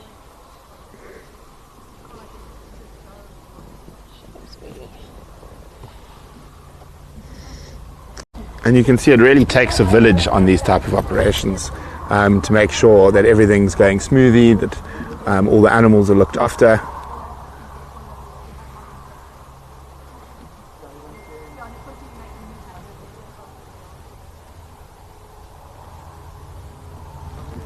So the dart is in on that other dog. It sounds like they should be coming back shortly. They should be coming back from that side behind us. And then that dog should be one of the healthy ones. We hope. No snares on this one. We don't think there's a snare. We only thought there were two, but you never know. Sometimes. Yeah, here's the next dog back. And I said, it sounds like they're after that dog. So what I'm going to do... Yeah. Any... Is there a snare? No. No, there's no snare, there's no. Okay. Just need to put an IV in. Okay. So then... I don't know. I know. But just drive slowly, stay calm.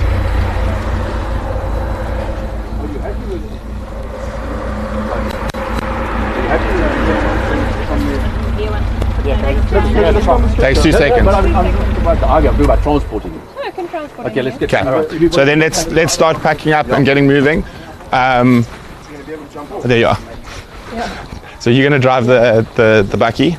Joffa's going to drive his bakkie. Just park off to the side so we can actually get a lot of the cars on their way to the gate already.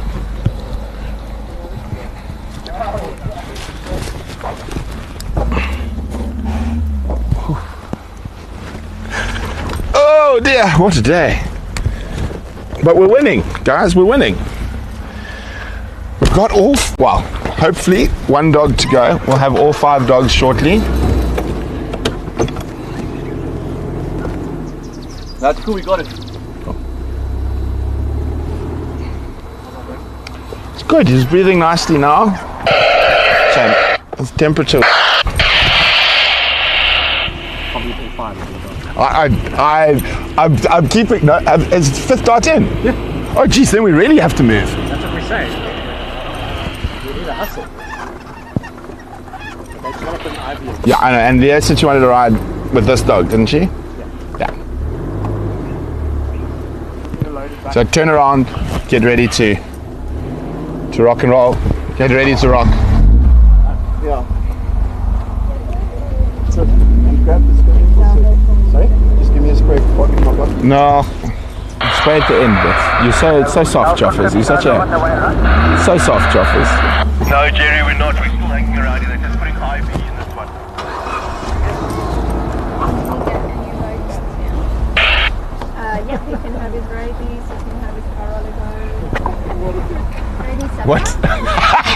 Well done, Tristy. Well done.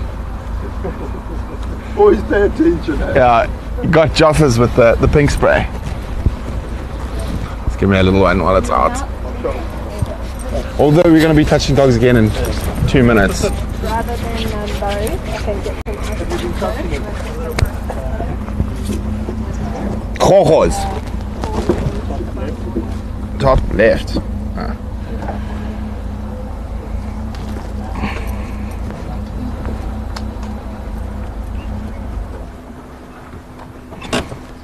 It's just too easy. I was waiting for you to be like, that's very pink.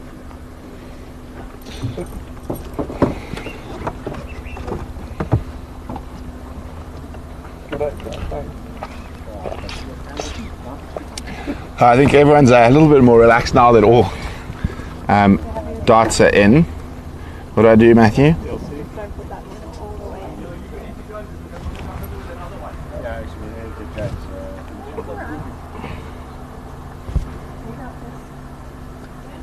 Yebo. I can go shoot quickly, yeah. Are they bringing the dog here now? Yeah. Okay, I think that makes more sense at the moment because we're not going to get there. Will you go and wait there for the Oh shit! You don't really want one inside, would he? Okay. Yeah. I'm just going to put him on the bonnet. We've got another one in the back already. Okay. Tristy, we're going to go fetch that other dog.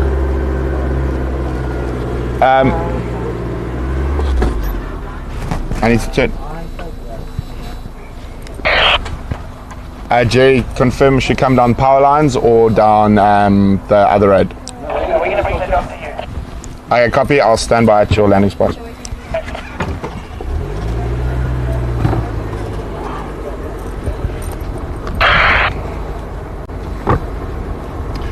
Okay, shame.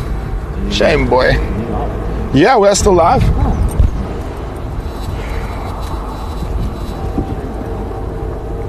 Indeed, Ben and Jerry, the A-team. Sure. That kind of flying is not easy. Well, not everyone can do it. No. And as I said, I've spent quite a lot of time in helicopters, and we are incredibly lucky with the chopper pilots we have around here.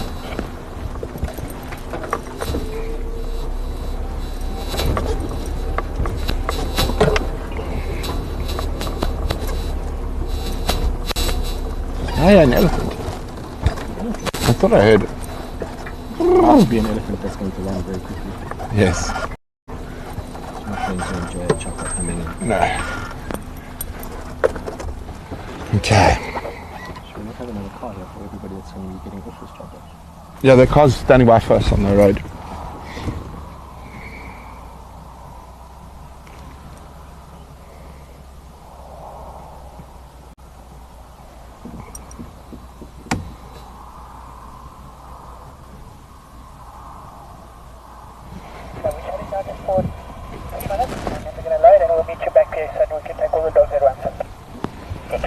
Okay, we've got 3 minutes. Whew.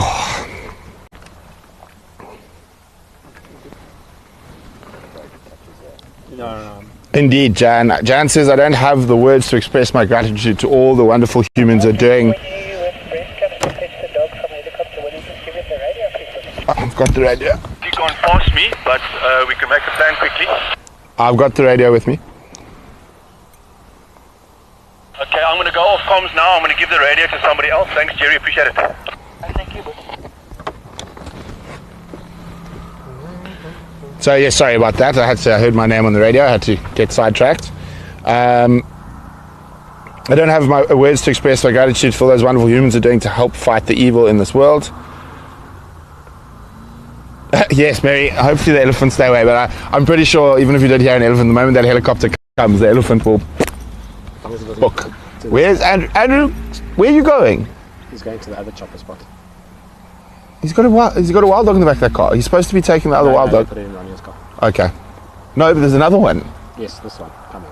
So it's got to go in another car. We don't have space for more dogs in this car. Yes. So everyone just must rush slowly. Everyone charging off at speed everywhere. My goodness. Rush slowly. Festa lenta. I've got a ground to air. I told him that's the one to give to Jerry. Oh, that's Jerry's. It's Jerry's one. Okay. Okay. Thank you. Okay. There's also. I thought you were rushing with a wild dog like that in the back. Good.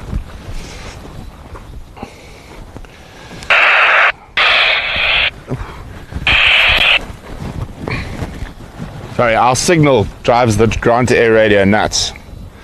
The Boma is the one on Hoedspruit where we took the Melita pack a few years ago. So they're going to be just down the road from HQ, and we'll be.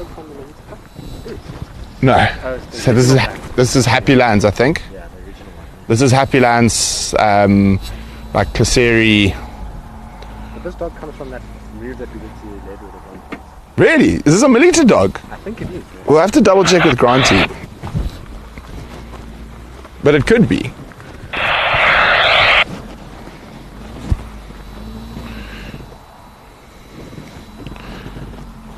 So that saying, rush slowly, it was something I had to learn. That sounds like a Kevin. No, it wasn't. It was my art teacher. Like Brent, festa lenta. Latin for rush slowly. You must have been quite silent. Yes. I used to get very frustrated with my paintings and like rip them up, throw them away and... Yes. A little bit. I should turn. We don't need two on. This one seems to work a bit better in hearing.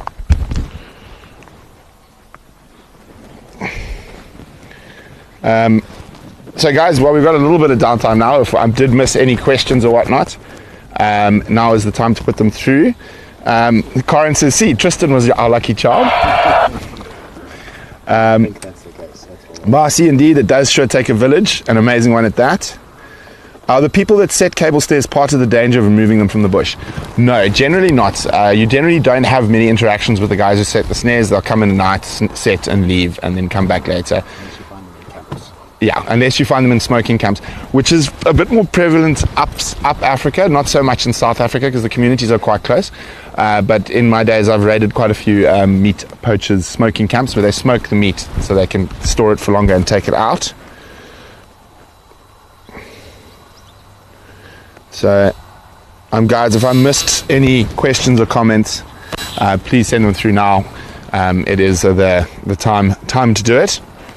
Oh, I should actually get a picture. I haven't got a picture of the wild dog and the jackal. I'm sure Pablo's got lots. No, you can keep your feet there, Maddie. Part of this. Because you got the rogues on. Oh, little rogue. There we go. That's a shameless plug. Yeah, shameless. And thank you to Rogues for making sure Matthew and I don't get any thorns in our feet while we're running around the bush. These are my new Rogue boots. They've done a safari and an elephant capture, wild dog capture, going to cheetah next. And of course, my Rogue hat. I'm not sure that hat provides much shade. I'm not going to lie to you. Yes, I like my Rogue hat, thank you very much. We are going to introduce females. We're not sure where we're going to get the females from yet. As I said, there are some dogs that have been in captivity for quite a while, and there's a bit of a risk of inbreeding where they've been. So we just want to make sure that genetically they're sound before we introduce them into the Mets population. So hopefully we should have those results by next week, and then we'll know if we can start moving females. And then we'll probably, as you know, we bond them by rubbing them together, and then we'll probably actually leave them in the boma for quite a while this time, particularly with two dogs with quite bad snare injuries. Give them as much time to bond as a pack and to recover from their injuries. And then we can always hope that when we open the gates of the boma, they decide to stay on Hoedspruit for a while. It's not going to happen, I know, I can dream. We did used to have dogs that denned on Hoedspruit every year. Unfortunately, they were wiped out during the rabies. No, 2015. They were wiped out by rabies.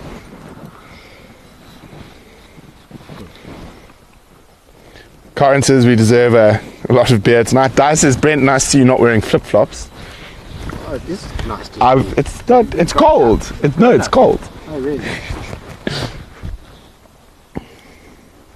Yes, as most people who know me well, I don't wear closed shoes often unless it's chilly. Or I'm forced to. And I've got to go to fancy things in cities. Di Everett says, that's a fat controller's cap. What is a fat controller? It's a fat train controller. Or conductor, maybe. Maybe conductor. Yeah. Yeah, the fat controller from Thomas the Tank Engine says Via. Oh, obviously, I was not a great watcher of Thomas the Tank Engine. Yes. Everyone's just jealous. I look good in it.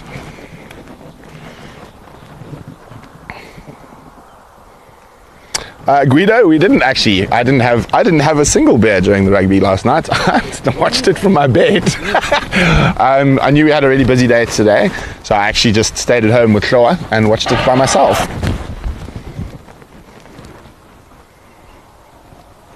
Yes, okay, everyone. I didn't know about Thomas the Tank Engine. I am probably one of the few people in the world of my age who did not watch Thomas the Tank Engine as a child.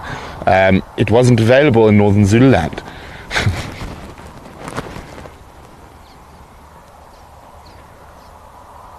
Jennifer says, conservation is like pushing a refrigerator across the desert.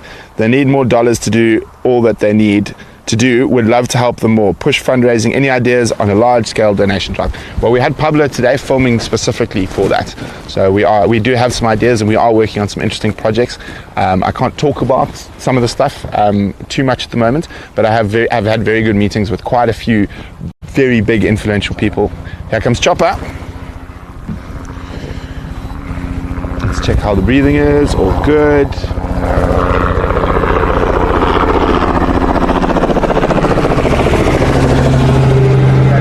at the dog's tail. Yeah, there's a dog tail hanging. It was hanging out the window as he came past.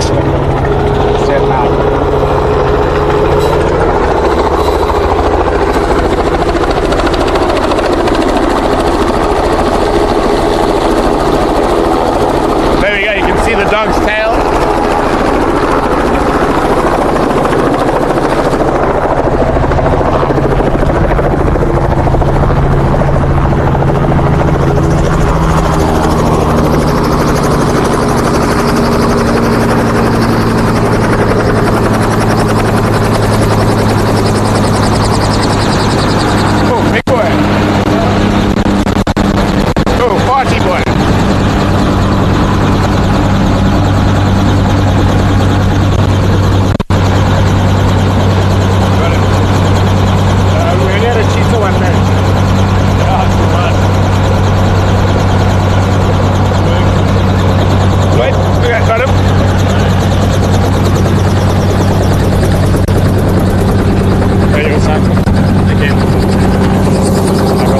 I've got a charger.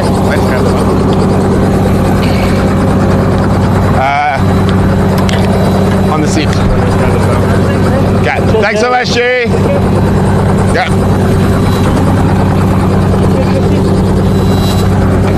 Thanks so much, eh? Cheers. Good day. Yeah, very good day. I can't believe we got all five. Cool. Brilliant flying, brilliant darting. Yes, brilliant, thanks so much. Don't.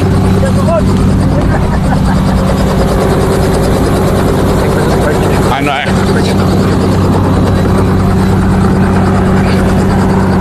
We have a Banky. No, we're using that one.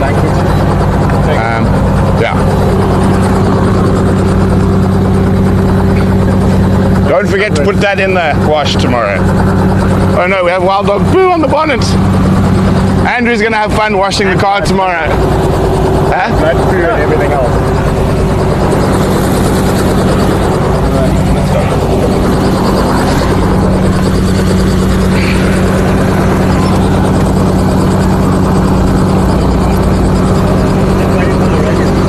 Oh, is that the wrong radio?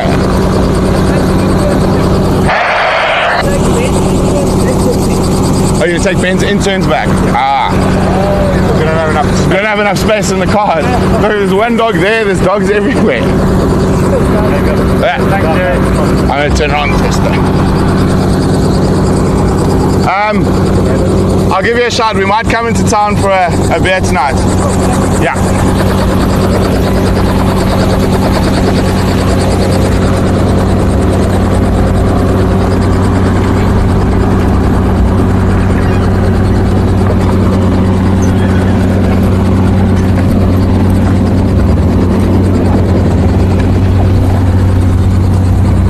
puppies in the back.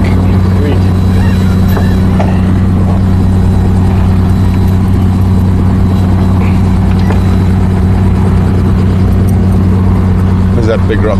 Ah, missed. Big dogs these, eh? This one and the one we darted This one that we just dropped off now. Yeah, they're big dogs. Yeah, we are live. Lovely. Ben, fantastic shooting. How many darts? Quite a few. They bounce. Sleeping? Yeah. Oh no, there's poo on my bonnet. Oh, it's not your problem. Poor Andrew. Except you're gonna smell it the whole way now. No, I'm gonna flick and spray some.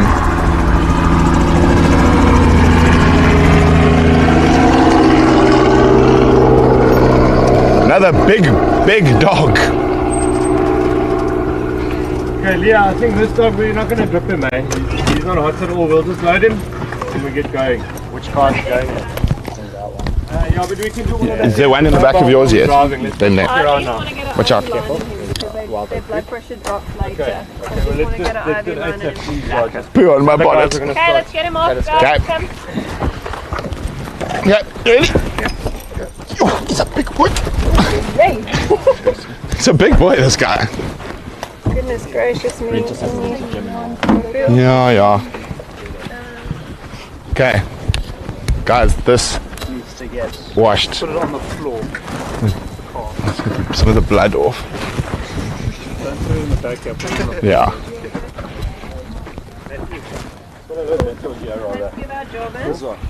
You want to take him out of here? So what's he getting? Okay, let me go around.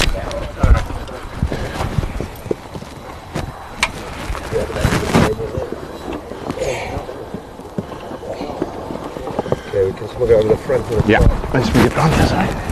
Go. Let's watch out, Andy.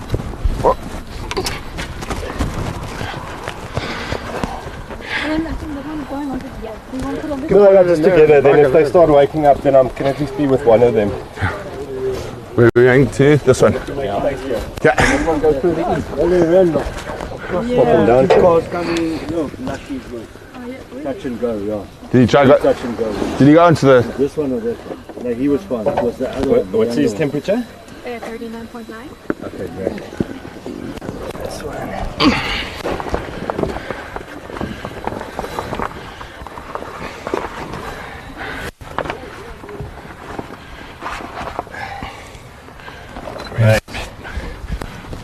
Maddie. So guys, we're going to take a little break and then we'll be going live again for when we release it, the Boma. We just got a bit of stuff we need to organize. So we will see you in a few minutes, hopefully.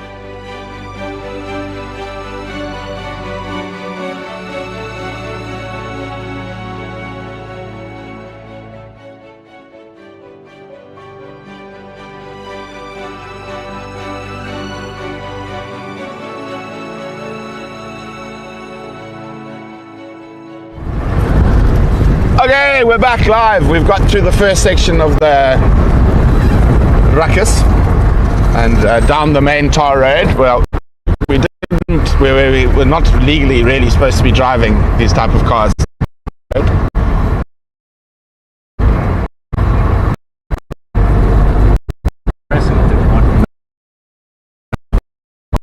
How much can we brake? I don't know. They almost shouted at me. So there's Charlie. Hello, Charlie.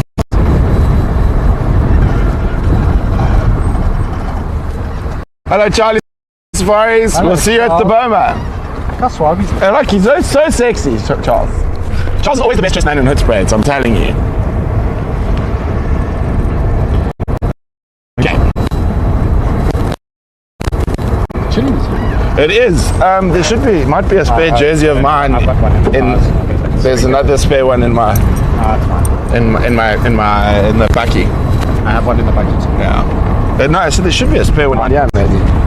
Oh, there's a really lovely fatty poncho. A poncho. Things that painted dog really are kicking off. Yeah, look at that. I mean, it's a poncho. That's a wonderful gift from Julie from Australia. Is this a dry as a? It's yeah. Oilskin. Oilskin, yeah. But I've told people it's not for cameras. It's not for people, it's only for cameras. People's can feel honoured, right? Yeah, people's can dry, cameras can't. Or they don't dry well. I suppose everyone in the back there should know where they're going. There's half of our crew there. See now, there's our tents, Trusty. I wonder what's the other side of it. No, we changed the plan. Oh, I forgot to tell Dad. Oh, wait.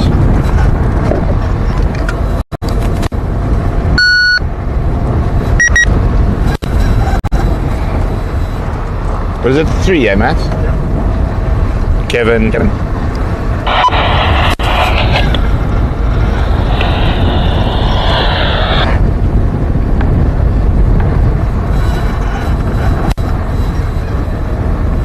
Just do it this way.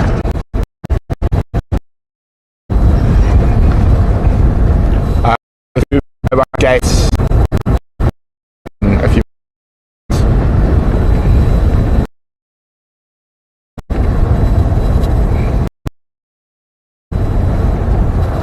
Through gates in a few minutes.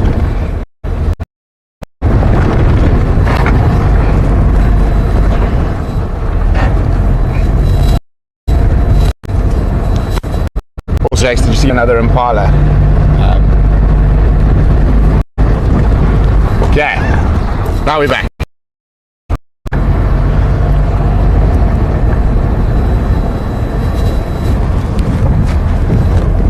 So apologies, I'm going to break up. It is the shed of the load causing the havoc.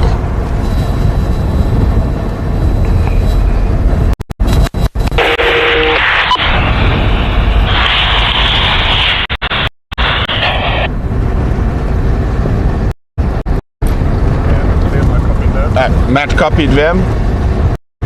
And also once we station, it should be a bit better. Well, this is strange. I mean, this is the road we drive almost every day on our safaris.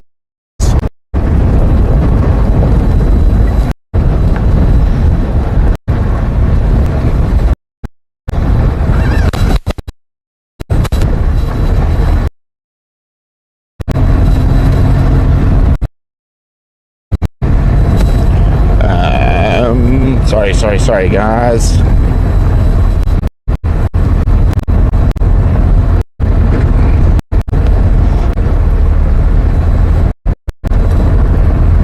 Oops.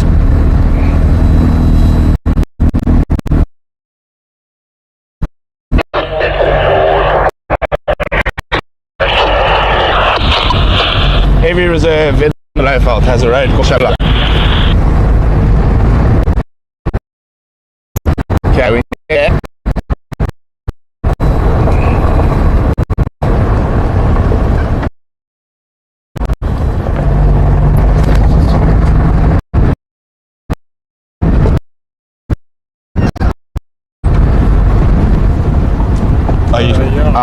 Maybe that's bad. Well, we got a quick swap over before we get to Boma, I think. Or do you want to be on the dish at the moment?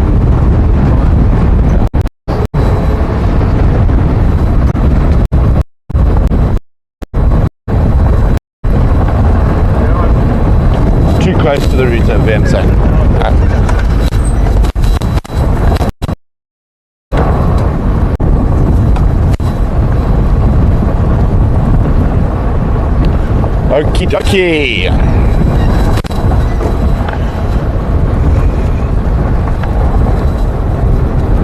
There we go. There's no dog in our car.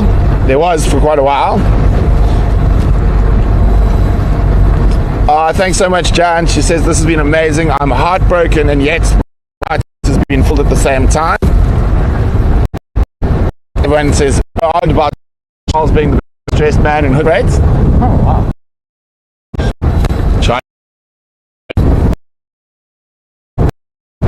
You've got the scuffiest and messiest. That's great. Where's the meat? I can't help it. Alright when you try to. Yes, I can't help it. 2 minutes outside and I'm itchy in my shirt. Very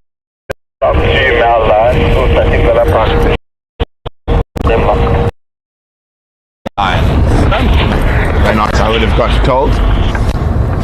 Now, I've got to tell a little Grant Beverley wild dog lion story that happened right here. And it was the first ever live stream of a pack release of wild dogs, and the 3 male lions decided to arrive. And Grant ran. He ran back to the car away from the lions. I stood between the lions and the wild dogs, shouting at the lions. And Grant was booking down this road towards where all the cars were. Yeah. Shame. Big brave Grant. Yeah, it is going to be a spectacular sunset this evening as well.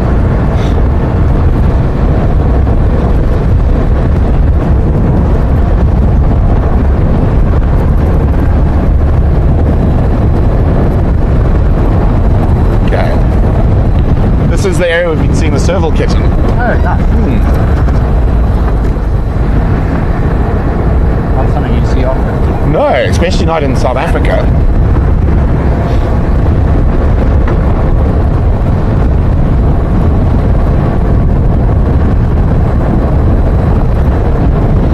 See now, this is some of the bush clearing that's been done with a bulldozer. Yeah, much better. Works a lot nicer. Look, wild dog food. Hopefully Jakes has his wild dog food gathering machine with him.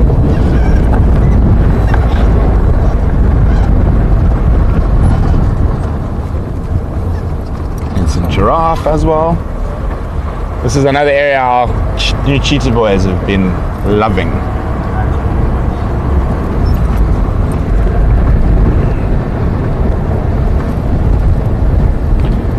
Lady Macbeth, that was the Melita pack, and we think this old dog who's might have with a really bad snare might be an original Melita pack member. Barbara, the dogs have all been darted. We are now in convoy getting them to the boma. We'll be arriving at the boma in a few short seconds.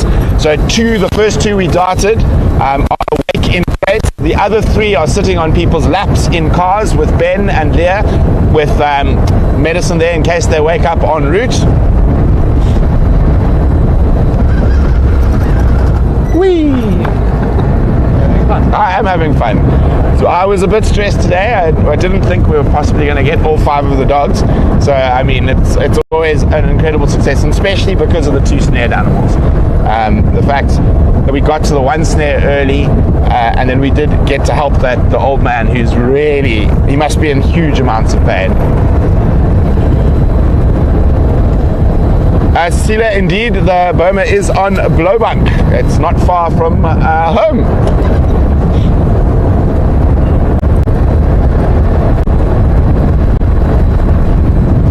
Although I think it would have been a lot less scary if those bush clearing had done when we did that last release, because the lions wouldn't have snuck up on us. Yeah. It has been a crazy day. And who's here? Dad's here, Jakes is here. Just gonna, Maddie, put you as far up the side as possible. Move, mother, move, mother. We're busy. Your poor mother. The dragon. Yes, poor mother. looking after the two of you. Okay. We're going to need a Tristy. Yes. You're going to be a signal pointer. Okay, well then you put the car the wrong way around. I had to put the car the wrong way around. I'm going to try to sneak the car in there then maybe.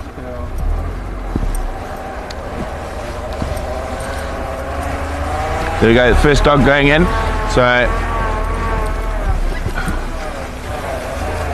let me go help Lyle. Oh, it's going to be terrible here, Matt. What do you think there? Up against the fence. I think we're going to have to film from outside of the fence. How's that? Then we don't have to get off the car. Okay.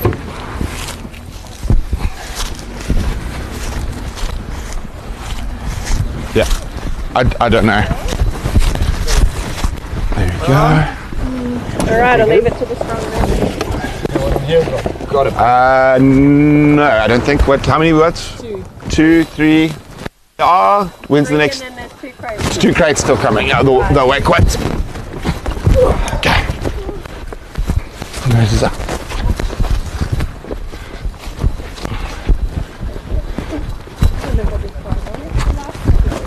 Yep. Yep. Well, we think the old boy with the sore leg is actually one of the original guys who's been in here before. What? One of these guys? The one with the bad stare.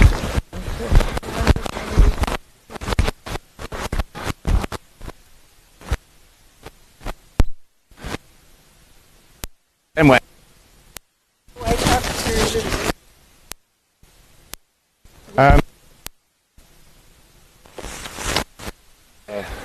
No, you can get for 3 dogs. Can I bring the... Yeah.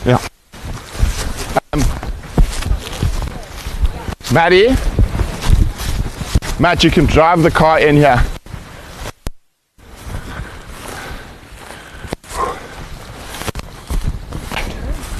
Yeah, we can.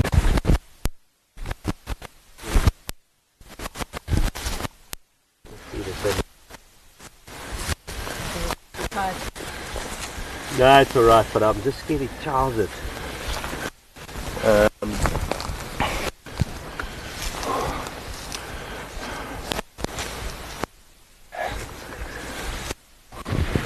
Sorry. Oh, sorry. So this dog's got a snare. Come look at these snares. We're going to have to amputate the bone. It's like a big...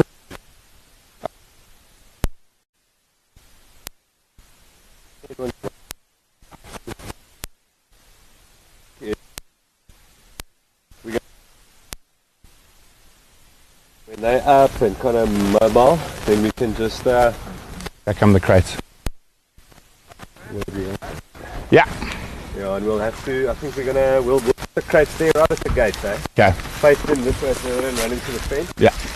But I want these guys awake first. Perfect. Yeah. And then will you coordinate? I'm going to go, yeah.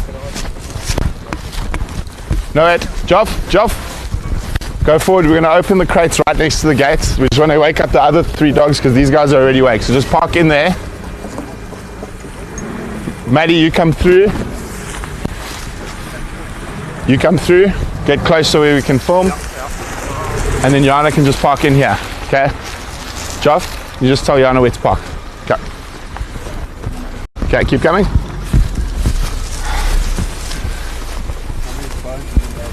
A lot. Okay, stop here. Good. And my mic should be working from this distance, eh? Okay.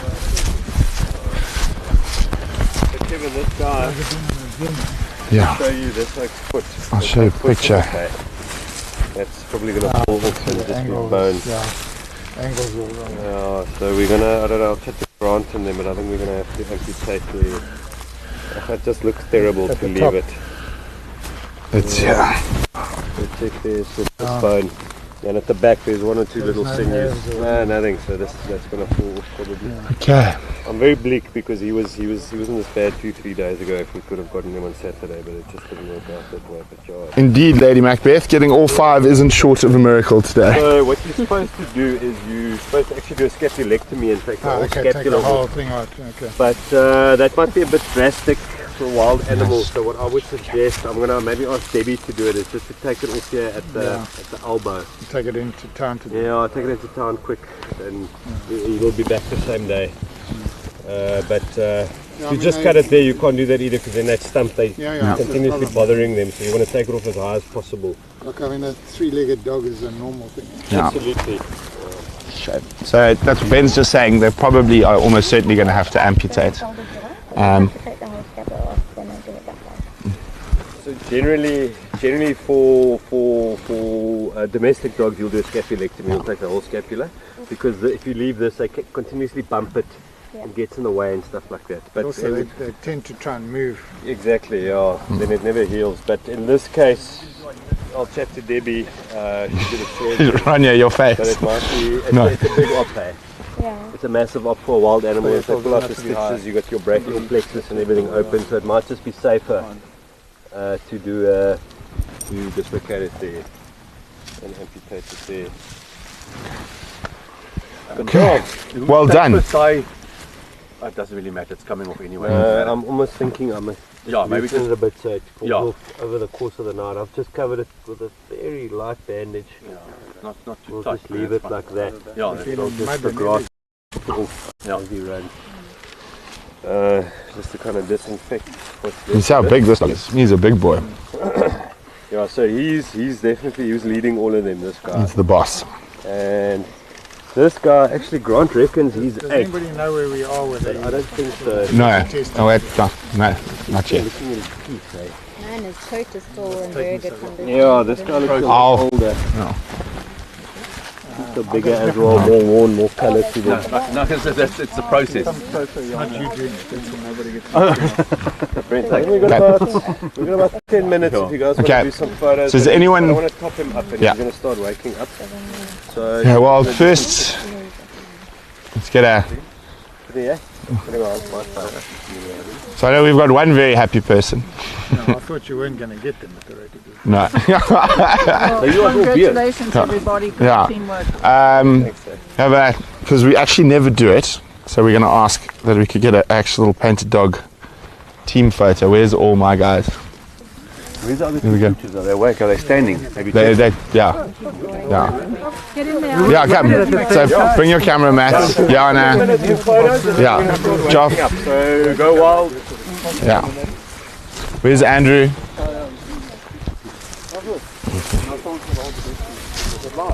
Yeah. I'll turn it around as well. I'm sorry, Jason. Oh, sorry. It's moeg.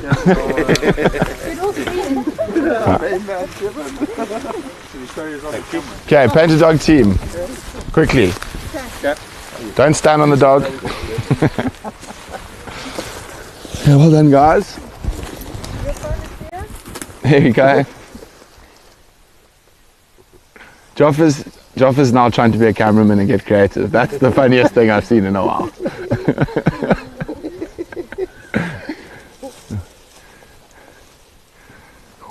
Okay, thanks. Anyone else who wants pictures and stuff, please come through. Thanks so much, Johnny. Can you take one? Come near me together. Yeah. Okay, if you take one for me and bring quickly. Yeah, there you go. Anyway. Mine, it's a better quality camera and it should be on the raw. Yeah. You send it to me. Yeah. Oh, wait, sweat. Yeah. Okay, Joff. Where's smile, Joffers? Taking your photo. My dad. Okay. Yeah. Yeah. Oh, I want a picture of all three of us. I know how much you love a picture, Dad. Dad is allergic to cameras. Hey, I'm in the middle, you two. Here we go. There we go.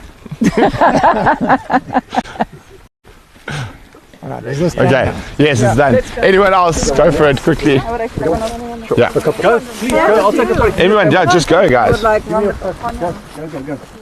Go, you two. We'll take one from you've got all the glasses. Yes, ma'am. Yeah. Get one photo together. Yeah, go for it. Is that your phone? Yeah. Let's do one, just. What have you got? Let me just, I need to answer some question. Legs don't work. I know. Thanks a lot, dude. Yeah, no worries. Okay, thanks, Jan. Photo bombing the whole thing, dude. You're taking photos of me taking a photo of other sections for operation. Stand on the camera just now. Yes. Alright, whose camera is that? That's Pubs'. Is that Pubs'? No, that must be Ranya's. Yeah. The dogs. Oh shit, When they stood on it. The dogs, no. Hey, I've got a poo written across my forehead here. Where's Benno? Get them all in one place. We kind of get them, but I think they've been chased a little bit. No, lately. a lot. Here we go, guys. So what the plan is, if you heard what Ben was saying, we're going to wake up these 3 dogs first. Once they're up and running around in the boma, then we'll release the other 2 from the crates. Wow. Not bumping into people and they're not scared, but when they get chased enough. Yeah, Pablo has been filming a lot of the behind the scenes for us today, getting some great footage.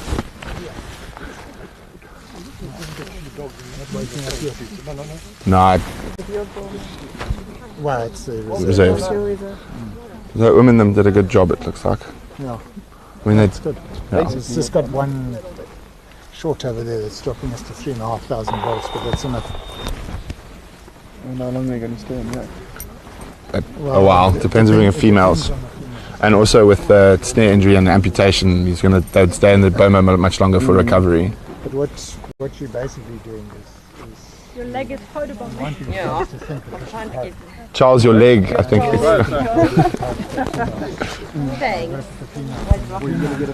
Wow, it's a long process. But the idea is that the females will stay. Who's Benno? When they stop running the fence, going round and round and round and round, then they feel like this is home, and they start sitting and waiting. So like, oh, who's going to deliver this meal?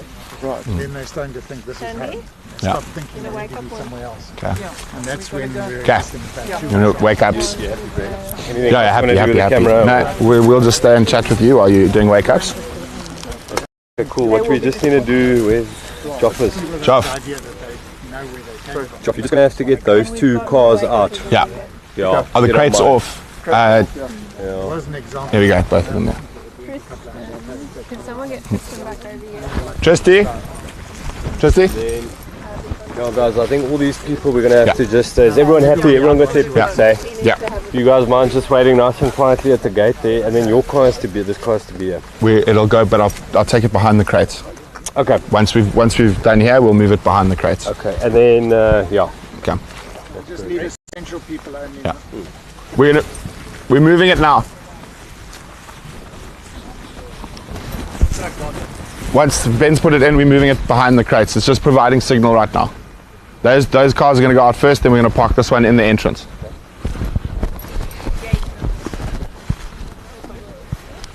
Oh.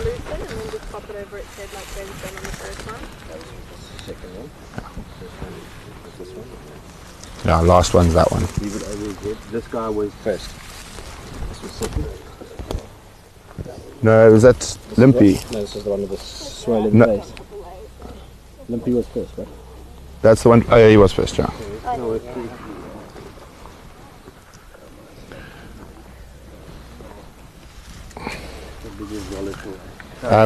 Cecilia, we couldn't get Jana in for a picture because she's carrying the signal.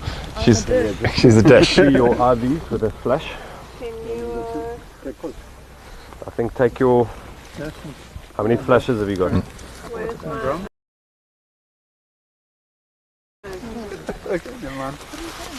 around. Yeah, I think we're on there.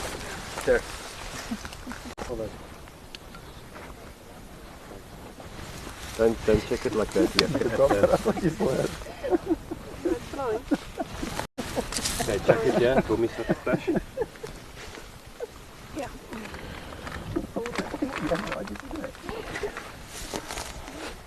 So what are you busy doing at the moment, Benno? Right, so we're going to wake them up. We've got 2 injections. We're going to give them a 1 ml IV and Tamazole yohimbine. So we're just checking all our catheters that they're still patent, so that we don't have a blockage or something like that. Do you want it without the needle? Yeah, sure. And then once we've checked all of them, we're going to give the IV, the IM, and then we're slowly going to pull out. Give them 5 or 10 minutes to get up. Once they're nice and up, then we'll release the last two. Yeah, just so they kind of. This one's patent over here. So yes, Dio, they are going to wake up the old boy. He's in the middle. I actually think this dog's older. Oh, is it? I think we need to question Grant Beverley's. Ooh, fighting talk so from Dr. Miller. What's that listener's name? That was, he was asking about the old dog, Di. So let me just show you quickly while Leah's still busy checking patency there. You just see the size firstly of these two dogs. Big. Look at this dog's coat. His coat's a bit more ruffled. He's got a lot more scars. And just looking at his face, you can just see he's got a bigger muzzle, and his teeth are a little bit bigger, a little bit more yellow discoloration, lost their sharpness on the canines. And then if we look at this character here, Limpy. You can just see he's got a smaller body size, his coat's not as muffled. His face does look a bit similar, but his teeth are still a little bit sharper on the canines, not as much color, discoloration, especially at the top end of the teeth. So, not much, but I think this is the older dog, and just from their behavior during the darting, I think he was definitely, he seems like the alpha.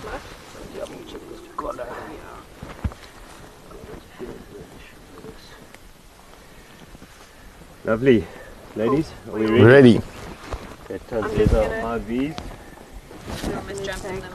Yeah, do you want to stop here then? Okay. Okay, ladies, so we're going to do your IM.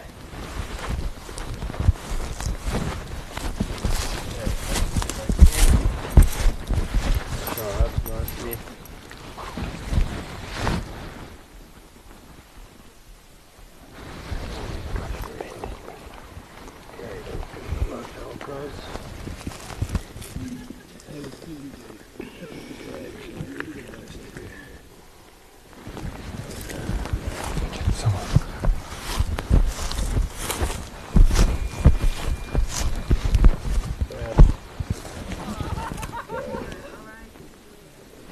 Right, everyone's ready. Yep. You have the blindfold. We're going to slowly and quietly move out. I'm going to restart our stopwatch. Okay. Quickly.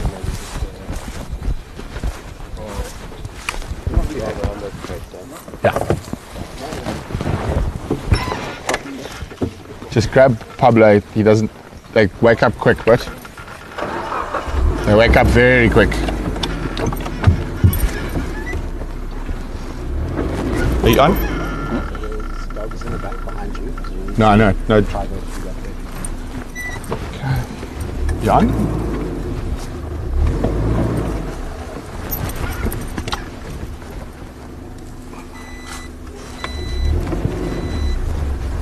So try to get out of the way quickly. You don't want to scare the dogs that are in the crates.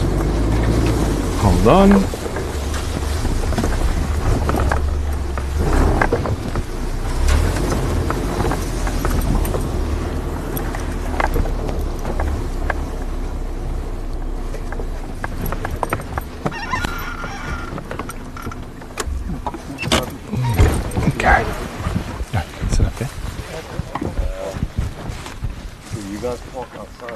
Yeah, we can. Okay. Do you want me to move it? Yeah, we can move it. But I'd rather just everyone's out. Okay, can you take the car out? Yeah. We're going to take the car out, yeah. Reverse it out? Yeah, Yeah. because I need the transfer card to be pointing. Oh, first dog's up. Don't rev, quiet. It's in low range.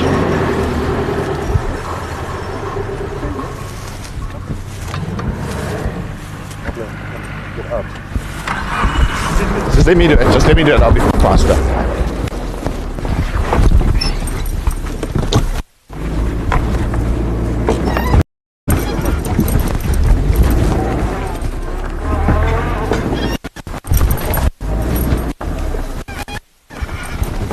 Good? Yeah. Yeah, I'm just going to leave the car right here. Andrew, away from there. It must be where everyone else is.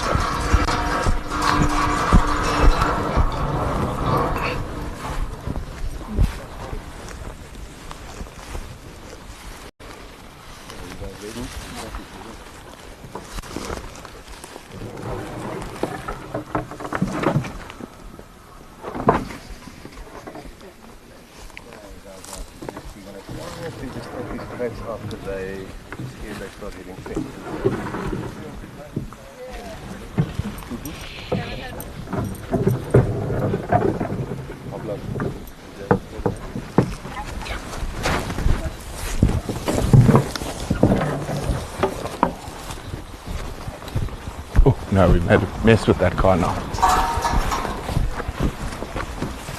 I don't think you're gonna have to fit past there, you know.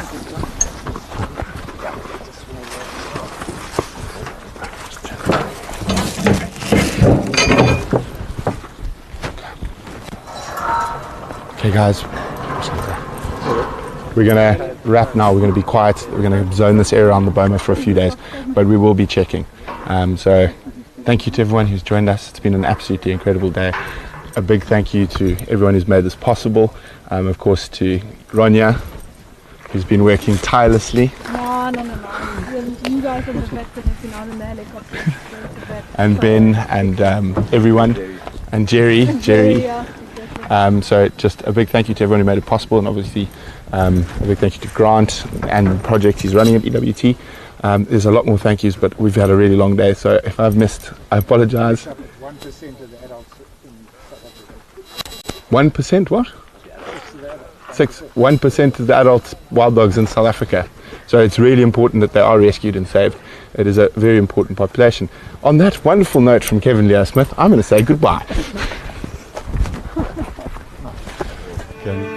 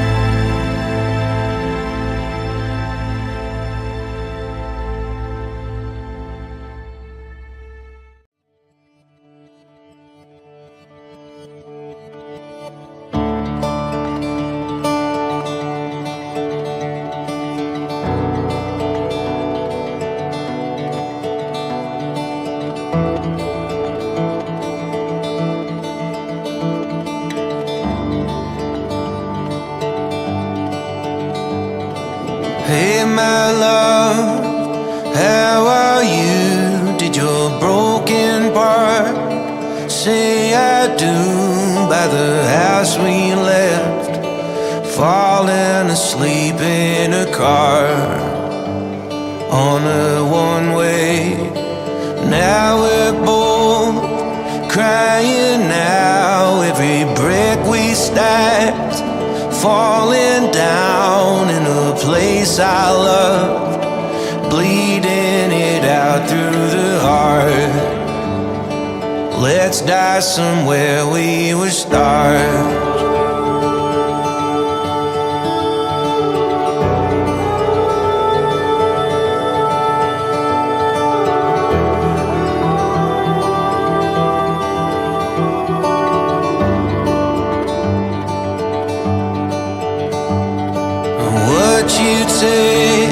To make me laugh is a time and place I can't get back in an hourglass.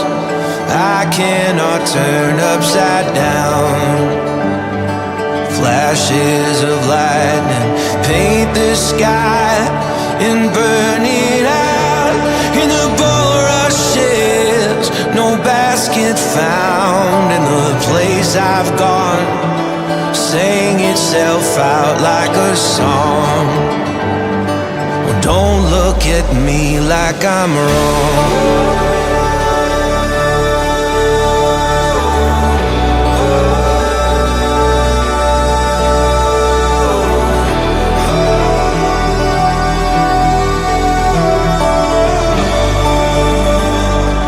Don't look at me like I'm wrong.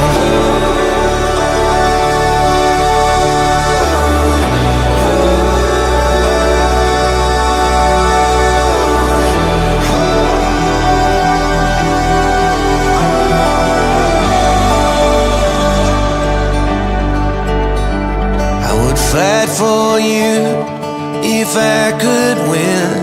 I would die for you and live in sin in a place I loved, bleeding it out through the heart, dying somewhere we were starved.